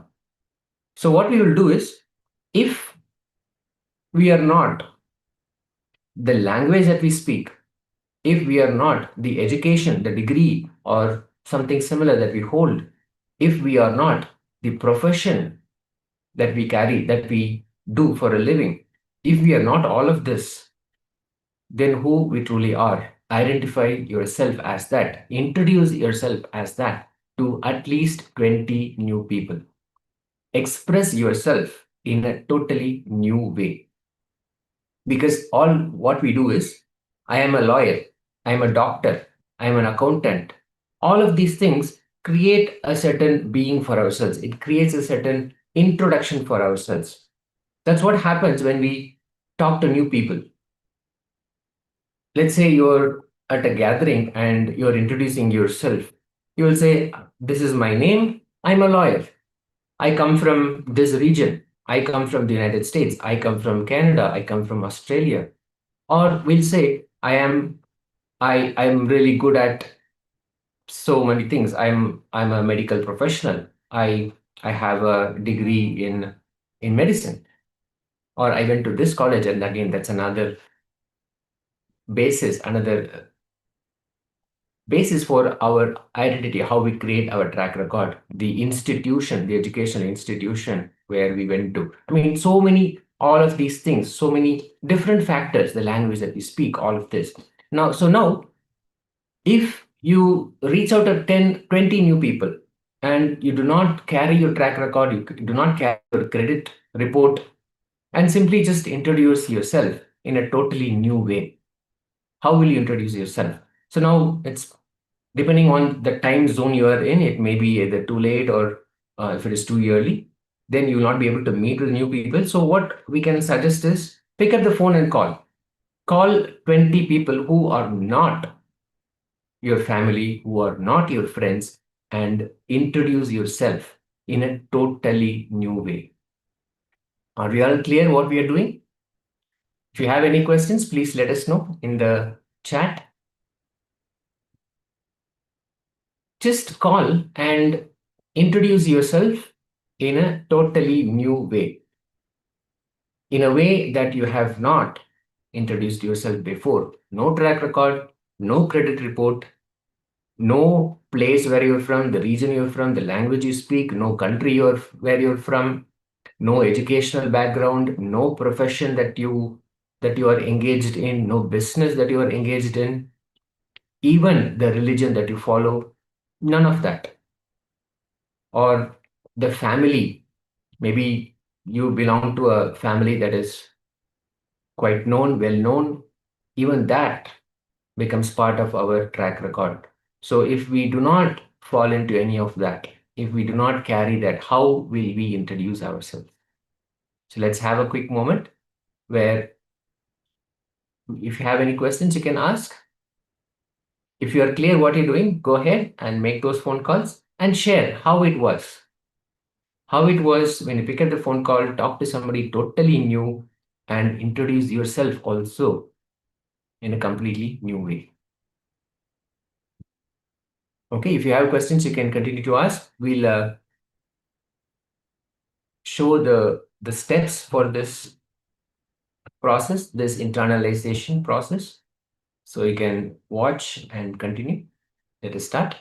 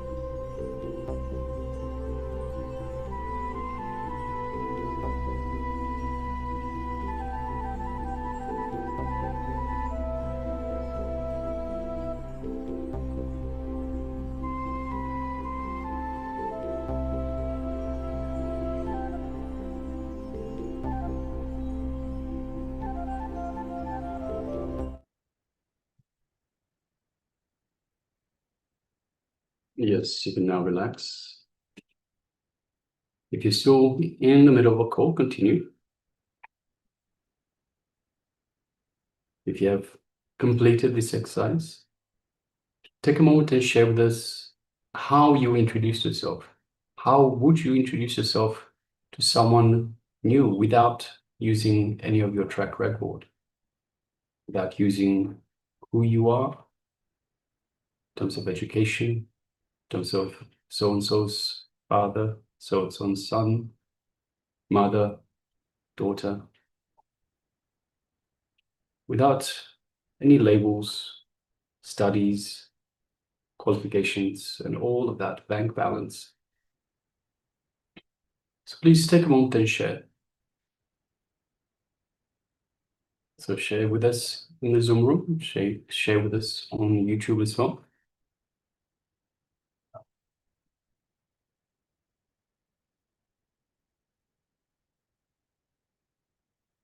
What makes you you without all these labels? Without these attachments, without these egos?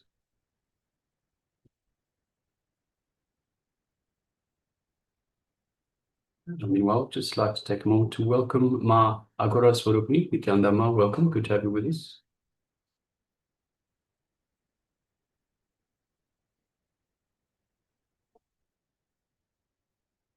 Yes, Nithyananda Ma. So we have Matthew Aya that shares my frequency vibration. Thank you for sharing.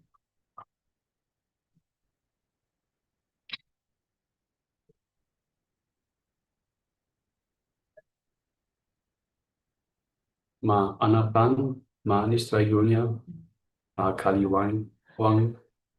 If you're there with us, take a moment and share as well how you would introduce yourself in a new way without using the track record, qualifications, relationships, bank balance. So without using all of that, how would you introduce yourself?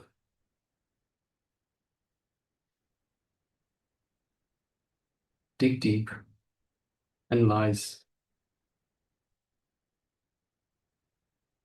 Anna found his personality.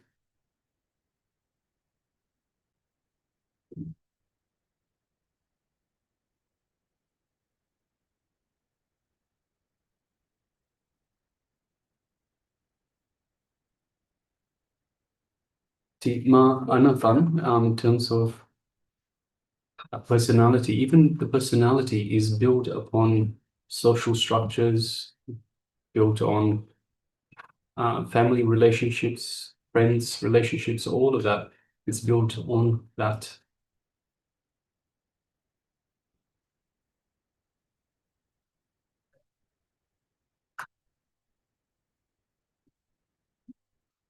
Just going to give a few more moments, chance for everyone to share.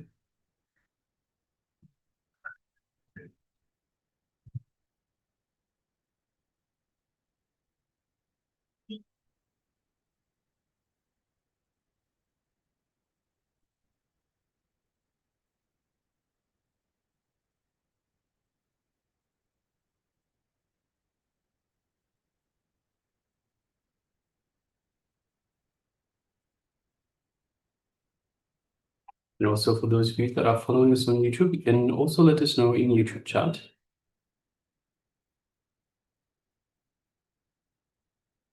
So take a moment and share with us how you would introduce yourself without your track record. And shortly we'll be moving on to the next segment, which is a detox segment through Nirahara. So we'll be going into a little bit of detail about Nirahara. This way, Manis Tragunya that shares, I introduce myself as Paramashiva, powerful and loving being that sends peace and love and respect to everyone. Some humans are still not ready for that. They want personal picture. So how to deal with humans. Thank you very much for sharing. So Ma Ana Fan also shares things I love to do, food I love to eat. Yes, thank you very much for sharing, Ma. All right, so I think this is an exercise that you can take away as homework. So whenever you've got a little bit of time, have a look inside deep, dig deep inside and see what makes you you. So if we remove all of these attachments, all of these past records, labels, what makes you you? And understand it's not meant to be easy. It's meant to be an exercise where you can dig deep and have a deep think about it, deep internalization. So take this away as a homework, and when you get a chance, just think on it, dig deep. All right, so let us now move on to the next segment, which is mentioned already, is a segment on detox with Nirahara. Yes, and following on with the detox routines that Swamiji has given us to remove toxins from our system, which take away a lot of our energy, a lot of our attention span, so much more. Even when we sit in the presence of Swamiji, we will be fidgeting, we will not be able to sit comfortably, even we will not be able to have the potential to receive the initiation during darshan. So Nirahara is one such detox routine that Swamiji has given us, which will remove toxins and help us stay healthy, and also both in the body and in the mind, and be attentive and more receptive. So we'll be able to receive the initiations and radiate those as well. So Nirahara is not fasting. It is a pure science to awaken the biomemory to produce food from space. Normally, we have a very powerful understanding, a very strong understanding that we need food, we need external food to create our energy, to run our life. But here, Swamiji is giving us the initiation into creating, allowing that energy to be produced, to produce energy without needing external food, just from space, Akasha. And our body has that inherent intelligence to create that energy from space without the need for any external food. And this is the intelligence that Swamiji is awakening through this detox routine, through this process. So Nirahara is a very profound experience. It's a process in itself. So what does a Nirahari do? What is his lifestyle? A Nirahari only drinks liquids such as buttermilk, milk, juices, but he or she is allowed to drink as much as he wants. Just don't give the job of digestion, means grinding and chewing at the teeth, the tongue and stomach, all of this, the whole digestive process. Just let the whole body relax from the digestion process. You can have coffee or tea, that is not a problem at all, but have as much as possible of buttermilk, milk, herbal juices, all of that are absolutely okay. This is the lifestyle of a Nirahari. And Swamiji has given us a 21-day Nirahara meal plan as well. The first couple of days, days 1 and 2, we'll enter into a completely liquid diet. On the third day, there will be a break. So we can have solid sattvic food. Days 4 to 10, again, will be only on liquid diet. And on day 11, we'll have another break where we can have solid sattvic food. And days 12 to 21, the last 10 days, again, we come back to liquid diet. Participants of previous programs, 90% of them experienced reduced cholesterol, and 92% experienced huge gains in vitamin B12 levels. So it's a very beautiful technique. It's a process. It cleanses a lot of toxins. It builds up our energy. It, as we see, gives gains, provides gains in vitamin levels. And also it profoundly awakens our natural intelligence to create energy, to produce food from space. So what we'll do is we'll project this meal plan that is given by Swamiji. So you can note this down and we can follow it.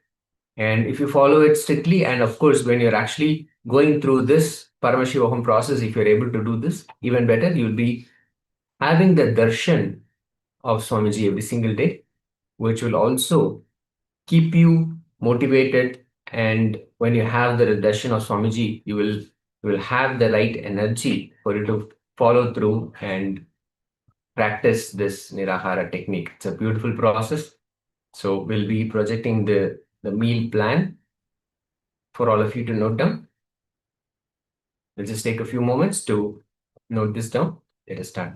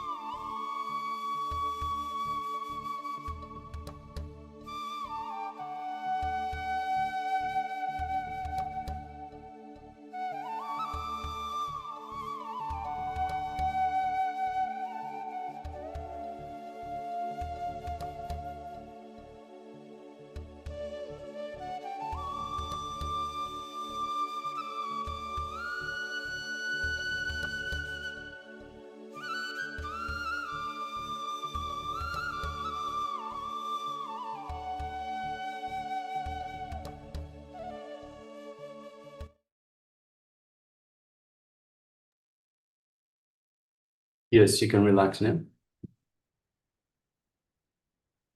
Yes. Matthew Ayo shares living on prasadam and prana breatharian. It's Thank you for sharing that. So that was the Nirahara meal plan. So once again, what the lifestyle of the Nirahari is just having liquids. So liquids such as buttermilk, milk, juices, even liquid soup. So the idea is, so it can be liquid in such a way that you don't need to grind, you don't need to chew anything. So, for example, if it's liquid but has chunks in it, then that is not as required.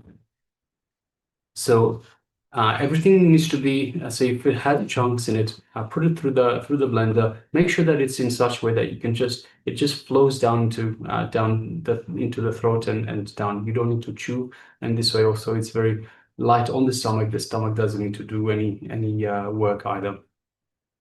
All right, so now let us move on to the next segment. And of course, if you have any questions at all about this Nirahara diet, do let us know, and we can answer further questions for you. Meanwhile, let us get into the power manifestation. And today's power manifestation will be doing the power of third eye vision, seeing images blindfolded. So requesting everyone to gather their eye bands, and let's get ready for the power manifestation.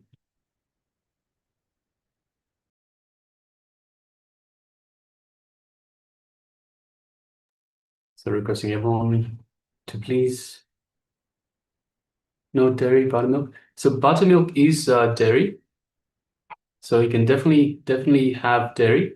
So milk, buttermilk, anything liquid like that. There are a few other milk derivatives, milk drinks that you can have.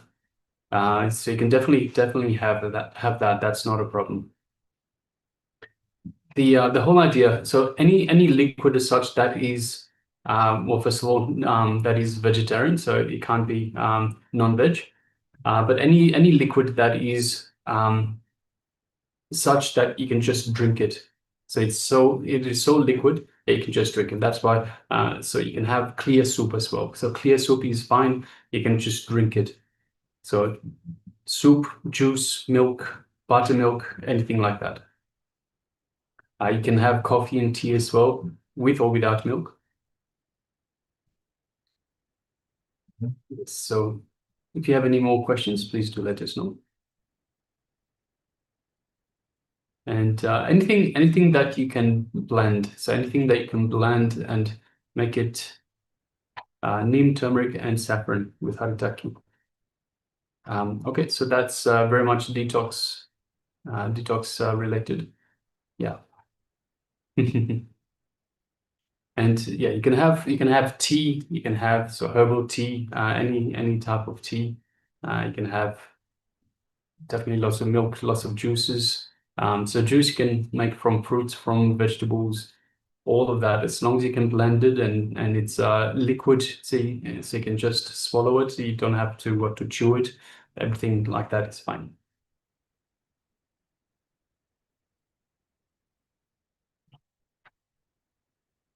Enjoying raw liquids, yes. Thank you for letting us know. Thank you. All right, so let us move forward.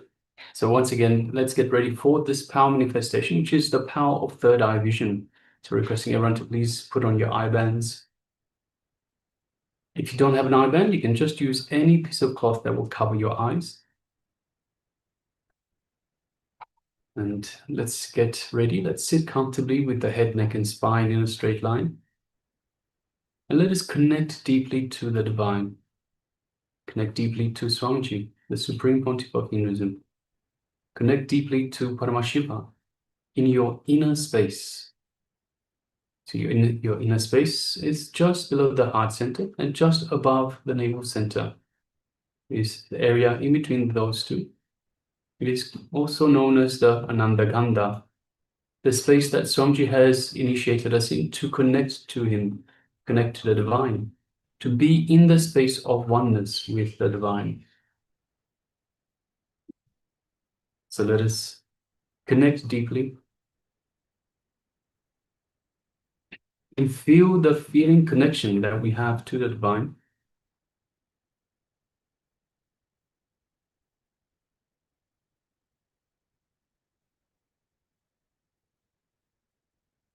Let's feel the space of oneness. Oneness with Swamiji. Oneness with Paramashiva.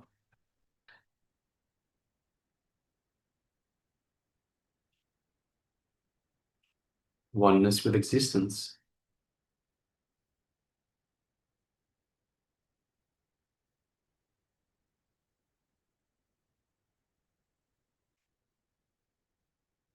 Let us feel this space of oneness.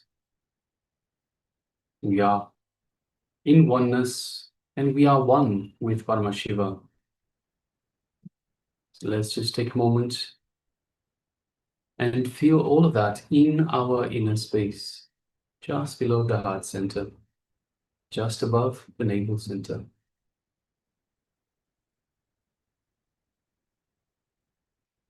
Feel this feeling connection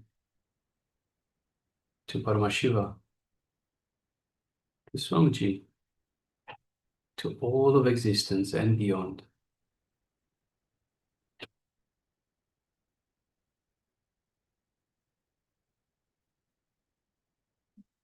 Now, from this space of oneness, let us shift our awareness to the third eye.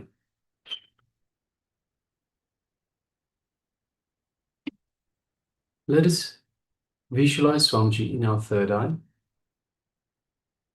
And let's look through our third eye into Swamiji's third eye. Feeling a connection, energetic connection from Swamiji's third eye into your third eye.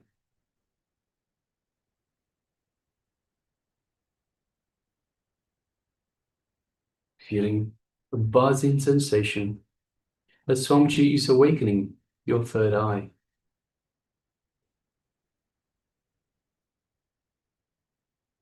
Now let us start chanting the Mahavakya. Om Nithyananda Paramashivoham. Om Nithyananda Paramashivoham. Om Nithyananda Paramashivoham. Let's continue chanting this Mahavakya throughout this power manifestation. And from the space of oneness with Paramashiva, let us start manifesting the power of third eye vision. The image is being displayed for you now. Let us begin.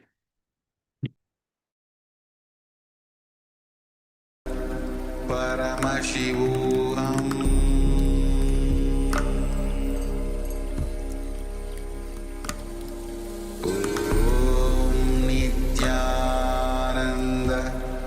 Paramashivoham.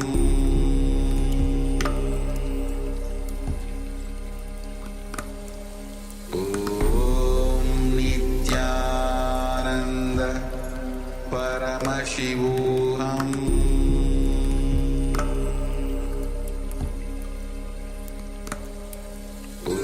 Om Nithyananda Paramashivoham. Paramashivoham.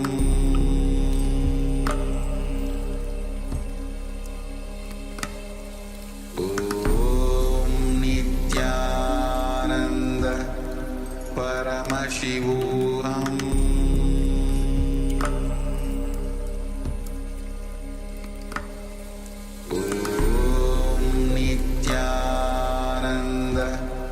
Paramashivoham.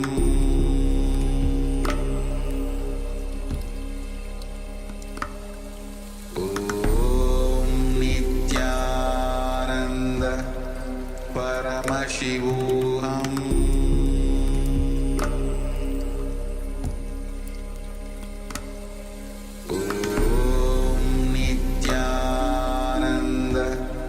Paramashivoham.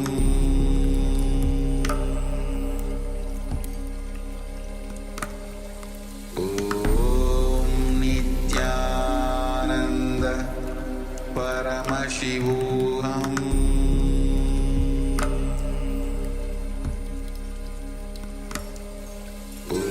Om Nithyananda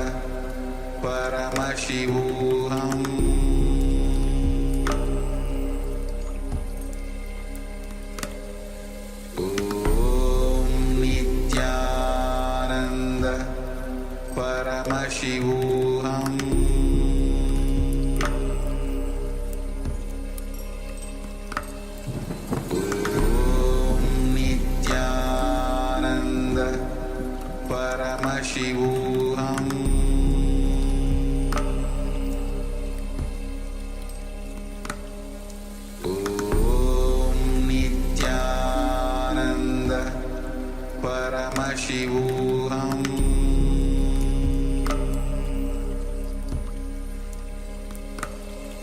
Om Nithyananda Paramashivoham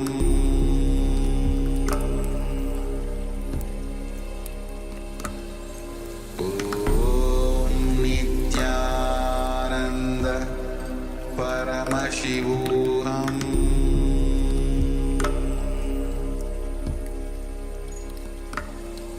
Om Nithyananda Paramashivoham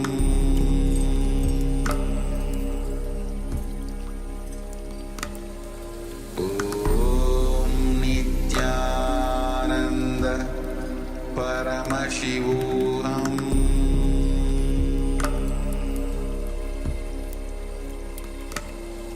Om Nithyananda Paramashivoham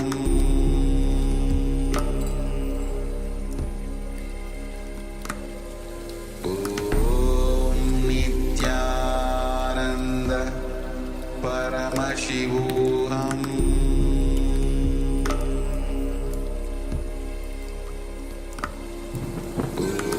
Om Nithyananda Paramashivoham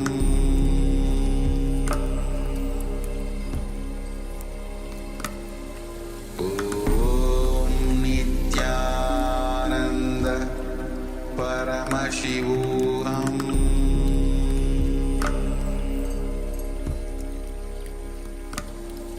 Om Nithyananda Paramashivoham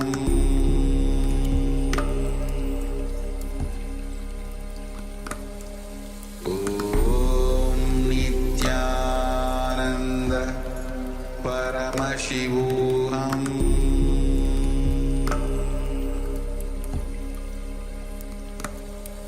Om Nithyananda Paramashivoham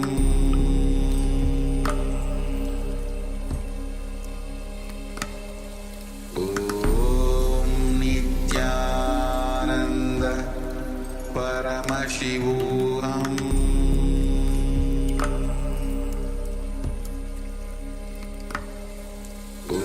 Om Nithyananda Paramashivoham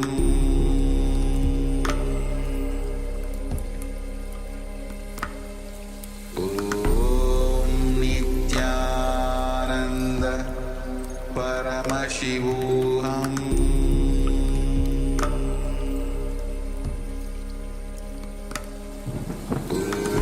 Om Nithyananda Paramashivoham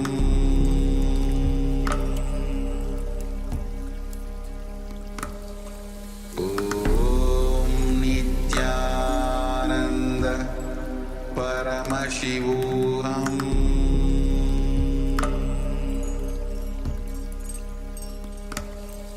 Om Nithyananda Paramashivoham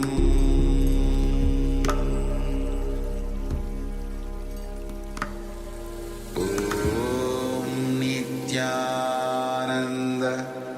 Paramashivoham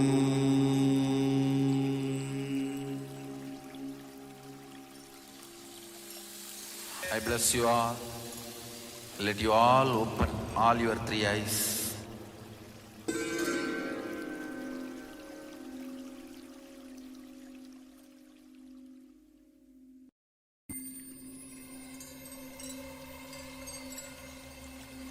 I welcome you all with my love and respect. Let you all open all your three eyes. Om Nithyananda Paramashivoham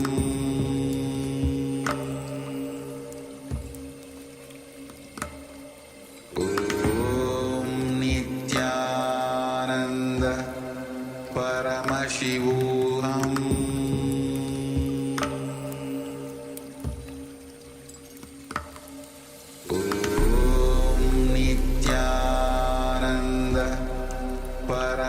Paramashivoham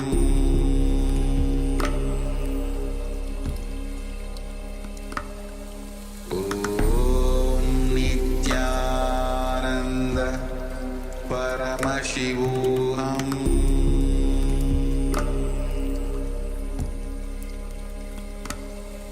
Om Nithyananda Paramashivoham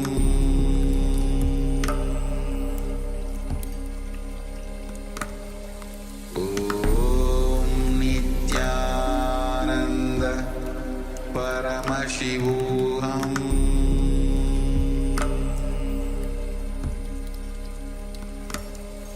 Om Nithyananda Paramashivoham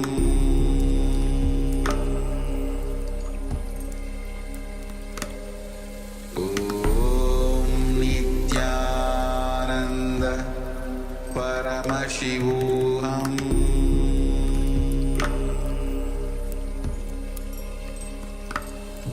Om Nithyananda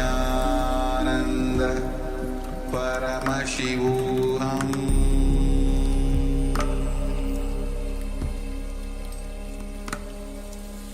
Om Nithyananda Paramashivoham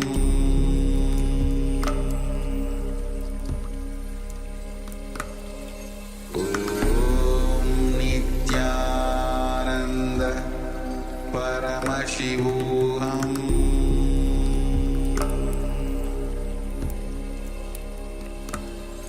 Om Nithyananda Paramashivoham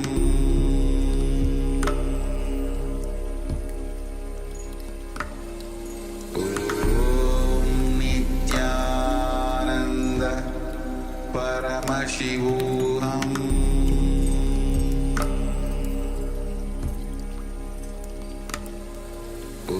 Om Nithyananda Paramashivoham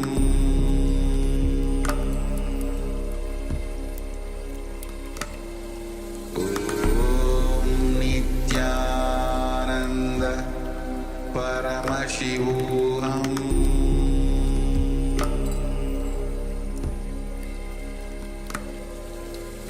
Om Nithyananda Paramashivoham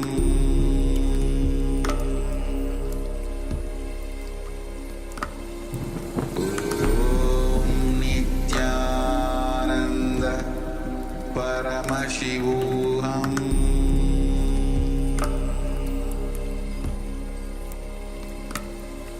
Om Nithyananda Paramashivoham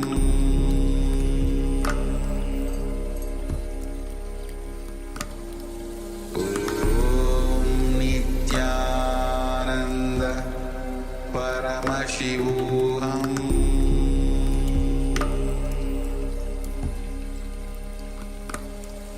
Om Nithyananda Paramashivoham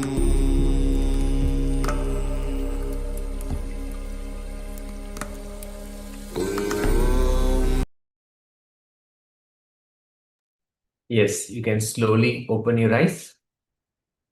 Remove your eye bands and open your eyes.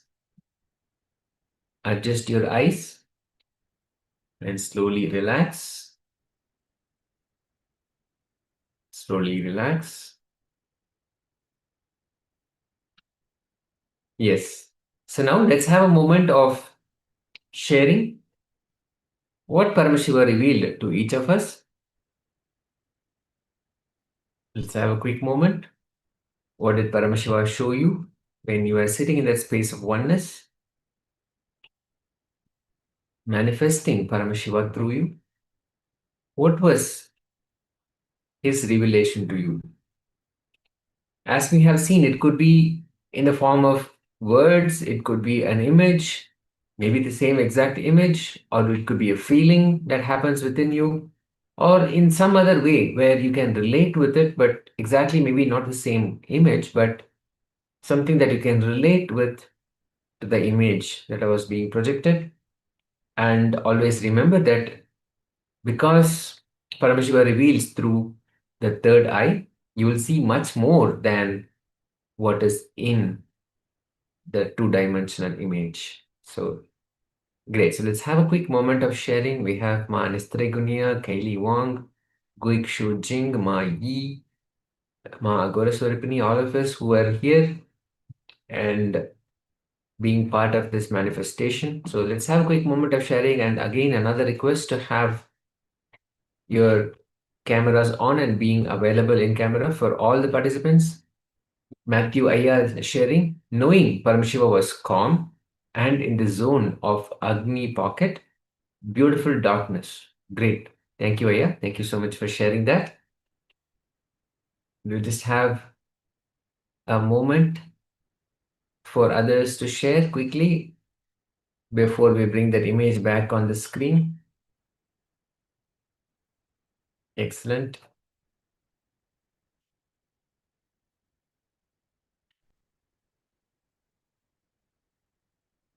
Let's have a quick moment.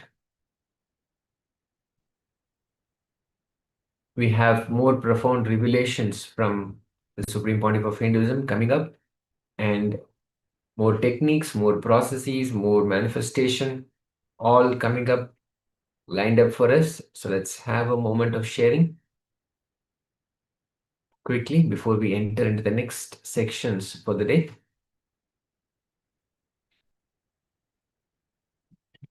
Yes, if you're in the middle of sharing, please go ahead. And if you are watching us from YouTube, you can also share. Go ahead and share with us what was your revelation. What did Paramashiva reveal to you from there as well?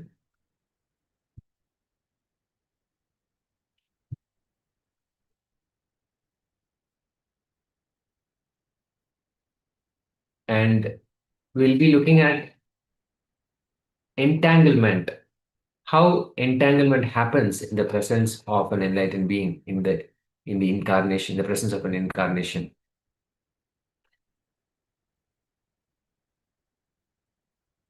And Matthew Ayya is asking, when you get a vision of Navagraha, what is the meaning of it? If you have a vision of Navagraha, what happens? The meaning of that. So what you can do is you can sit in the space of oneness with Paramashiva and ask Paramashiva, I received a vision of Navagraha. What does that mean? You will see Paramashiva will reveal the question, the answer to the question that you're looking for. He will reveal that from within you. It's a powerful space. That's the power of the space of oneness with Paramashiva. If you want to know the meaning of having a vision of Navagraha, simply ask. You will get the answer, response, solution, all of that from within you. Paramashiva will respond from within you. And let us know how that goes. That's the beautiful space that Swamiji has initiated all of us to always be in oneness, to always manifest Paramashiva in our inner space. Great. So now let's bring that image back on the screen.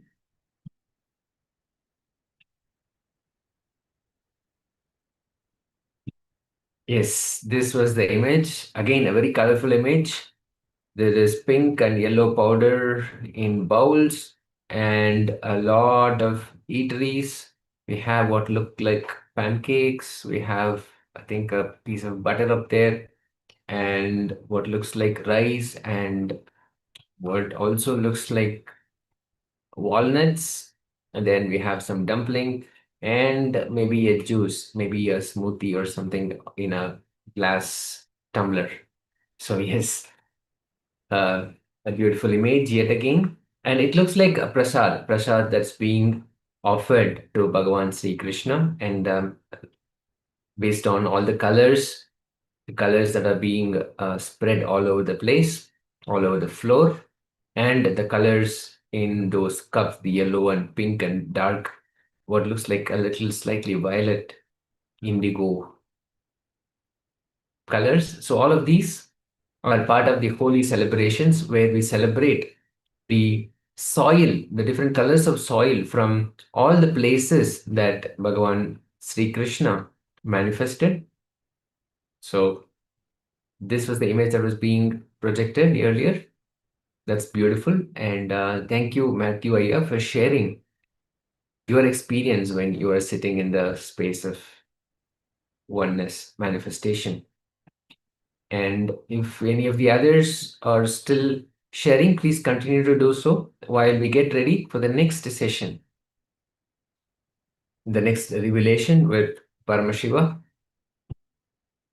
which is about entanglement, how entanglement can happen simply in the presence of an incarnation when you are sitting in the ultimate manifestation, in the presence of the ultimate manifestation of Paramashiva. So let's come back to the space of listening and start.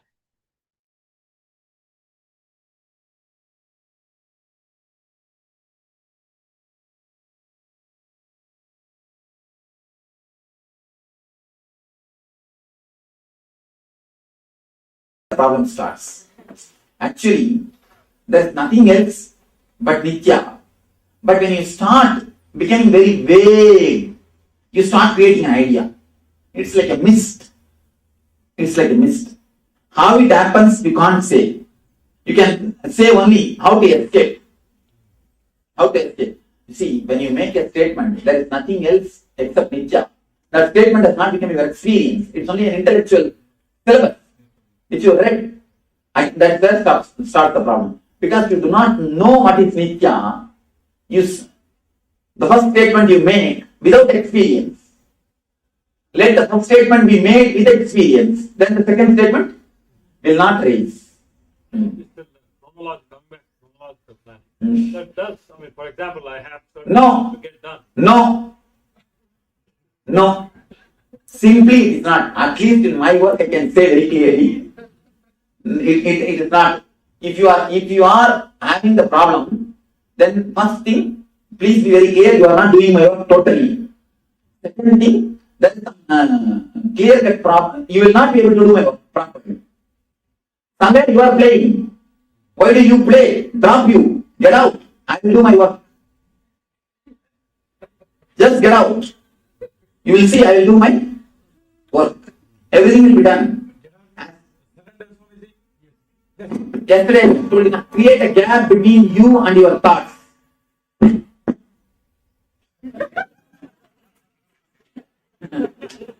Create a gap between you and your thoughts. That's all. Nothing else. Don't move with your thoughts. These 4 days, try. Simply try. Now, let me tell you the importance of the Master's presence. You see, when the Master is here, when he is in the zero state, he is beyond the tension, he is beyond the tension. Simply, when you are around him, you see, when you just attend some programs, you are in 100 TPS. That 100 becomes, what to say, 100 plus 0 is 100. By 2 means what? You come to the 50, average. If you are doing some meditation, naturally you come down to 80. 80 plus 0 is, then what, where you come down? 40. Then if you are letting him work on you, means living in his presence, then you become a 60. 60 plus 0 by 2 is 30. Actually, by totally surrendering or relaxing to the Master's presence, if you totally trust him and relax, he simply stops your time shaft and wipes it. Simply he stops the time shaft. His presence can simply stop the time shaft. Simply the presence can stop the time shaft. Just if you relax, simply the time shaft can be stopped. That is what we say. Just by relaxing in the presence of the Master, whole future can be changed. Thousands of people come and tell me, this has happened, that has happened, you helped me this way, that way. How? The time shaft has stopped. The time shaft has stopped. Naturally, the past never penetrates into the future. If you are too urging, Swamiji, do it immediately, what will happen? Then what happens?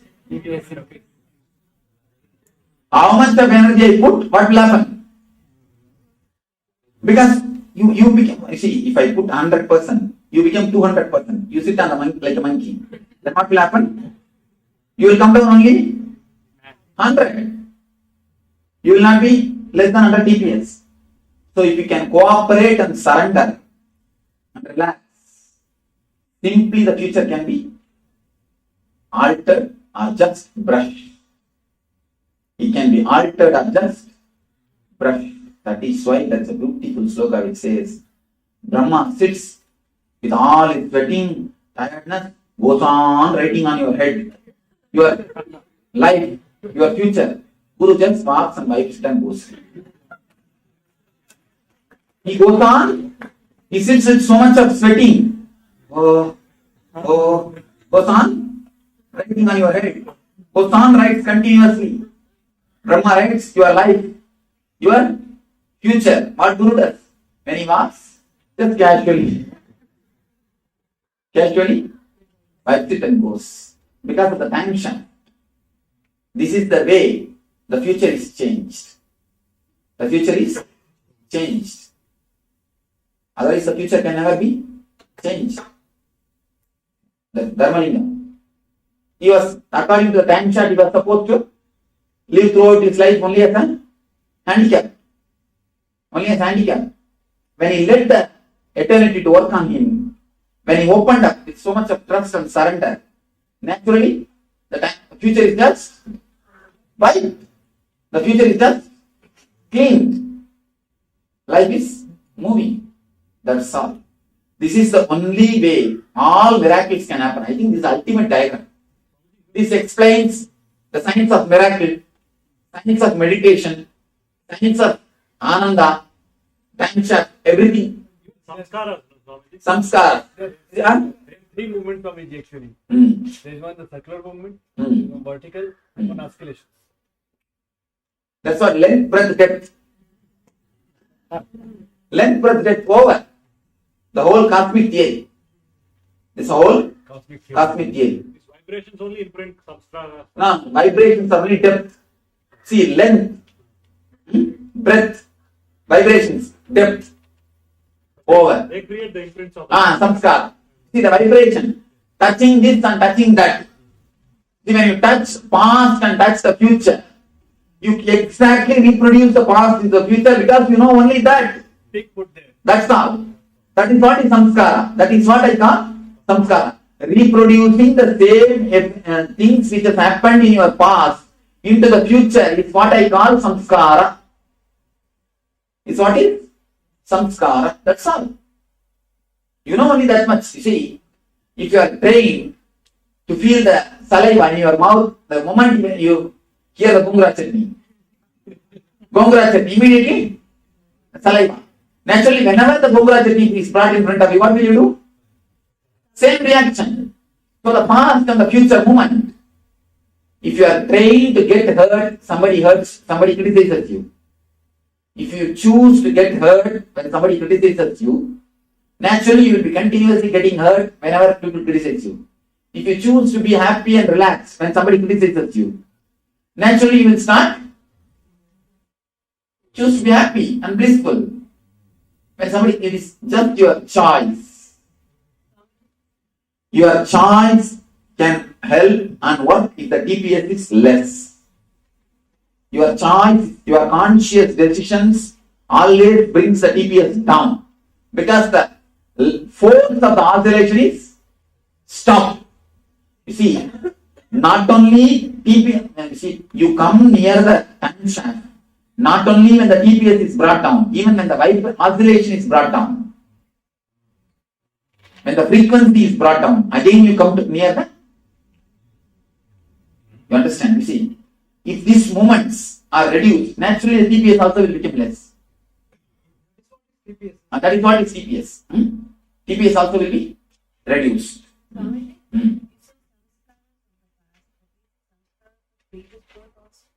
Yes. Past means all your yesterday, previous birth, previous to previous birth, everything. Everything.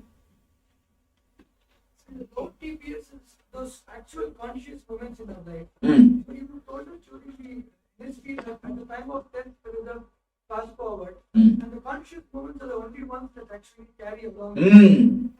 And more and more less TPS and more conscious moments, less and less karmas we carry along. Yes. Less and less karmas you carry. If you touch at least once the time shaft in your lifetime, and the end again you will be only sitting in the time shaft. You will be simply thrown. If you will be thrown to the, you will be what to say that? English thrown. You will be thrown to the time shaft.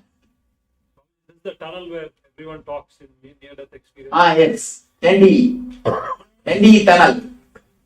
This NDE tunnel. Near-death experience. There are thousands of people who had near-death experience. There is a doctor who runs a website called NDE. Just NDE. He has recorded thousands of people's experience. The beauty is whether they are Hindu, Christian, Muslim, whomsoever they may be. But NDE is one and the same. NDE is what I speak in NSP. Same NDE only everybody had. This shows very clearly. Ultimately, God doesn't know who is Hindu, who is Christian, who is Muslim and all. He knows only consciousness. Somebody came and reported me because they attended our program that they are religious people. They have refused that they will not be given the burial ground. They will not be given the place their burial ground. I said, don't bother. They can only refuse the burial ground, but heaven is in my charge. I will give it there, don't bother. There I am going to give the seat, not these guys. These guys can refuse only here. They can't refuse. There I am going to give. Come there, I will take care. There I will take care of those guys. I will make you as the in charge. You stand there and take care of them. When they come, oh, is it so? All right, wait, there is. ಸ್ವಲ್ಪ ನೇರ wait ಮಾಡಿ. ಸ್ವಲ್ಪ ಕೂತ್ಕೊಳ್ಳ್ರಿ, ಸ್ವಾಮಿ ಬರ್ತಾರೆ. That's all. So the ND website clearly proves. If you guys have a time, take a chance to see the ND website. You will see very clearly whether they are Hindu, Christian, Buddhist, Judaism, whomsoever it may be. ND is one and the same. Means what? NSP is the ultimate religion. NSP is the final religion. NSP is the ultimate religion. NSP experience came to. Yes. Yesterday we received an email from our Prabhavananda, Oklahoma devotee, Robin. Our mother did a NSP with us. Here is the testimonial for NSP. In NSP, I think even the last NSP I told, if you have done NSP and fall into unconscious at least once, only then you will understand what NSP has done to you. Here is the email which says, the mother was slowly passing away. The daughter and the mother both did NSP. Daughter is sitting. She saw very clearly the sahasrara opening and the energy moving out. Swami standing in white dress and laughing, and the energy slowly moving out and disappearing into the existence. Just becoming one with the cosmic energy. Even the doctors and nurses, they were shocked to see so much of energy in the room. In that room. Just yesterday we received an email. Yes, copy it here. Later on you can all see. Take it out and see. All right. Any questions about the time chart theory? How that so many people, when they receive a healing, and even a physical healing, after a while, the TPS goes back up. I see, and the TPS goes up. Naturally, they will create more disease. That is what I am telling. If you just heal them, it will be like giving them fish. If you give them meditation, it's like teaching them how to fish. Give them little how to fishing. Okay. So you see, teach them meditation. Naturally, they will not create the disease again. You see, when they come with a headache, healing headache is okay, but teach them how to keep the head calm so that they will not create headache once more. Otherwise, they will create headache for themselves once more and for you also again. Once more. So, don't let them create headache for you. Don't let them create headache for you. Now, all of you understand this time shift theory? Anybody who is not able to understand? Yes. Monday through Friday and Saturday, it goes just like that. But in Sunday, I find the time moving very slowly when we are not meditating. But in the same way, when we look at the year, last year Jayanti to this year Jayanti, it appears just like that. How it is related to that? You see, it means in your life you have not met much of sufferings. Your TPS is, by naturally, your TPS is like something, what you are doing, you are enjoying. Some way. That's the reason you feel the time is flying. If you are feeling the time is flying, it means you can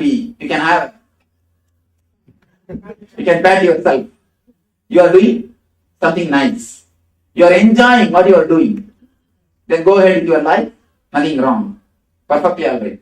But if you feel time is not moving, horrible, then naturally you have too much of TPS. It is more TPS.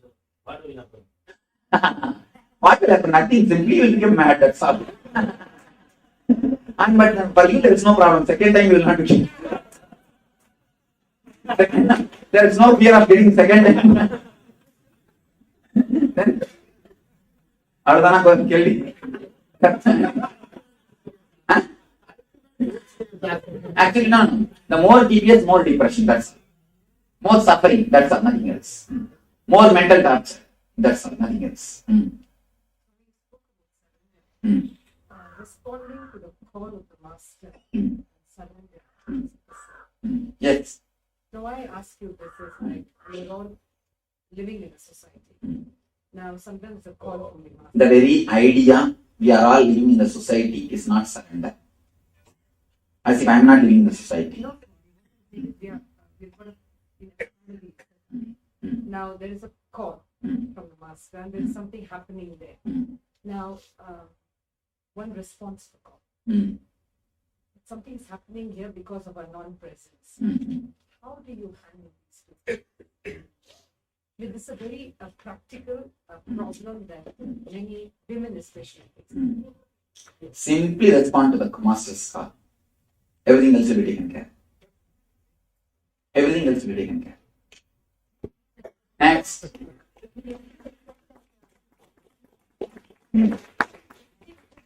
This happens when you don't bring yourself in. But witnessing is the opposite. No. When you witness, actually, the small I disappears. You become capital I. You see, when I say get out, I say small I. When I say witness, bring the capital I. When you witness, you bring the capital I in. Small I and capital I confusion, that's all. Next. If you want to create some future and they say like you have to imagine about that. And if you are imagining and living upon that, you are going to your future. All you are imagining about the future will be nothing but the expression of the past. If you have enjoyed something deeply in the past, or if you thought you enjoyed something in the past, that is the same way you will create about the future. Don't create anything called your so-called future. Just penetrate the time shaft. Future will be art. See, if you create the future, you will be creating. If you let me create the future, I will be creating. You are intelligent or I am intelligent. Who is supposed to create your future? Decide. If you relax, I will create. If you create, you will create. Who should create? Decide. Next.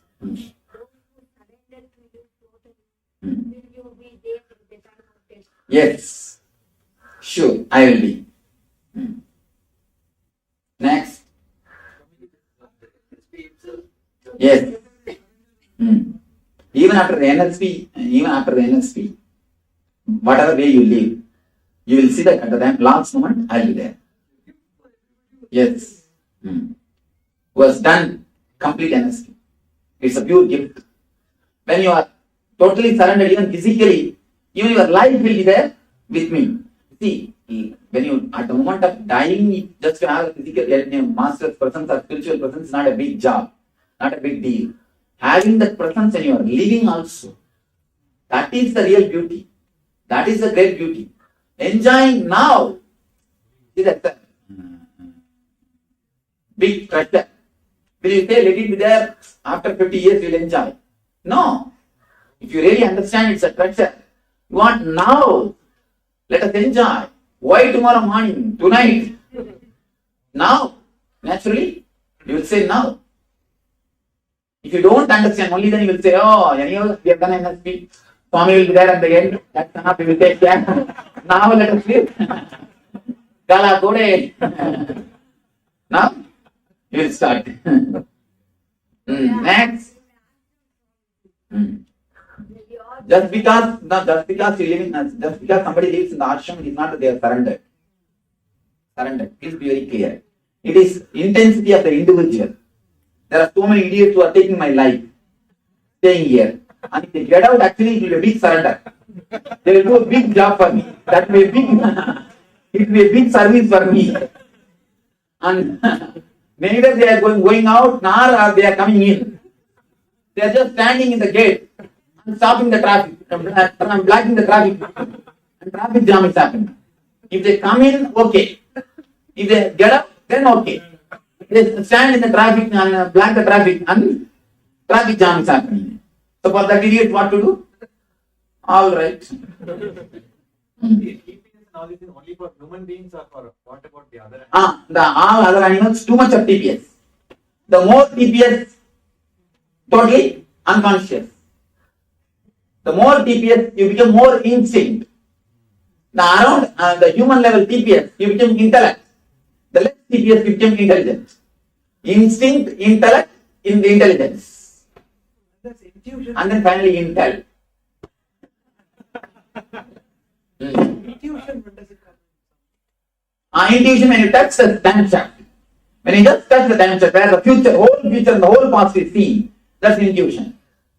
When you penetrate the time shaft, you become individual or enlightened.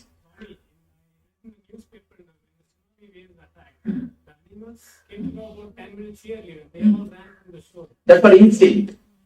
Instinct. And actually, instinct is also a little bit okay. Intelligence also a little bit okay. This intellect is the greatest trouble. That's what human beings are only guys who are in trouble. If you become enlightened, you have no trouble. If you are just animal, if you are a monkey, then also no trouble. Neither monkey suffers nor enlightened master suffers. Neither Rama suffers nor Hanuman suffers. Only Lakshmana and Sita suffers. Really? Neither Rama nor Hanuman suffers.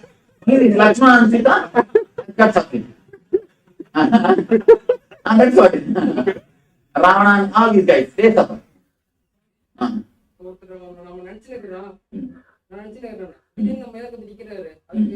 அதான் explain பண்ண அதான் மறுபடியும் explain பண்ண English புரியலன்னு நினைக்கிறேன். உட்காந்து பரவாயில்ல, அவனும் பண்ண முடியாது. ஏன்னா ஒருத்தையும் தமிழ்ல சொல்ல முடியாது, டைம் இல்லை. அது மாதிரிதான் கிளீனா சொன்னான். இங்கிலீஷ் புரியாத தயவு செஞ்சு வராதிங்கன்னே பல பேருக்கு சொல்லிட்டேன். ஆத்தூர் அவர் எலக்ட்ரிஷியன் மிஸ்ஸஸ் எல்லாம் கேட்டாங்க. நான் என்ன சொல்றேன், என்னால முடியாது, வராதிங்க, அப்புறம் டெக்னிக் புரியாம கண்டபடி ஏதாவது பண்ணிட்டு இருக்காதிங்கன்னு. அதெல்லாம் முதலே சொல்லிட்டேன். என்னால முடியாது அப்படின்னு முதலே சொல்லிட்டேன். ஏன்னா ஹோல் திங் என்னால இங்கிலீஷ் எக்ஸ்பிளைன் பண்ண முடியாது. இப்ப அது அந்த ஆக்சுவலா அந்த ஒரு கான்செப்ட் தான் இந்த டயக்ராம் போட்டுதான் எதையுமே எக்ஸ்பிளைன் பண்ண முடியும்.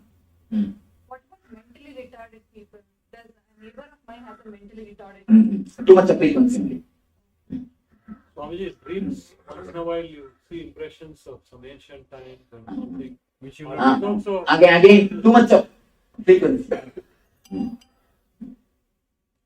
Is it too much of frequency, Swamiji, or it's a less frequency because you're seeing the future and past? No. And actually see, too much of frequency only you will see. In the less frequency, actually less frequency it will come different vision. Less frequency what comes as is a vision. Too much of frequency only dreams happen.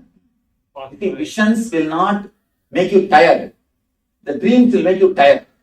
The early morning when you get up, if you are tired, dull, want to rest, tired of taking rest. And there are ladies I have seen in the ashrams they are staying. And early morning 10 o'clock, they will get up from the bed. The way you say walk, you can see they are totally tired. This means what? Whole night dreams. They are in trouble. If you are tired after getting up, whatever you had is dream. If you are fresh, alive, bubbling, jumping, if you feel like dancing, the moment you come out of your bed, the moment you get up, not even come out of your, the moment you get up, your steps should be more like a dance instead of steps. Then you are having visions. Otherwise, it is just dreams. Does the mind get blocked in the frequency reduces? Does the mind get blocked? No. Mind gets open and the frequency reduces. Mind gets black only when the frequency increases. It becomes solid stone. Blackage. Swamiji, one of the theory in scientists, if the person is able to move beyond the speed of light, he will become infinite weight. Yes. No, not infinite weight. It will become anima. Anima, mahima, lagima, karima is one and the same. Anima means what? Just becoming the whole. Lagima means what? Just becoming nothing. Becoming nothing and becoming whole is one and the same. He says it will become a big weight. I say it will become nothing. Both are one and the same. But what is the connection with the speed of light? Why one has to travel beyond the speed of light? You see, That is physical. this is all frequency level. In certain frequency level, you are a human being. In certain frequency level, you are in the dream world. In certain frequency level, you are in the castle body. In certain frequency level, you are in Deva. He says about the Deva Loka. It is thought that the speed. Physical, whereas this is all of the thought. Physical thought level is one and the same. Nothing is two different things. The more, if 100 TPS means you are physical. If the TPS is less, you are mental. That's all. Your thought and you are not two different things. Please be very clear. Your thought and you are not two different things. You are totality of all your thoughts. All your thoughts put together is what is you. Swamiji, when we are working against some time targets, though we enjoy the job and still do it, we always feel we are running short of time. Again, the TPS is too much because of worry. We are really Yes. the job which we are enjoying. Again, then pressure. Pressure brings the TPS. You may enjoy the job, but not the fear. Again, pressure brings the TPS. Some body structure related to our thoughts. Yes, directly. So we can change it. Yes, simply you can program your body. Now I'm coming up with a book called Designing Your Body. Designing Your Body. Nitya Yoga. Swamiji, in one of the lectures, you talked about energy going up to 7 energy centers. And you said once it comes to the naval center, then people have the ability to predict the future. That is what? You touch the time chart. Okay. So they are linked. Linked. Low TPS is operating from the state of the being. No, I am operating. Lower TPS is what is operating from the state of the being.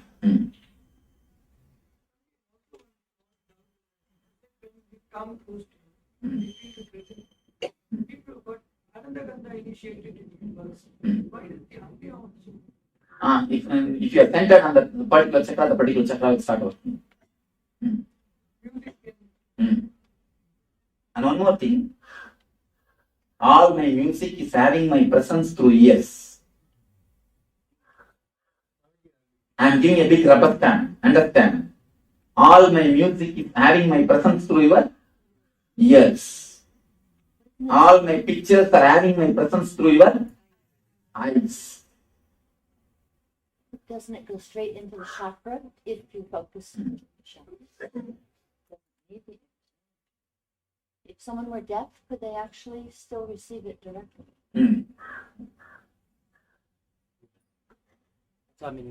பக்கத்துல ஒருத்தர் ஆசிரமத்துக்கு தூங்கிட்டு இருந்தாங்க sir.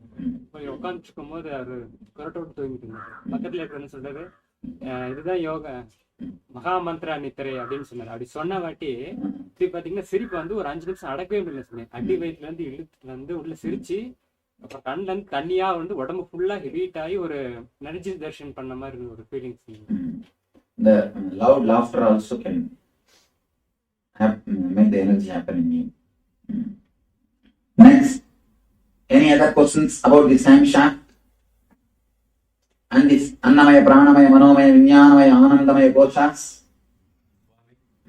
This explains something that's been taught to me in movement, in the Tai Chi. Teachers say, slow is fast, fast is slow. It's a perfect explanation. I never understood it before. Actually, when you meet a master, living master, everything falls zigzag. Now all the zigzag puzzles just fall in line. Everything falls in tune. As long as you see a living master, whatever you learn is just puzzle. Just there, here and there. Once you meet a master, living master, everything falls in line. Tuck, as if something is pulled up. Up. Over. You see, I have seen so many of our devotees who read Ramakrishna literature, understood nothing. Who read Ramanuja's literature, understood nothing. Who read Koshas books, understood nothing. Who read Paramashivoham books. I think Shiva and Ravi, they have bought two copies. Because when you read, I should not be missing. When I read, you should not be missing. All the books, two copies. Not even the page was torn. But there. Anyhow, all this, so much of reading, nothing is understood. The moment when you see a living master, everything falls in place. You understand Atma Spurana more clearly. You understand Ramakrishna's life more clearly. You understand the teachings of Osho more clearly. You understand teachings of Ramana Maharshi. Straight. Everything falls in one line. It eliminates your presence, Swamiji. That's what. When you are in the master's presence, the TPS comes down, intelligence starts working, everything falls in line, falls in tune. The less TPS, more intelligence, more bliss, more energy. Bliss, intelligence, energy, compassion, everything is one and the same. Master. Over. Don't even feel like touching a book. I think so many of our guys have stopped reading and stopped doing puja. There are so many who stopped going to the puja room, who stopped going to the temples, who stopped. I never say don't go to temples or don't go to puja room or don't read. Simply everything drops.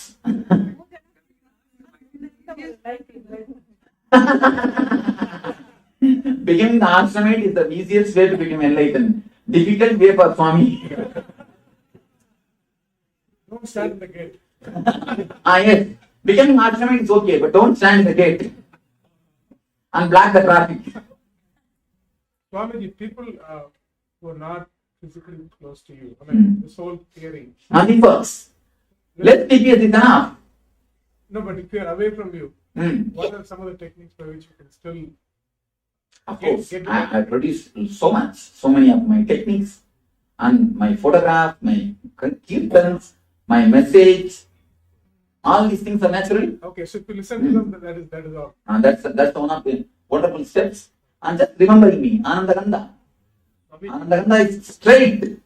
When you fall in Anandaganda straight, practically you fall to 0 TPS. Swamiji.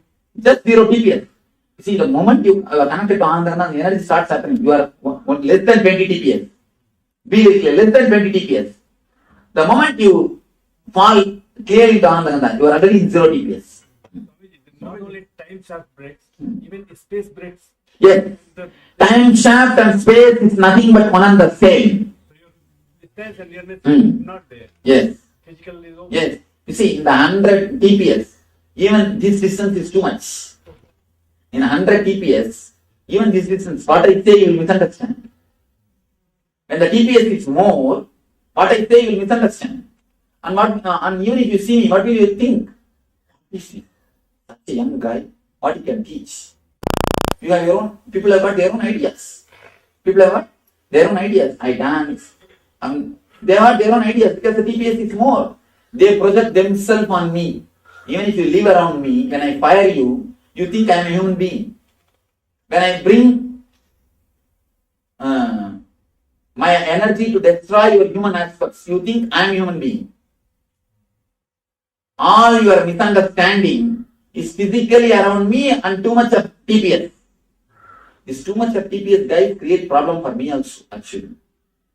I tell you honestly, this too much of TPS guys only create all problems for all living masters. All problems created for all living masters is too much of TPS only. When you are actually, if you are not mature to certain TPS, better don't live near the master. Otherwise you will hurt yourself and hurt others. Hurt him also. So, if the TPS is less, even if you are sitting in San Jose, you will be falling in tune with me. No problem. If the TPS is more, even if you are sitting here, see there are so many idiots sitting here, continuously around me, but nothing is happening. Nothing is happening except the time gets filled. Except filling the circuit time, nothing happens. Nothing. Simply, they think that it's not for them. So that then naturally, you hurt yourself and you hurt others. The opens, we have full of joy and ecstasy. So you are coming on physical body on us and feel like, I'm imitating you. What does that mean? Nothing wrong. In the beginning it will start happening. The presence of the master is so strong. I have always seen. Everybody has started speaking my language. Everybody has started picking up my language. Everybody has started moving the hands and everything automatically. And so much has started happening. So in the beginning it will start happening. Don't bother. Let it happen. They say drinking, everything is something like, I'm imitating you. So naturally it starts happening. If it starts happening, don't bother. Relax. And automatically when it is necessary, it will disappear. Only thing, don't make a throne and start thinking. That starts little trouble. Not for you, for the people who sit in front of you. That's the only thing. Otherwise, nothing wrong. Start imitating. And imitating master is a sort of a wonderful way to enlightenment. Continuously you remember him.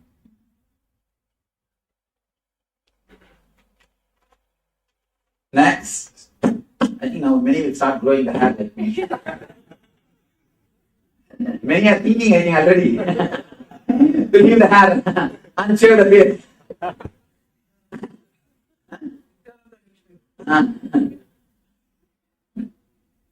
We'll make this as a passion.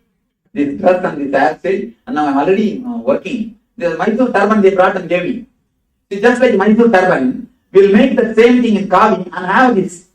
And start selling our turbans. Let all our guys come and take one like a monkey cap. Everybody. That's all. Nitya cap. What they call Mysore turban. Mysore peta. Nitya peta. Okay. That's all. Actually, the master moves in the 0 TPS. So there's a special grace. It is not even a beauty. Be very clear. Grace.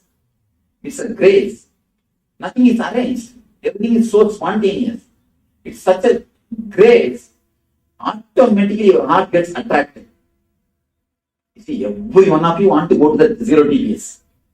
Every one of you have a deep yearning for the 0 TPS because the 0 TPS is bliss. So all your search is nothing but 0 TPS. So when a man acts from the 0 TPS, naturally you start imitating. You start imitating. Simply, without even your knowledge, you start imitating.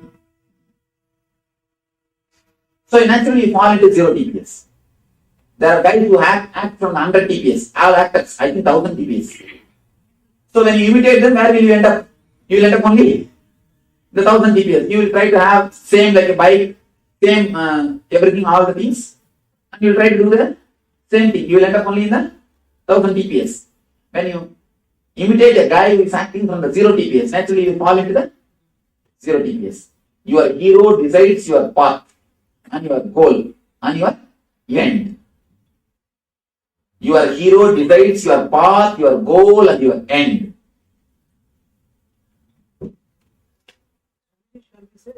Scientists, great scientists, their TPS was low. For the one moment, and without their knowledge, they fell into the low TPS, again they are thrown out.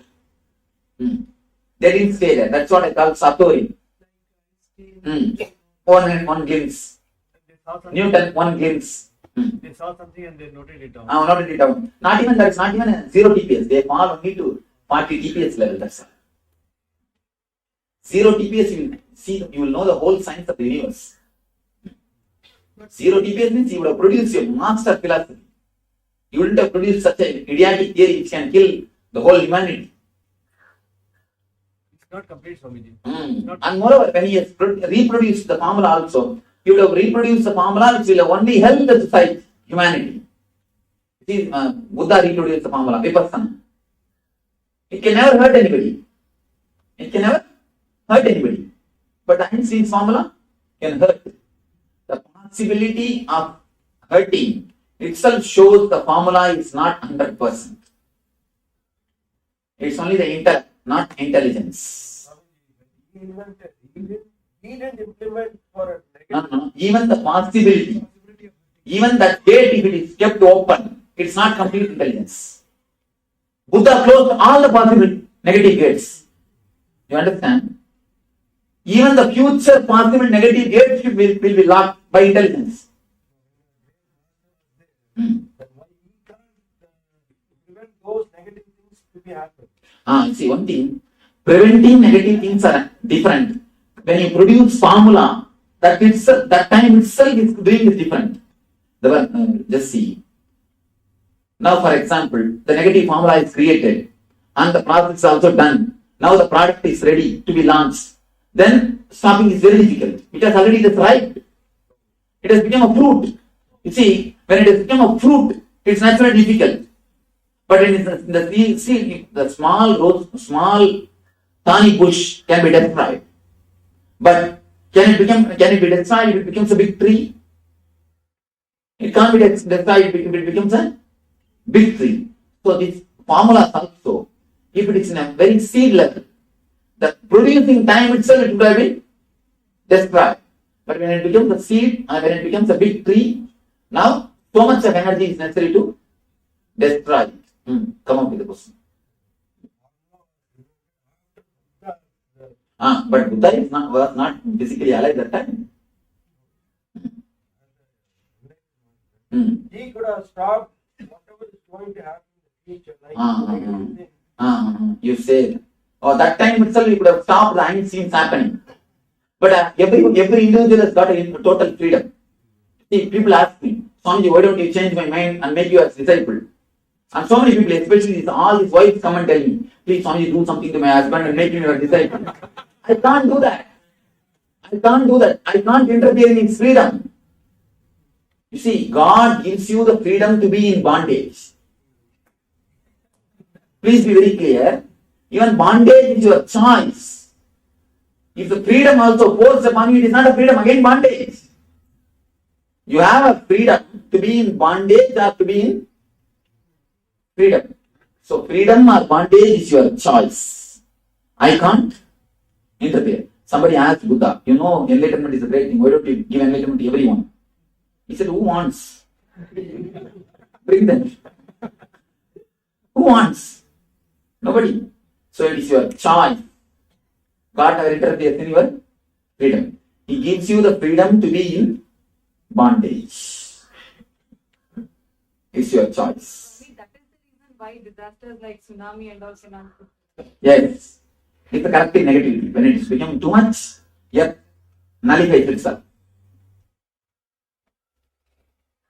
Swamiji, this is really a universal theory of spiritual. Yes. Not theory. Theory means theory is not. Yeah. Theory is a word, dead word. Philosophy is a dead word. Philosophia. Darshana. Darshana means what I have seen. Philosophy means what I thought. Philosophy is what I think. Darshana is what I have seen. So this is a darshana. We can call it Nitya darshana. Nitya darshana. Darshana doesn't have English word for me. No, in darshana don't have English word. Because in English, no darshan, no rishi happened. No rishi happened, nobody who had the darshan happened. You see, in Tamil, there is no word for tsunami. Because tsunami never happened in Tamil Nadu. Throughout the history, the tsunami never happened in Tamil Nadu. So there is no word for tsunami. They are using the same word tsunami. There is no word because it has never happened. So there is no word for darshan because darshan never happened in that area. All happened is philosophy. Philosophy. Only the intellectual theories. Suppositions. Not actual tatata. Darshana means tatata.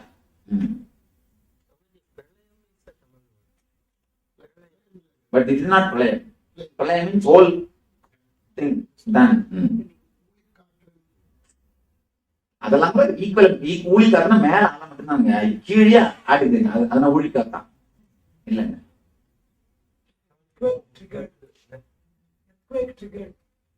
Tamil வார்த்தை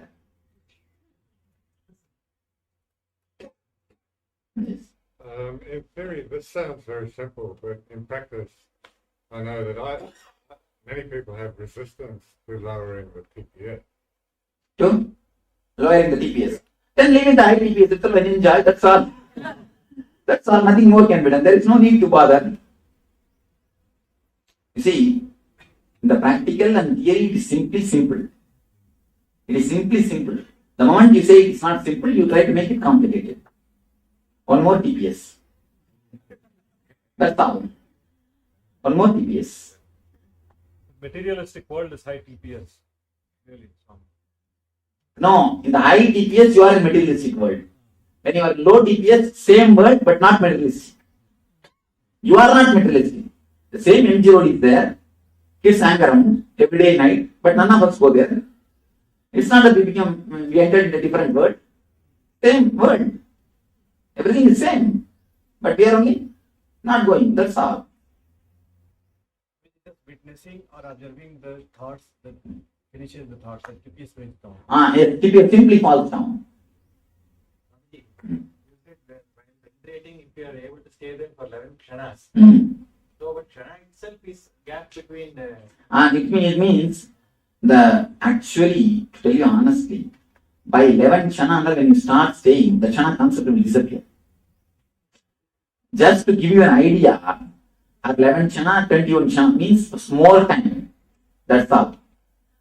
Actually, when you come to zero TPS, there cannot be any kshana. How can there be gap between one thought and another thought? That's all. Practical terms, Swamiji, staying there means remaining aware. Relax. Aware of the thought. Yes, aware. When you become totally aware of thoughts, when all your energy becomes a witness, there will be no more thoughts. When you intensely witness, thoughts will not be there. Because there is the energy to think. You will be totally a witness. What about greatest musicians? The TPS falls down.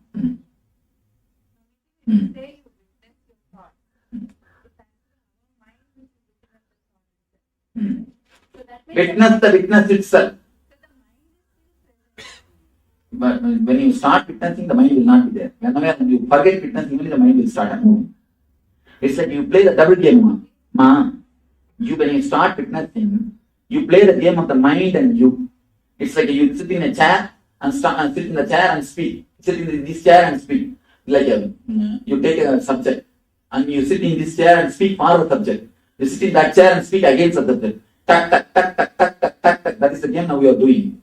When you start witnessing, slowly you will stop moving to that chair. You will just become this chair. Naturally you will see. That you don't bother. The witness is what is energy. You became nobody. You became Nithya. You just became Nithya. Witness intensely. Witness the witness. Sometimes during the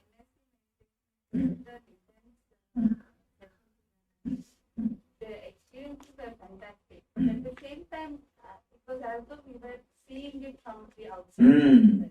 That is what? But does that mean that my mind is still active and viewing that experience? Your mind active and view. See, viewing is not your mind. Viewing is your being. Acting is your mind. Being witnessed by my being. Means you experience that you are witnessing. That is the real experience, ultimate experience. No. Yes, one hand clapping, frog jump in the pond, plop. Everything is this only. Basho cycle and sound of the sound of a bamboo. Not bamboo, sound of a bamboo. Cones are nothing but just breaking you, pushing you straight from 100 to 0.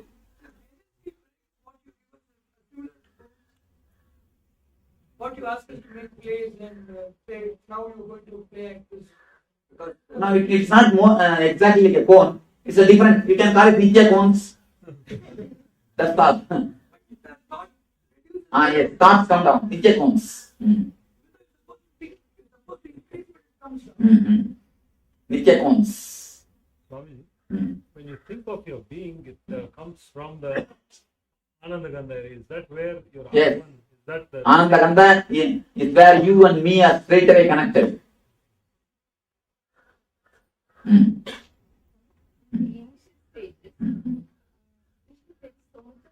To see you, to talk to you, and to get the answers, or to be like, when the music is on, they're dancing with you, and we get emotionally tired because we slow down and all that. Later, the urge subsides. And then I started realizing that that's when you appear and give the answers. I You see,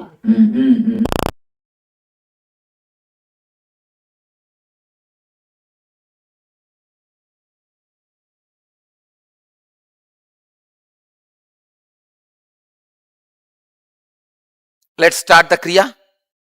Please understand, today's Kriya is basically for all the skin problems. Care for all the skin problems. All skin problems are related to breathing layer. Pranamaya Kosha. The oxygen, prana, spreading all over the body. If it is not happening properly, there comes skin problems. If it's happening properly, then the breathing problem gets dissolved. So you are going to do 5 kumbhakas today, step by step. First, Magatasana.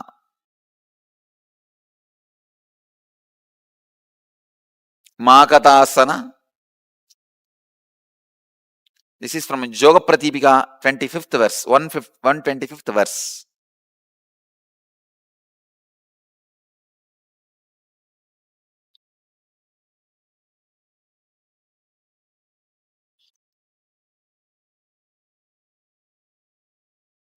Magatasana. The first kumbhaka is Shanta Kumbhaka, Kumbhaka Patadi, 90th verse, 90 verse. Let me tell you the technique. Hold the breath inside. Inhale, hold the breath inside. Visualize you are just a skeleton. Your whole body is hollow, your skin, everything is porous. The prana is coming in and going out freely. Your whole skin, outside the skin, inside the skin, filled with prana. You are just a skeleton, bone structure. Hold as long as you can. Relax when you can't hold anymore. If you want to visualize your skeleton, I can get the skeleton and show you. Just visualize yourself as a skeleton. See, just visualize you are just a skeleton. And the air is coming in and going out freely. Inhale, hold as long as you can. While you hold, visualize you are just a skeleton and the prana is going in and out freely. Your skin is not stopping the air moving into your body. Your air is moving into all your organs, parts of body, everywhere freely, till your backbone, till your bone structure. Do this 21 times.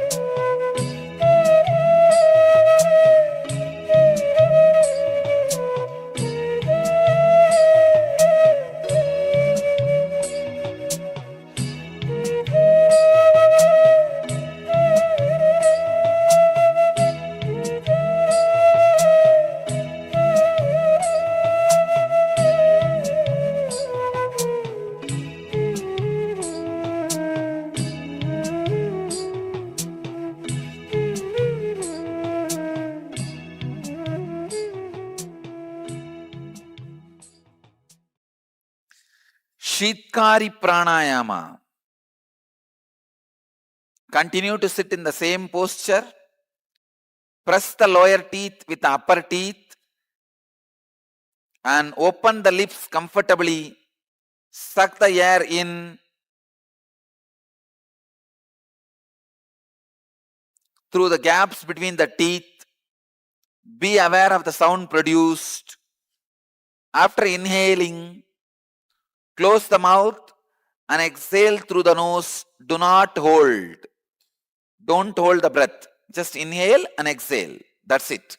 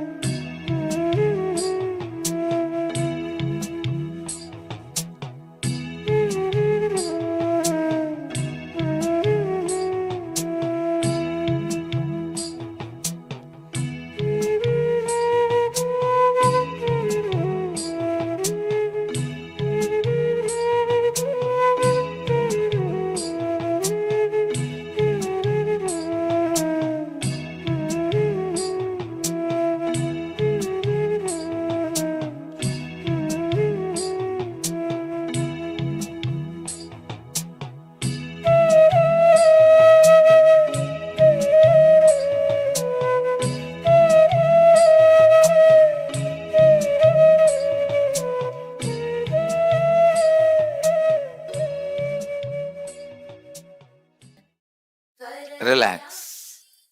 The next step, Bastrika. It's from Geranda Samhita, 5th chapter, 75th Upadesha. With a bellowing sound, forcefully blow out the air out of both the nostrils so that your abdomen gets tucked in. Slowly allow the body to inhale, like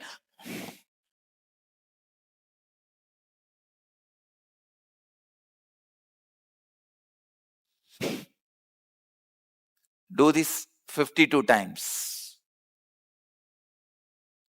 Skin will be completely not only cleansed of toxins, it will shine. Your skin will glow. Do it. You will have a pure aura.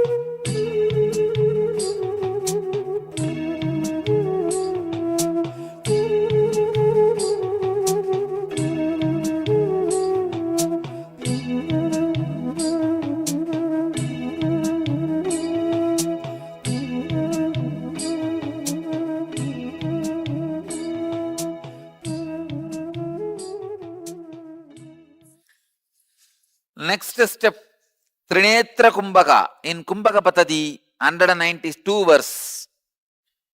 Let me give the instruction. Inhale through the left nostril, hold the breath without exhaling.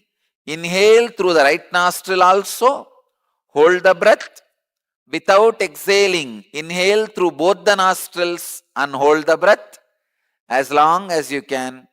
Then slowly exhale and relax. Let me show you. Inhale through left. Hold. Again, inhale through right. Hold. Inhale through both. Hold as long as you can. Now exhale, slowly relax.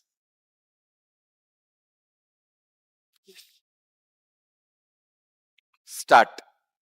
Do this 21 times.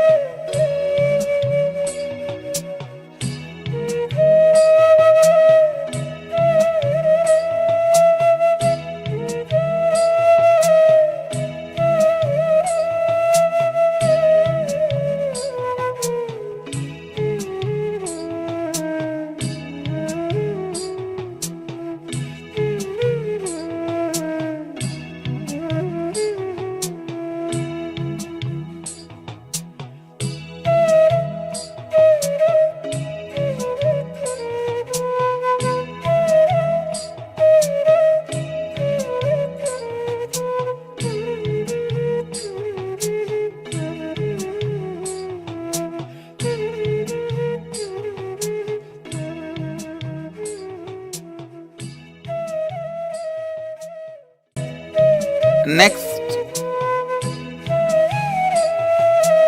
Trishula Kumbhaka. From Kumbhaka Patati, 193rd verse. Inhale through the nostrils and also through the mouth simultaneously. Hold the breath as long as you can judiciously. Now exhale and relax. Please understand. Through the nostrils and mouth, inhale. Hold judiciously as long as you can. Then relax slowly. Do this 21 times.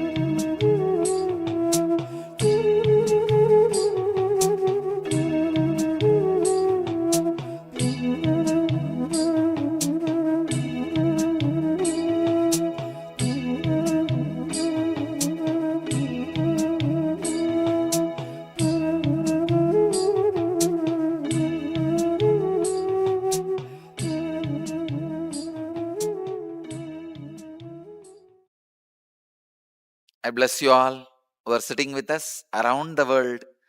Let you all achieve, experience, live, express, radiate, and share the eternal bliss. Nithyananda. Thank you. Established since 2002 in the United States of America, the United Ancient Nations is an intergovernmental organization currently made up of 160 plus members and indigenous nations. The UAN and its work are guided by the purposes and principles contained in its founding charter. The UAN is a manifestation of the profound connection amongst indigenous peoples across the world, including African, Andean, American, European, Caribbean, Oceanic, and Asian regions, rooted in shared wisdom, sustainable practices, and deep reverence for the earth. The United Ancient Nations serves as an international cultural and diplomatic organization focused on uniting indigenous cultures globally. Our governance structure is council-based without territorial claims, led by a collective leadership through our General Secretariat. As a non-state entity with UN-style advocacy, we focus on several key areas: cultural and digital heritage preservation, indigenous diplomacy, revival of indigenous knowledge systems to solve humanity's problems, global peace, environmental preservation, health and wellness, sustained economic development, indigenous and cultural tourism. While the UAN represents numerous indigenous cultures, the United States of KAILASA serves as the first indigenous nation specifically for Hindus. KAILASA's mission is focused on the revival of the ancient enlightened Sanatana Hindu civilization with a formal governance structure including a head of state, ministers, and ambassadors. Under the leadership of SPH, Supreme Pontiff of Hinduism, Bhagavan Nithyananda Paramashivoham, KAILASA has achieved recognition as a sovereign subject of international law, possessing distinctive attributes of juridical statehood. The United States of KAILASA is the main sponsor of the proposed UAN headquarters. This initiative would bring forth an estimated $100 million in revenue for the host country through summits, conferences, tourism, and development projects. The proposed UAN headquarters would represent the world's indigenous nations and peoples through its architectural design. It would blend the best of all worlds, featuring top modern architecture, the highest green building standards, and ancient Vastu architectural principles. Yes, now you can relax from this Kriya. A beautiful Kriya. I hope all of you have practiced this Kriya. Cure for skin problems. See, even though it's cure for skin problems, the moment you start doing this Kriya, as you go on for days, months, you'll see there are other benefits of the Kriya as well. So if you want to share your experience of the Kriya, you can please always use the chat box and share your experience. Meanwhile, we'll be getting ready for the power manifestation. And today we are doing the power of third eye reading. So once again, with acharyas, we'll be projecting an image on your screen. And through the power of third eye, let's see what Paramashiva reveals to you. So requesting everybody in the Zoom, on YouTube, let's get ready. You can cover your eyes now. Be in the space of manifesting. Yes, Matthew shares, was feeling anxious, now feeling calm. Yes, beautiful. Thank you for sharing that.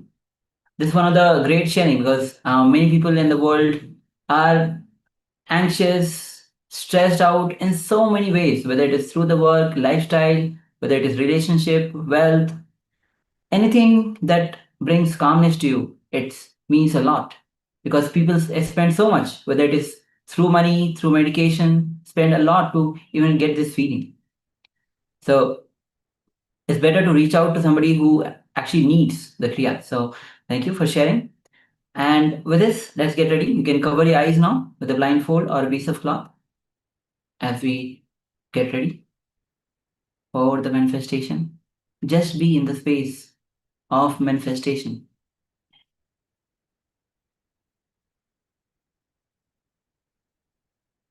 Slowly, very slowly, as your eyes are closed, just be completely relaxed.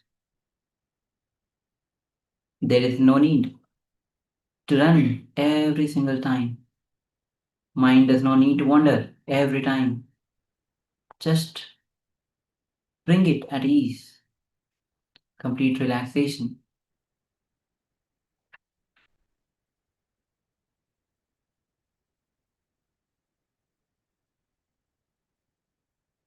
unclutch from every single thought. Whether it is attention need, just unclutch. Just go on unclutching.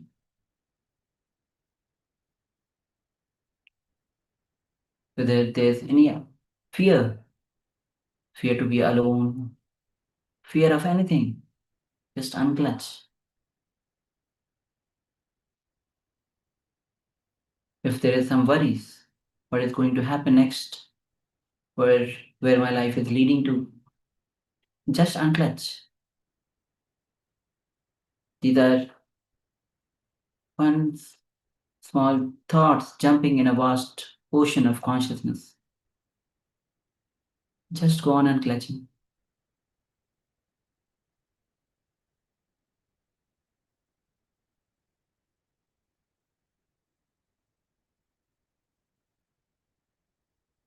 And gently bring your awareness to the third eye as we remember Swamiji and invoke his presence and start chanting the Mahavakya. Om Nithyananda Paramashivoham. Om Nithyananda Paramashivoham. Om Nithyananda Paramashivoham. Keep chanting the Mahavakya. And with this, let's enter into this round of power manifestation. Let's begin as the image is now being projected on your screen. Nithyananda Paramashivoham.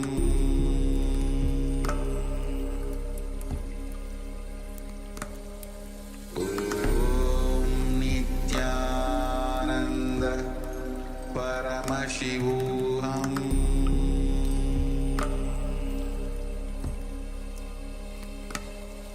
Om Nithyananda Paramashivoham.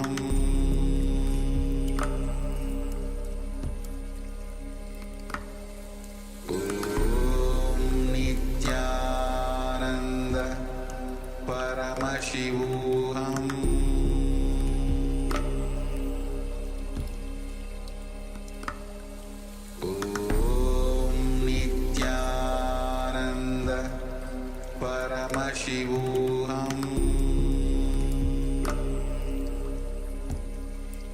Paramashivoham. Om Nithyananda Paramashivoham.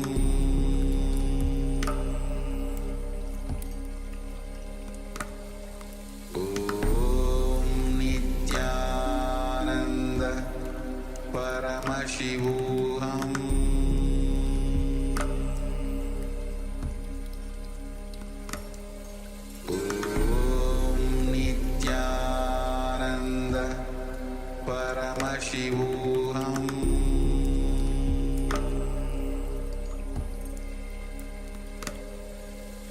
Om Nithyananda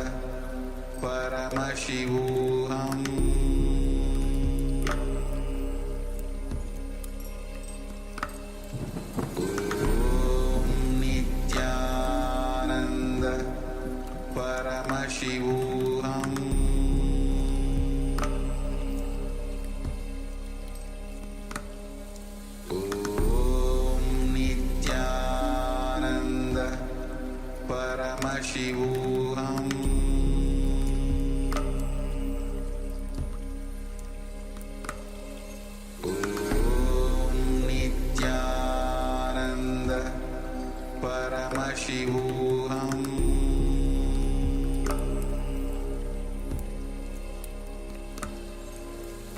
Om Nithyananda Paramashivoham.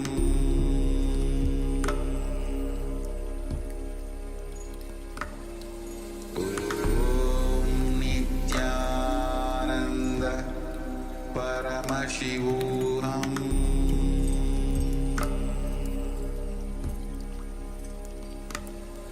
Om Nithyananda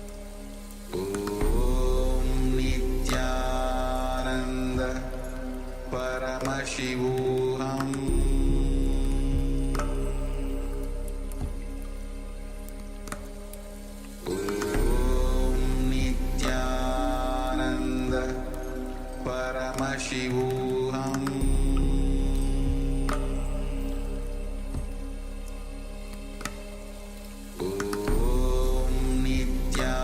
Nithyananda Paramashivoham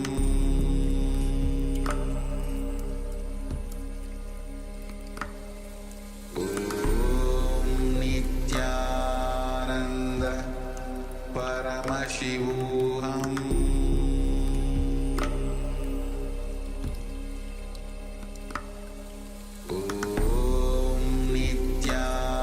Nithyananda Paramashivoham Nithyananda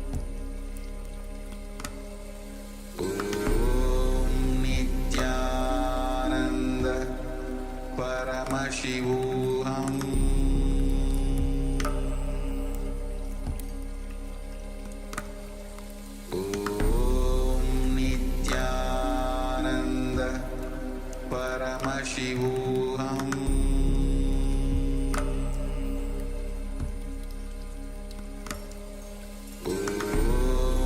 Nithyananda Paramashivoham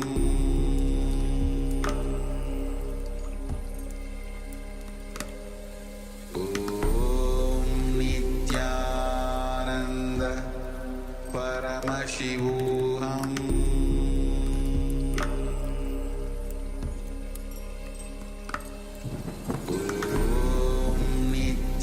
Nithyananda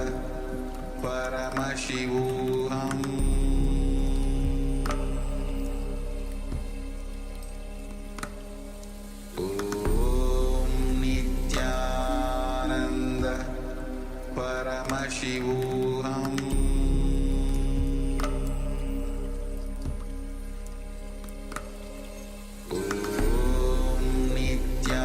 Nithyananda Paramashivoham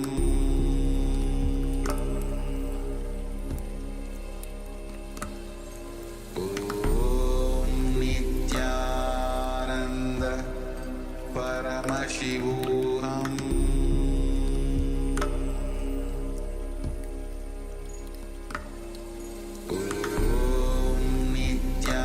Nithyananda Paramashivoham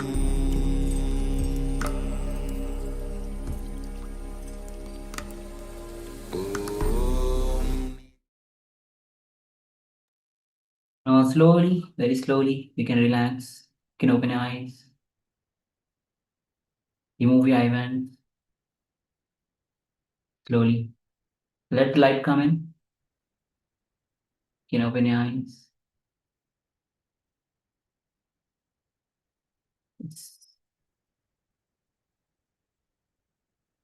And just be in that space.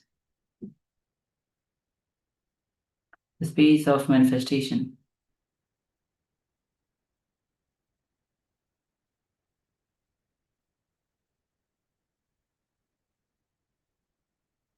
Just being in that space heals you in so many ways, whether physically, psychologically. So again and again, bring back yourself to the space of power manifestation.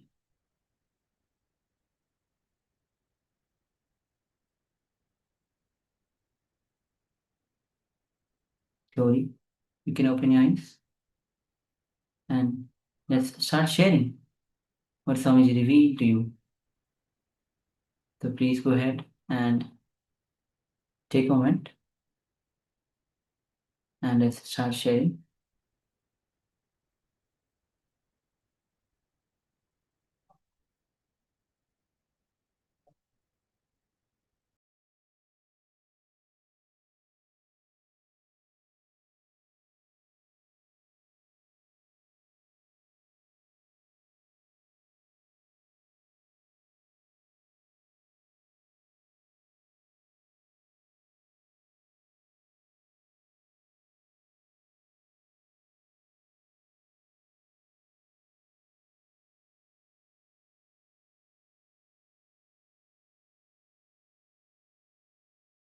Even all the participants following us, watching us on YouTube, you can also start sharing. Anything that was revealed to you. It can be a direct objects, the whole description of the image, but it can be anything even related to the image. So we already have Matthew, I have shared purple dot. I was following purple heart, then turned into big dark purple. Sacred geometry, spiral in right direction. Yes. Thank you. Thank you for sharing that. Just giving few more moments.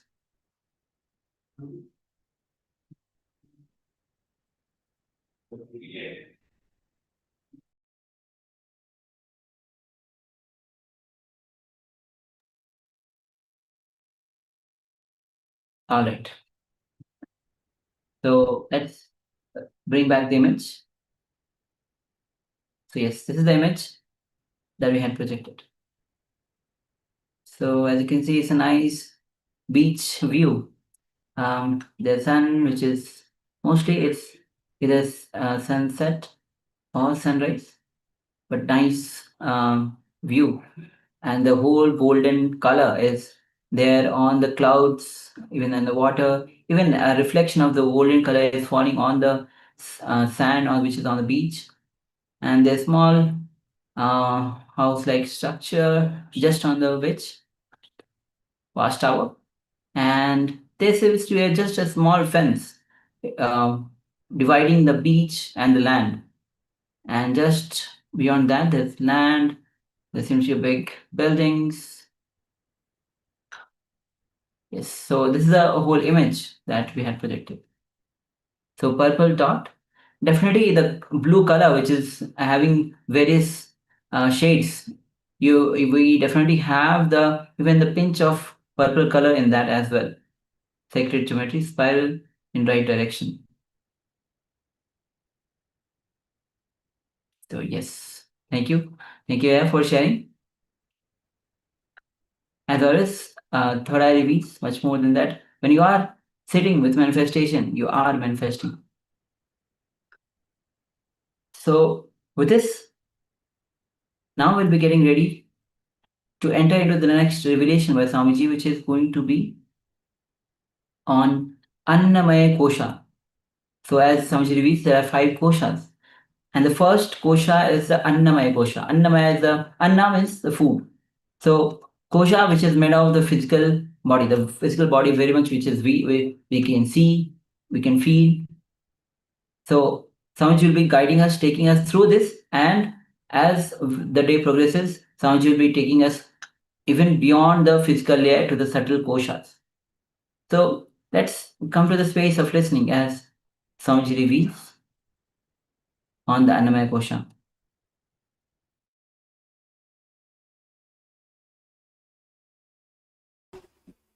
Somebody is asking, please explain the meaning of the word koshas. Kosha means layer. See, you, as you are, carrying 5 layers. The NSP usually I divide it into 7 layers for technical reason. Same 100%. 100 by 7 is NSP. 100 by 5 is DSP. Understand? But originally our Vedic masters, they divide you as a 5 layer. All these 5 put together is you. One, as I was describing, physical body. Second, the prana pattern, the air flowing pattern inside you. That's the second layer. The thinking pattern is a third layer. The emotion pattern is a fourth layer.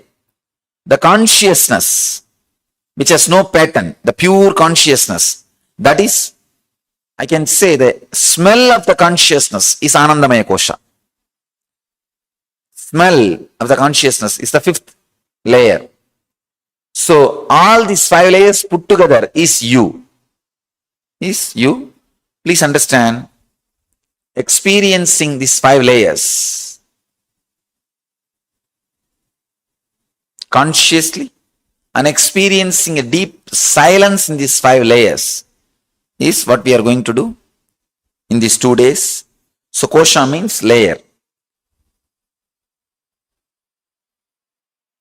Even though I am seeking, thoughts are still coming out. To stop these thoughts, intensify the seeking, that's all. Shilpa, maybe you need to intensify the seeking. Then you'll see, you enter the space where there is no thoughts. You can enter into samadhi just by seeking, nothing else. You don't need any other technique. Seeking by itself, an independent, intelligent technique, can lead you to ultimate samadhi.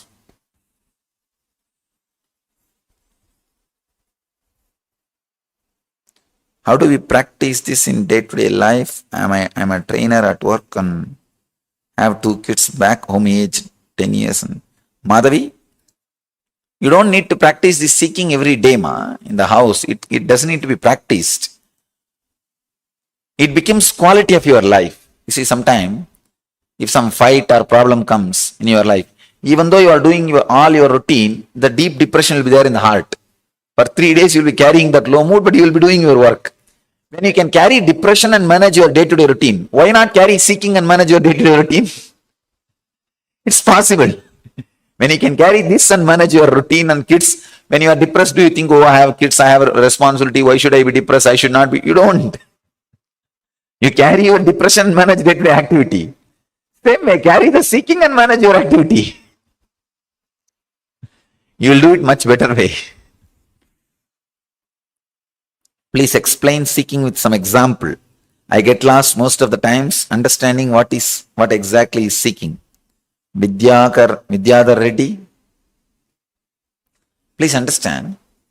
Ramakrishna says very beautifully how a miser yearns for money, a child yearns for mother, a lover yearns for beloved. Same way, yearning to experience fulfillment inside you. You see, there is a deep emptiness inside you, vacuum. Whatever you may be doing, you have a deep vacuum, emptiness. But always you think, no, in 1 year it will become all right. In 6 months it will become all right. If I do that, it will become all right. If I do this, it will become all right. You go on postponing, thinking that if something happens in the outer world, that vacuum will disappear, that emptiness will disappear. Understanding nothing of the outer world is going to make that emptiness disappear. You have to seek, work and fill it. Only then it is going to disappear. Only then. That's what I call seeking. Understanding that emptiness will disappear only when you seek, find out and fulfill. Not through anything else. You see, house is useful to rest. Cart is useful to sleep. Car is useful to drive. But all these things put together cannot give you fulfillment in the inside. But you always have an illusion, all these things put together will give fulfillment inside me. No. You are expecting something from the things which those things can't give you. You are expecting it's like you are expecting mango fruit from coconut tree. Or you are expecting coconut from jackfruit tree. So, you are expecting fulfillment from the outer world. It's nothing but expecting mango fruit from coconut tree. You are expecting a totally different quality material from a different tree. It's not possible. So seeking means you have to find out, you have to solve that emptiness or vacuumness by looking inside, not through anything else. Not through the unconscious restlessness. How can we be more receptive? Vidarka. Again, just Ramesh, I have another one question. I'll answer this question, you will understand this. Donna, wonderful. Her letter, she says she's doing the Life Bliss Engineering, this 3 months workshop. Last night I asked you for perfect vision at Darshan, Swamiji. In less than an hour, I found myself reading my notebook. I then realized my glasses are on top of my head. My vision gets better every moment. From this point onwards, I see the world through the grace of love. Grace and love of the Master. Deep gratitude. Love you. Actually, when you hugged me yesterday in the energy session, I saw such a deep vidarkama. Practically, Your subtle body was coming out of your body to hug me. It was such a strong vidarka. I know for sure you will be healed. When you carry that vidarka, I know for sure you will be healed. That's why I said it will become all right from now. Do you remember the word? After the very word now, I think you are in ecstasy. You are not able to catch my words. You just caught only the idea which I was saying. Ramesh, it's you can't build this. Who put this question, Ramesh? You can't build vidarka. You only can be open. You can only avoid kudarka. Do one thing, avoid kudarka. Avoid constantly judging or criticizing or questioning. Just avoid that for these 2 days. That's all. Nothing else is required. The vidarka will just start growing in you. Vidarka, you can't make it grow. You only can create a situation where it can grow. Grass grows by itself. You can't quicken the process. But you can make the ambience. You can create the ambience where it can grow. You remove the weeds, grass will grow. Just the kudarka means, let me tell you an example from my life. The young age, I used to play with one Ganesha statue. Have you read my biography? Did you? No. All right, I'll describe the incident. But for many people, it will be old. Again and again, you would have heard. Don't feel bored. Sometime I need to repeat the incidences for newcomers. I used to play with a small Ganesha statue. Every day morning, whatever I do, I'll do to that Ganesha also. I used to think that he's really there, alive, small boy. So if I brush, I'll put the same tooth powder and that stick and brush his teeth also. Noon time, if I eat, I'll bring the same food and sit in front of him and try to tell him, I eat. And I'll eat that food. And if I lie down, I'll put him near my bed and put small blanket for him also. And if I feel hot, I'll fan not only for him, for me, for him also. Practically like I used to live with him. One day I went to the temple, one preacher, he was talking about one saint who gave food to Ganesha and the Ganesha ate. It's a story of Nambiyandar Nambi, one enlightened saint from central Tamil Nadu, near a place called Chidambaram. You might have heard of that Chidambaram place and the Nambiyandar Nambi. The story says that Nambiyandar Nambi, his father was a priest in a temple. Every day the father will go and do puja. One day the father fell sick and he told the son to go and do the puja. Son did puja and kept the nevedyam, offering, and told Ganesha to eat, and Ganesha did not eat, and this guy was feeling, oh, I did some mistake, that's why you are not eating. He started crying. Even then Ganesha did not eat. Then he started hitting his head on the stone step, said that if you don't eat, my father will fire me. If you don't eat, I am not going to go back, I will die here itself. Then Ganesha appeared and ate the food. That's the story. When I heard the story, something clicked in me.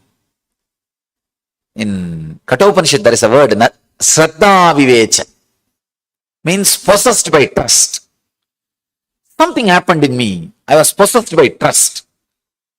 I felt, when Nambiyandar Nambi can feed Ganesha, why not me? My Ganesha is not eating. So this is logic. When he can feed, why not me? Is logic. Is darka. When I came back, I decided I should make my Ganesha eat. But unfortunately, my grandmother always used to threaten the kids, if they don't eat, she will threaten them to, she will drop them into the well. The house well. My house is a joint family, lot of kids. And the grandmother's responsibility is feeding all the kids. If some kids don't eat, in the house, the villages, they will have a well, common well. She will take the child and show, hey, I'll throw you in the well if you don't eat. So this is what I have seen. So I thought I should also try the same technique on Ganesha. I took my Ganesha and said, hey, eat. Otherwise I'll throw you in the well. But he is not budging. Then I thought I'll threaten him more strongly. I put him in the small bucket through which you take the water from the well. If you are from a village, You can understand the scene I am describing. Because nowadays in cities, no bucket or anything. It's all bore wells. Open well. You are from village? Then you can understand the scene, what I am describing. You are from Indian village. Each house will have a big well. Center of the house or the backyard of the house. And they will have a bucket and a rope through which they will fetch the water from the well. So I put that Ganesha into that bucket and dropped that bucket into the water, and almost near the water level, I'll shout from above, "Hey, eat the food, otherwise I'll drop you in the well." I thought he may not be able to hear my sound. I brought that funnel through which they pour the kerosene. I'll keep the funnel in my mouth and shout. Loudspeaker. "Hey Ganesha, eat. And then I realized I have not kept the food. He might have changed his mind after touching the water level. So I kept the food and again dropped him inside. Started shouting, "Eat, otherwise I'll drop you in the well." But of course, he did not eat. But I did not have that much of hatred or courage to drop him in the well. I wanted to blackmail him, but I don't want to drop him. So I took him out. 2-3 days, the same drama happened. Then I had a doubt. Maybe he did not like the food, my mother's cooking. So I thought I'll go to the temple. And I was really thinking, in the temple all the deities eat. So I thought I'll bring the same diet and feed him. I went to the temple, and in the temple I used to volunteer. So the temple cook, the main temple cook, is my close friend, because as a young boy we used to go and wash the vessels and do all things. He gave the food, which is usually given to the deities. I brought that food and told, "Hey, your same diet has come. You can't say now you don't like the food, eat." So again he did not eat. One day, the evening, suddenly I realized, I was contemplating why he is not eating. I realized, hey, the Nambiyandar Nambi, he did not torture Ganesha. When Ganesha did not eat, he tortured himself. But in my case, I am torturing Ganesha. So I realized that like a click, it happened in me. Like a realization, it happened in me. I decided, yes, right. He did not torture Ganesha. But in my case, I am torturing Ganesha. I am not torturing me. I am not doing tapas. In Sanskrit, there's 2 words, tava and ava. Tapa means burning you. Apa means burning opposite person. I am not doing tapas, I am doing apas. The apa means I am doing something opposite. I am supposed to change me, but I am trying to change Ganesha by torturing him. Then I decided I will not eat till Ganesha eats. I was a small boy. But strong will.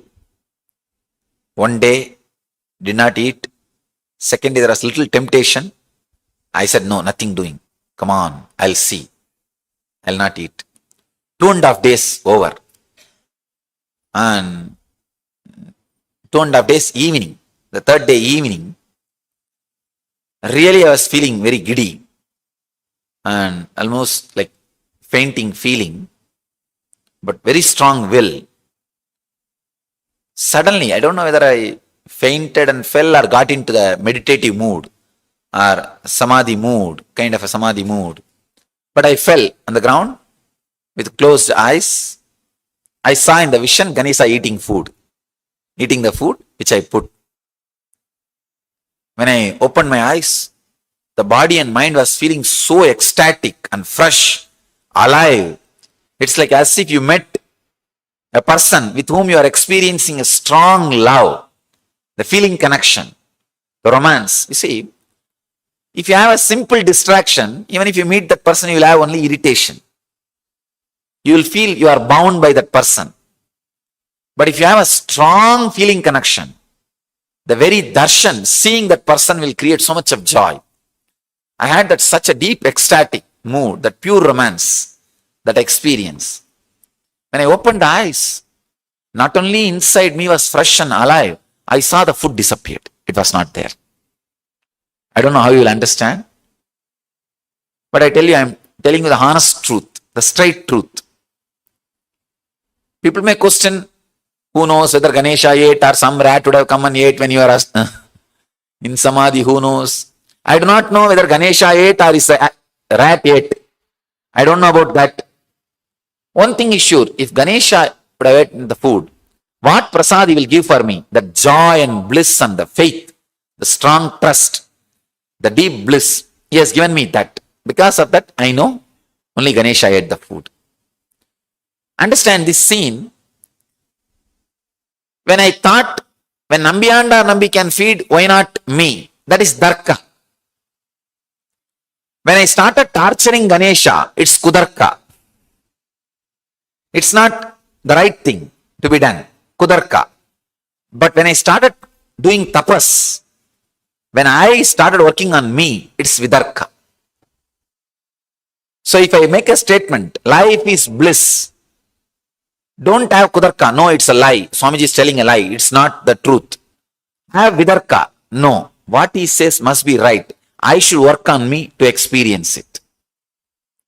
So working on you is Vidarka. You can't create Vidarka, but you can create the ambience for Vidarka. Stop mothering Kudarka and start working on you. You will experience Vidarka. So if you torture Ganesha, you try to put him in the well, it is Kudarka. Same thing. Many times people try to put my image into the well. Actually, you can't put me in the well. Even I can't put Ganesha into the well. I can put only Ganesha's image into the well. What I think as Ganesha, I can put it in the well. I can't put Ganesha into the well. Many times people try to put what they think of me into the well. But they don't understand. They can't put me in the well. Many times, these guys try to abuse me. If they can't connect, they try to abuse me. And I say, all right, forget about it. They miss it. They miss it. And I don't have a problem. It's like a Kudarka. The image which they have about me, they try to put that into the well.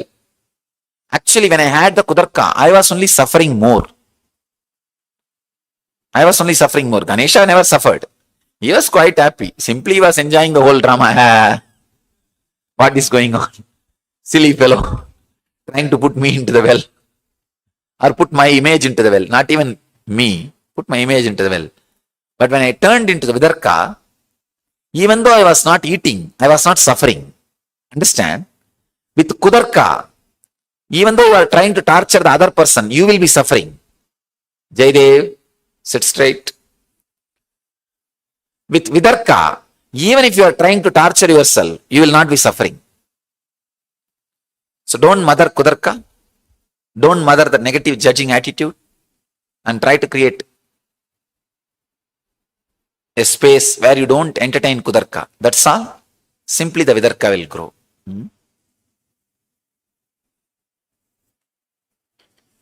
With Vidarka, you will have a strong energy experience.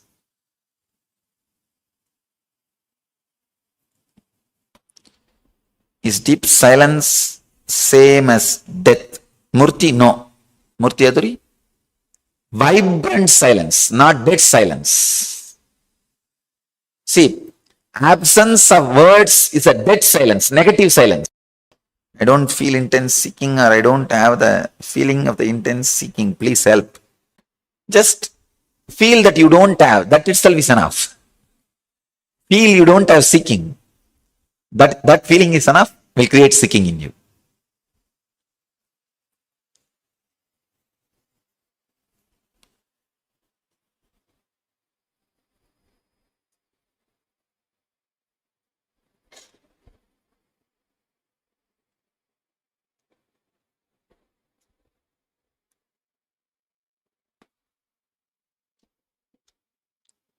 The whole program is going to be based on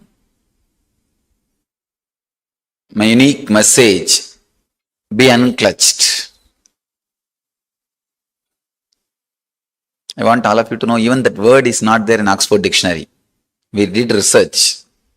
It's only Oxford Dictionary uses only the word disclutching, not unclutching. So each master gives a Mahavagya. Like Aham Brahmasmi, Tattvamasi, Prajnanam Brahma, These are the great Mahavagyas. Mahavagya means the word by using which you will go beyond words is Mahavagya.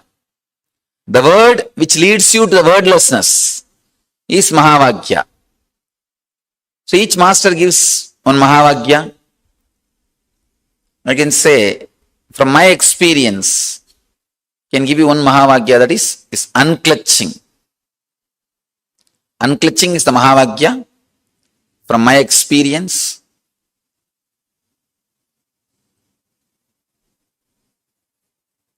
I'll explain the science in a very simple way, not in a complicated, a very simple way. Maybe in the next 2 days, when you practice deeper and deeper, you will have the experience of it. More than a technical knowledge, experience will be much better. I'll try to give you the minimum amount of technical knowledge, which is bare minimum necessity. Only that much, not more words, because the aim is you are supposed to go beyond words. See, unclutching is nothing but whenever any thought arises, without giving life to it. See, even if you fight with the thought, you are giving life to it. Without giving life to it, without giving meaning to it, just go back to the source from where it is coming. Please understand. Without giving meaning to it, life to it, attention to it, just go back from where it is coming. Relax from the source. For example, if you close your eyes and sit, naturally some thought will come. When a thought arises, don't give life to it. Just say, unclutch. I am not going to support you. I am not going to mother you. I am not unclutching.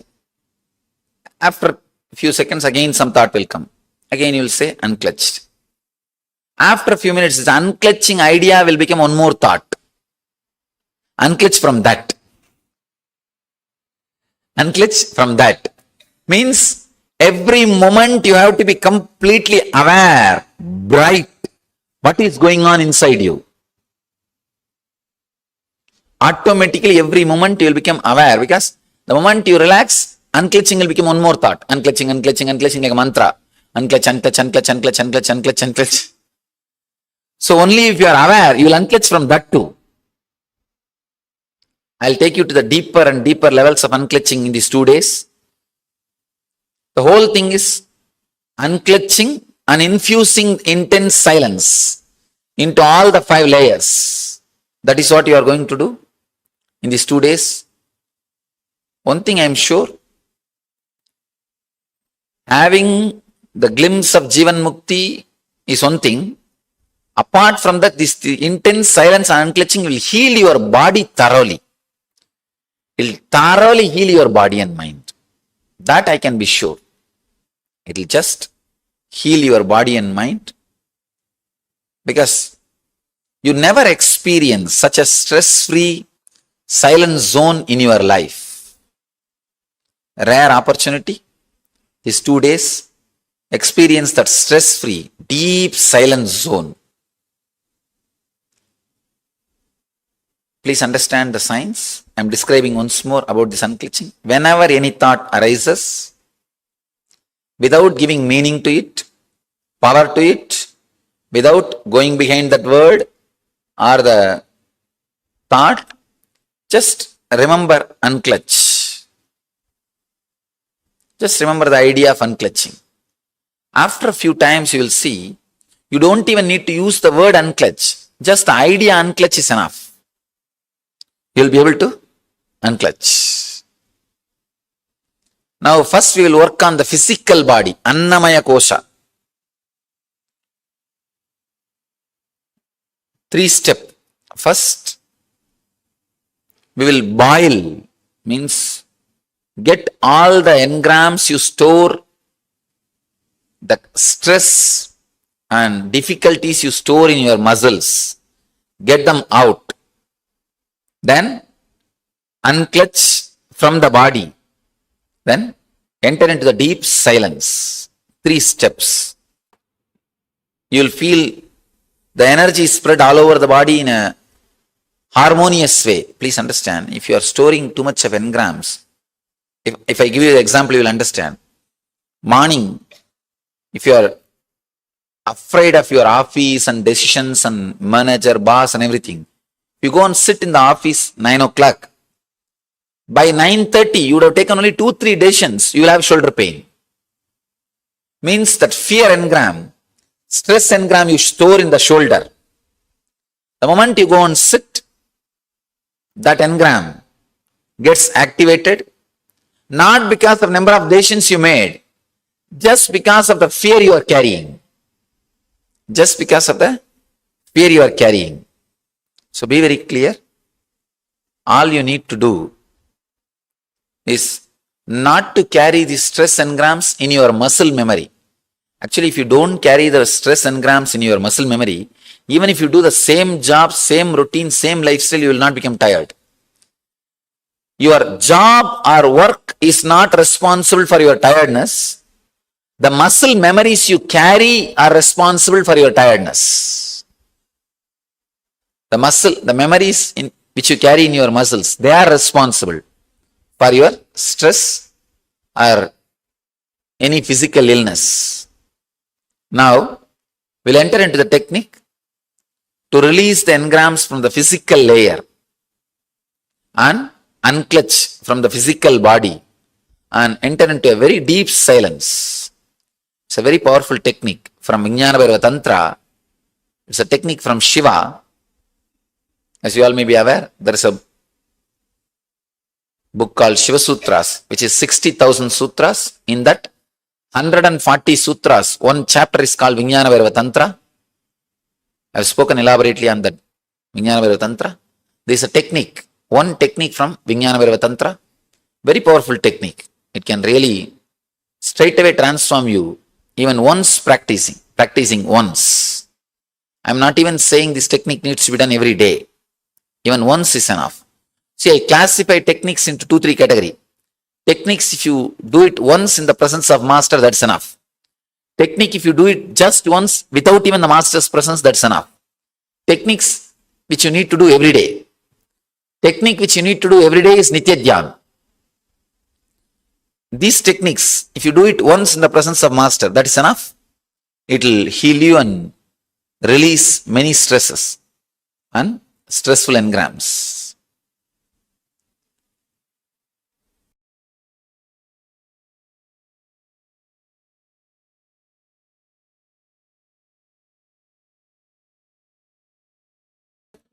Now let us start the process. Annamaya Kosha, first layer, means the physical layer with which you are living, the bone, flesh structure. So this is made out of samskaras which you bring from so many janmas, so many births.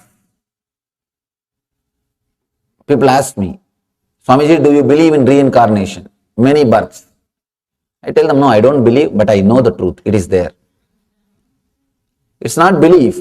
Simply it's truth. You are reborn till you are enlightened. Till you achieve enlightenment, you take birth. Rarely after enlightenment, people take conscious birth. It is called avatara, incarnation. All unconscious birth is regular birth and death. Rarely, some people after enlightenment take birth. It is called incarnation or avatara. Anyhow, now all you need to understand, whether you believe it or not, truth is that we do have rebirth and we bring our karmas, samskaras, unfulfilled. Understand?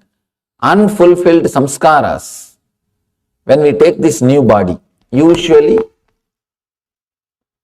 when you take a big jump, means that when you shift the bodies in which you live,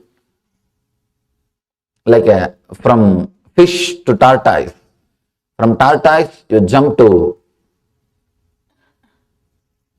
the pig. That is the way the incarnations are described. Traditionally, the Vishnu's incarnations, avataras. First, fish. See, when you live in the fish body, whatever you see and whatever you hear gets recorded. Now you know about more possibility, more samskaras. Like when a fish sees an animal which is staying in the water and in the land, tortoise, and it decides, let me take up this kind of a body next time. And when it leaves the old body, now it has got all samskaras. The higher possibilities are recorded in it. So it decides to create a tortoise body for itself. Now it sees a much better animal on the land. Of course, even though it may see human beings, it can't take such big jump. Whatever samskaras it collected during the tortoise body, it gathers the whole thing, and when it wants to have a next body, it decides much better choice. That is why we always tell, even seeing an enlightened master is a blessing. Because next time when you design your body, you will decide to be that kind of a being. The possibility is already known to you. In 6 billion people, how many you think knows the possibility of enlightenment? The higher level of being, higher kind of existence is possible. That is why we say in Vedic tradition, darshana, seeing itself is a great thing. Because in your, whatever you see, hear, enjoy, even if you are not completely aware, it will get recorded in you. That is why you can be hypnotized and the information can come out. See, even if you are not observed, when you travel in a road, the information will be recorded inside. You can be hypnotized and you will tell that information. Information can be taken out of you. So when you live in a tortoise body, you receive so much of information. You see, hear, you receive so much of information and samskaras about a better body. Then you, next choice, you take a better body. That is the way you take a jump. Next. That is the way you change your bodies. Now, when you take the human body, human sarira, manusha sarira, the last jump which you took, the last animal, that engrams samskaras also you bring. You bring animal samskaras, which you did not fulfill when you were in the animal body, when you were in the manusha sarira. You come with those samskaras also. One more thing, now when you give life to those samskaras, the energy which is connected to those samskaras will be given to you. Two things. All samskaras, engram, will have a certain power, energy. Certain energy and certain love or hatred. See, let me describe the engram very clearly so that you will understand what I am saying. Some engram to have a cup of coffee in the morning. Morning, you will have that energy to get up, go to the kitchen, pick up the coffee and drink. And the picture of coffee, the experience of coffee, this both together is called samskara. Now, we are trying to remove that picture and just give the energy to you. If you remove the samskara completely, you will lose energy and picture both. But when you work on Annamaya Kosha, samskara's energy will be there and the picture will disappear. Vasanas will be removed, but the Shakti, the power of the samskara will stay with you. Vasana means the object. Shakti is power of samskara. Removing vasana, but not the power of the samskara. It is called self-actualization. Understand? Self-realization can be achieved in two ways. Completely removing the samskara and energy, everything. You will have self-realization, path of renunciation. You can realize yourself by actualizing yourself also. That means having the energy, removing the vasana. Now, by working on the Anandamaya Kosha itself, you will be having the Shakti, but not the Vasana. You bring so much of samskaras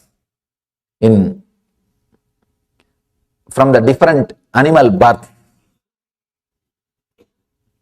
It's a very powerful method, process to relive and get all the things out.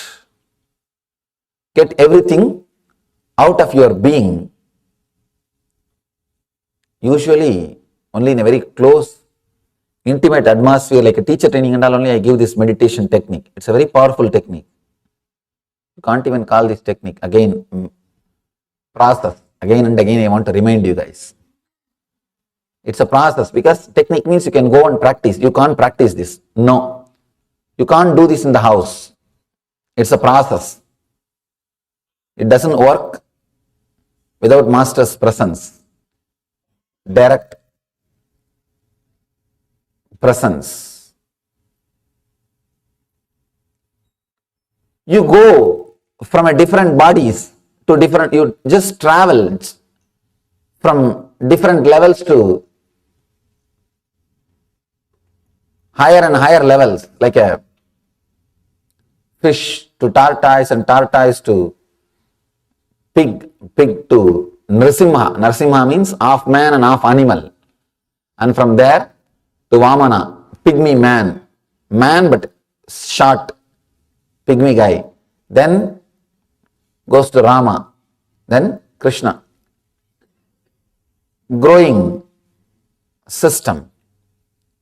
When you are in the human body, if you are fortunate enough to see a living master, enlightened master, and live around him, your unconscious will record, oh God, the better possibility to exist is there. Better possibility to live is true. And this, when you are supposed to take the next body, will be used as an information, data. You will create an enlightened body. That is why we say that even seeing, darshana, is such a great blessing. Such a great thing.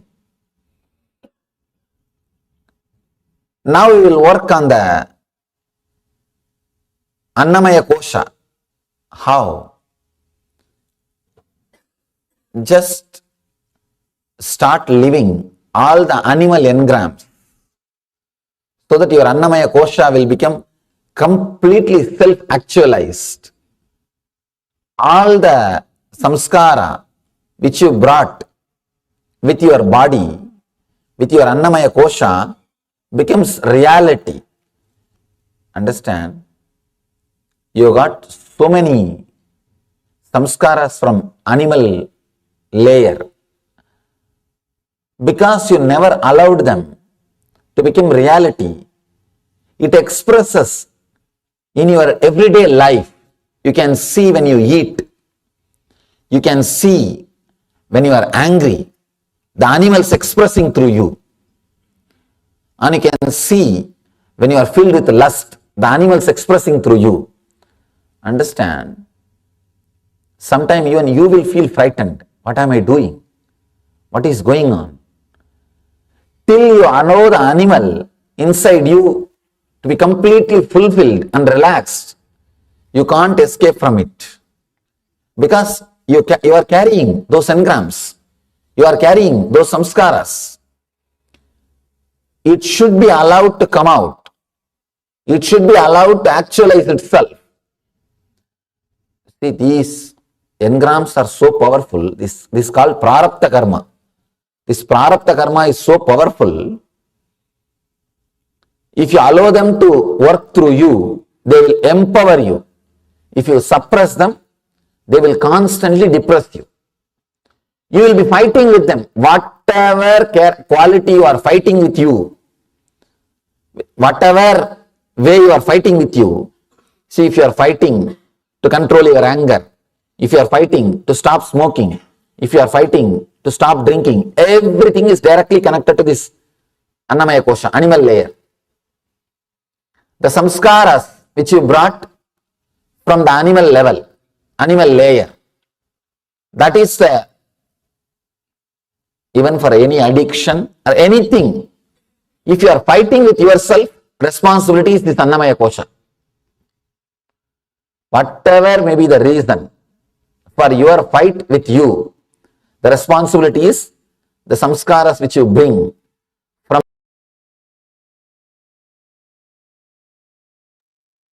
Yes, so whatever may be the reason, it is samskaras which you bring from the animal body.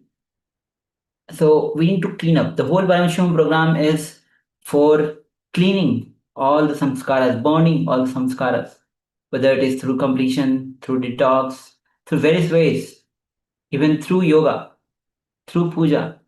Directly you enter into the surrender. When you are surrendering, automatically no samskaras will have effect on you. So every possible way, Swamiji is giving you a way out of the samskaras. So with this, we will be now entering into the power manifestation. Once again, power manifestation is your time to be in oneness with Paramashiva. Once you are in oneness, no samskaras, whether you have brought from many births or one birth or just one samskaras or very powerful samskaras. When you are in oneness, no samskaras can touch you. And the moment you grow oneness within you, oneness becomes more stronger in you and it stays with you. And slowly the samskaras lose power over you. So this is your time to be in oneness with Paramashiva. All right, so now let's move next to the next segment, which is once again the power manifestation. And the power for today is the power of third eye vision. Once again, we'll have an image ready for you and we'll display that image. But first, you will be closing your eyes, covering your eyes with a blindfold or a piece of cloth. Anything that is opaque in nature, such that you cannot see through the material itself. And through the connection to the divine, so by connecting deeply to Paramashiva, connecting deeply to Swamiji, you will be able to see or experience the power manifestation of third eye vision, seeing images blindfolded. So let's get ready, requesting everyone to gather your eye bands or piece of cloth and cover your eyes now.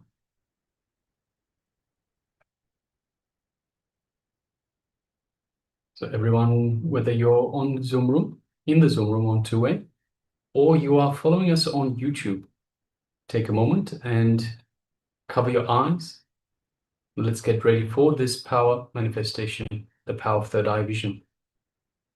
Let's sit comfortably with the head, neck, and spine in a straight line to facilitate the free movement of the Kundalini energy up and down the spine, to reach up from the Muladhara all the way through to the Sahasrara chakra and up to the third eye. Let us sit comfortably.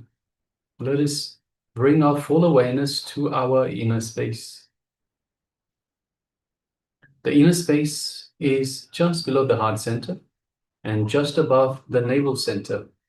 So just in that middle area in between the two. It is also known as the Ananda Gandha. It is the inner space that we have been initiated in by the Supreme Pontiff of Hinduism, by Swamiji, to connect to him, connect to the divine, and be in the space of oneness with the divine. So let us bring our full awareness to our Ananda Gandha, our inner space.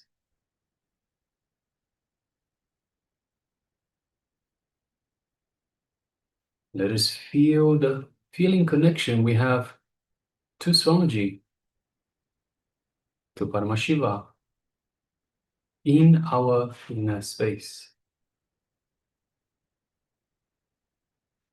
Feel the space of oneness with the powerful cognition that we are Paramashiva. There is no other. All there is energy and consciousness, cosmic intelligence, Paramashiva. And we are droplets in this ocean of superconsciousness. We are the ocean in a drop. We are the full consciousness of Paramashiva in miniature form. The macrocosm in the microcosm. So let us feel this deep connection to the ultimate divine.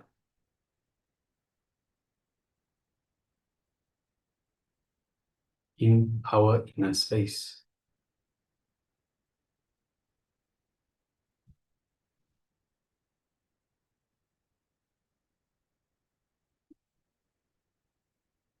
Now let us bring our awareness to the third eye while keeping to this space of oneness. Let us have our intention to manifest this power of the third eye and keep it in the third eye. Let us gently look through the third eye into Swamiji's third eye. Let's visualize Swamiji in our third eye. Let us gaze through our third eye into Swamiji's third eye. Feeling this connection, energetic connection from the Master's third eye to our third eye. As Swamiji is awakening and energizing our third eye.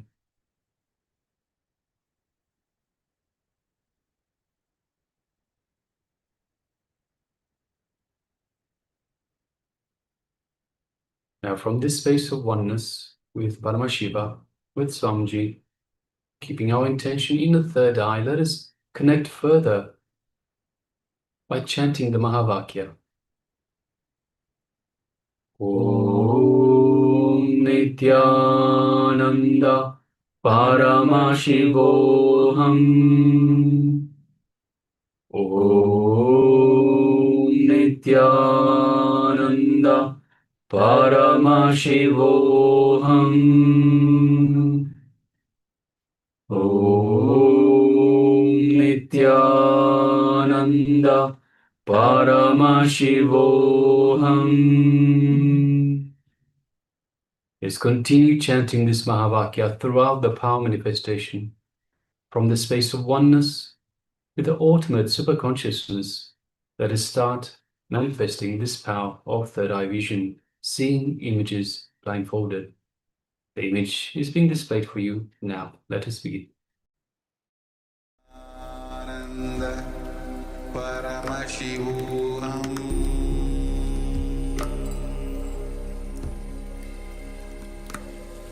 Om Nithyananda Paramashivoham.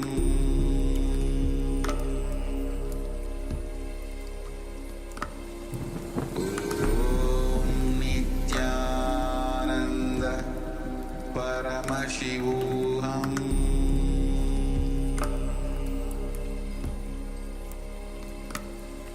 Om Nithyananda Paramashivoham.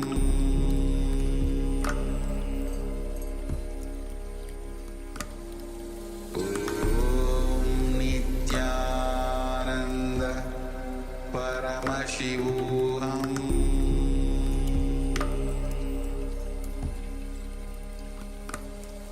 Om Nithyananda Paramashivoham.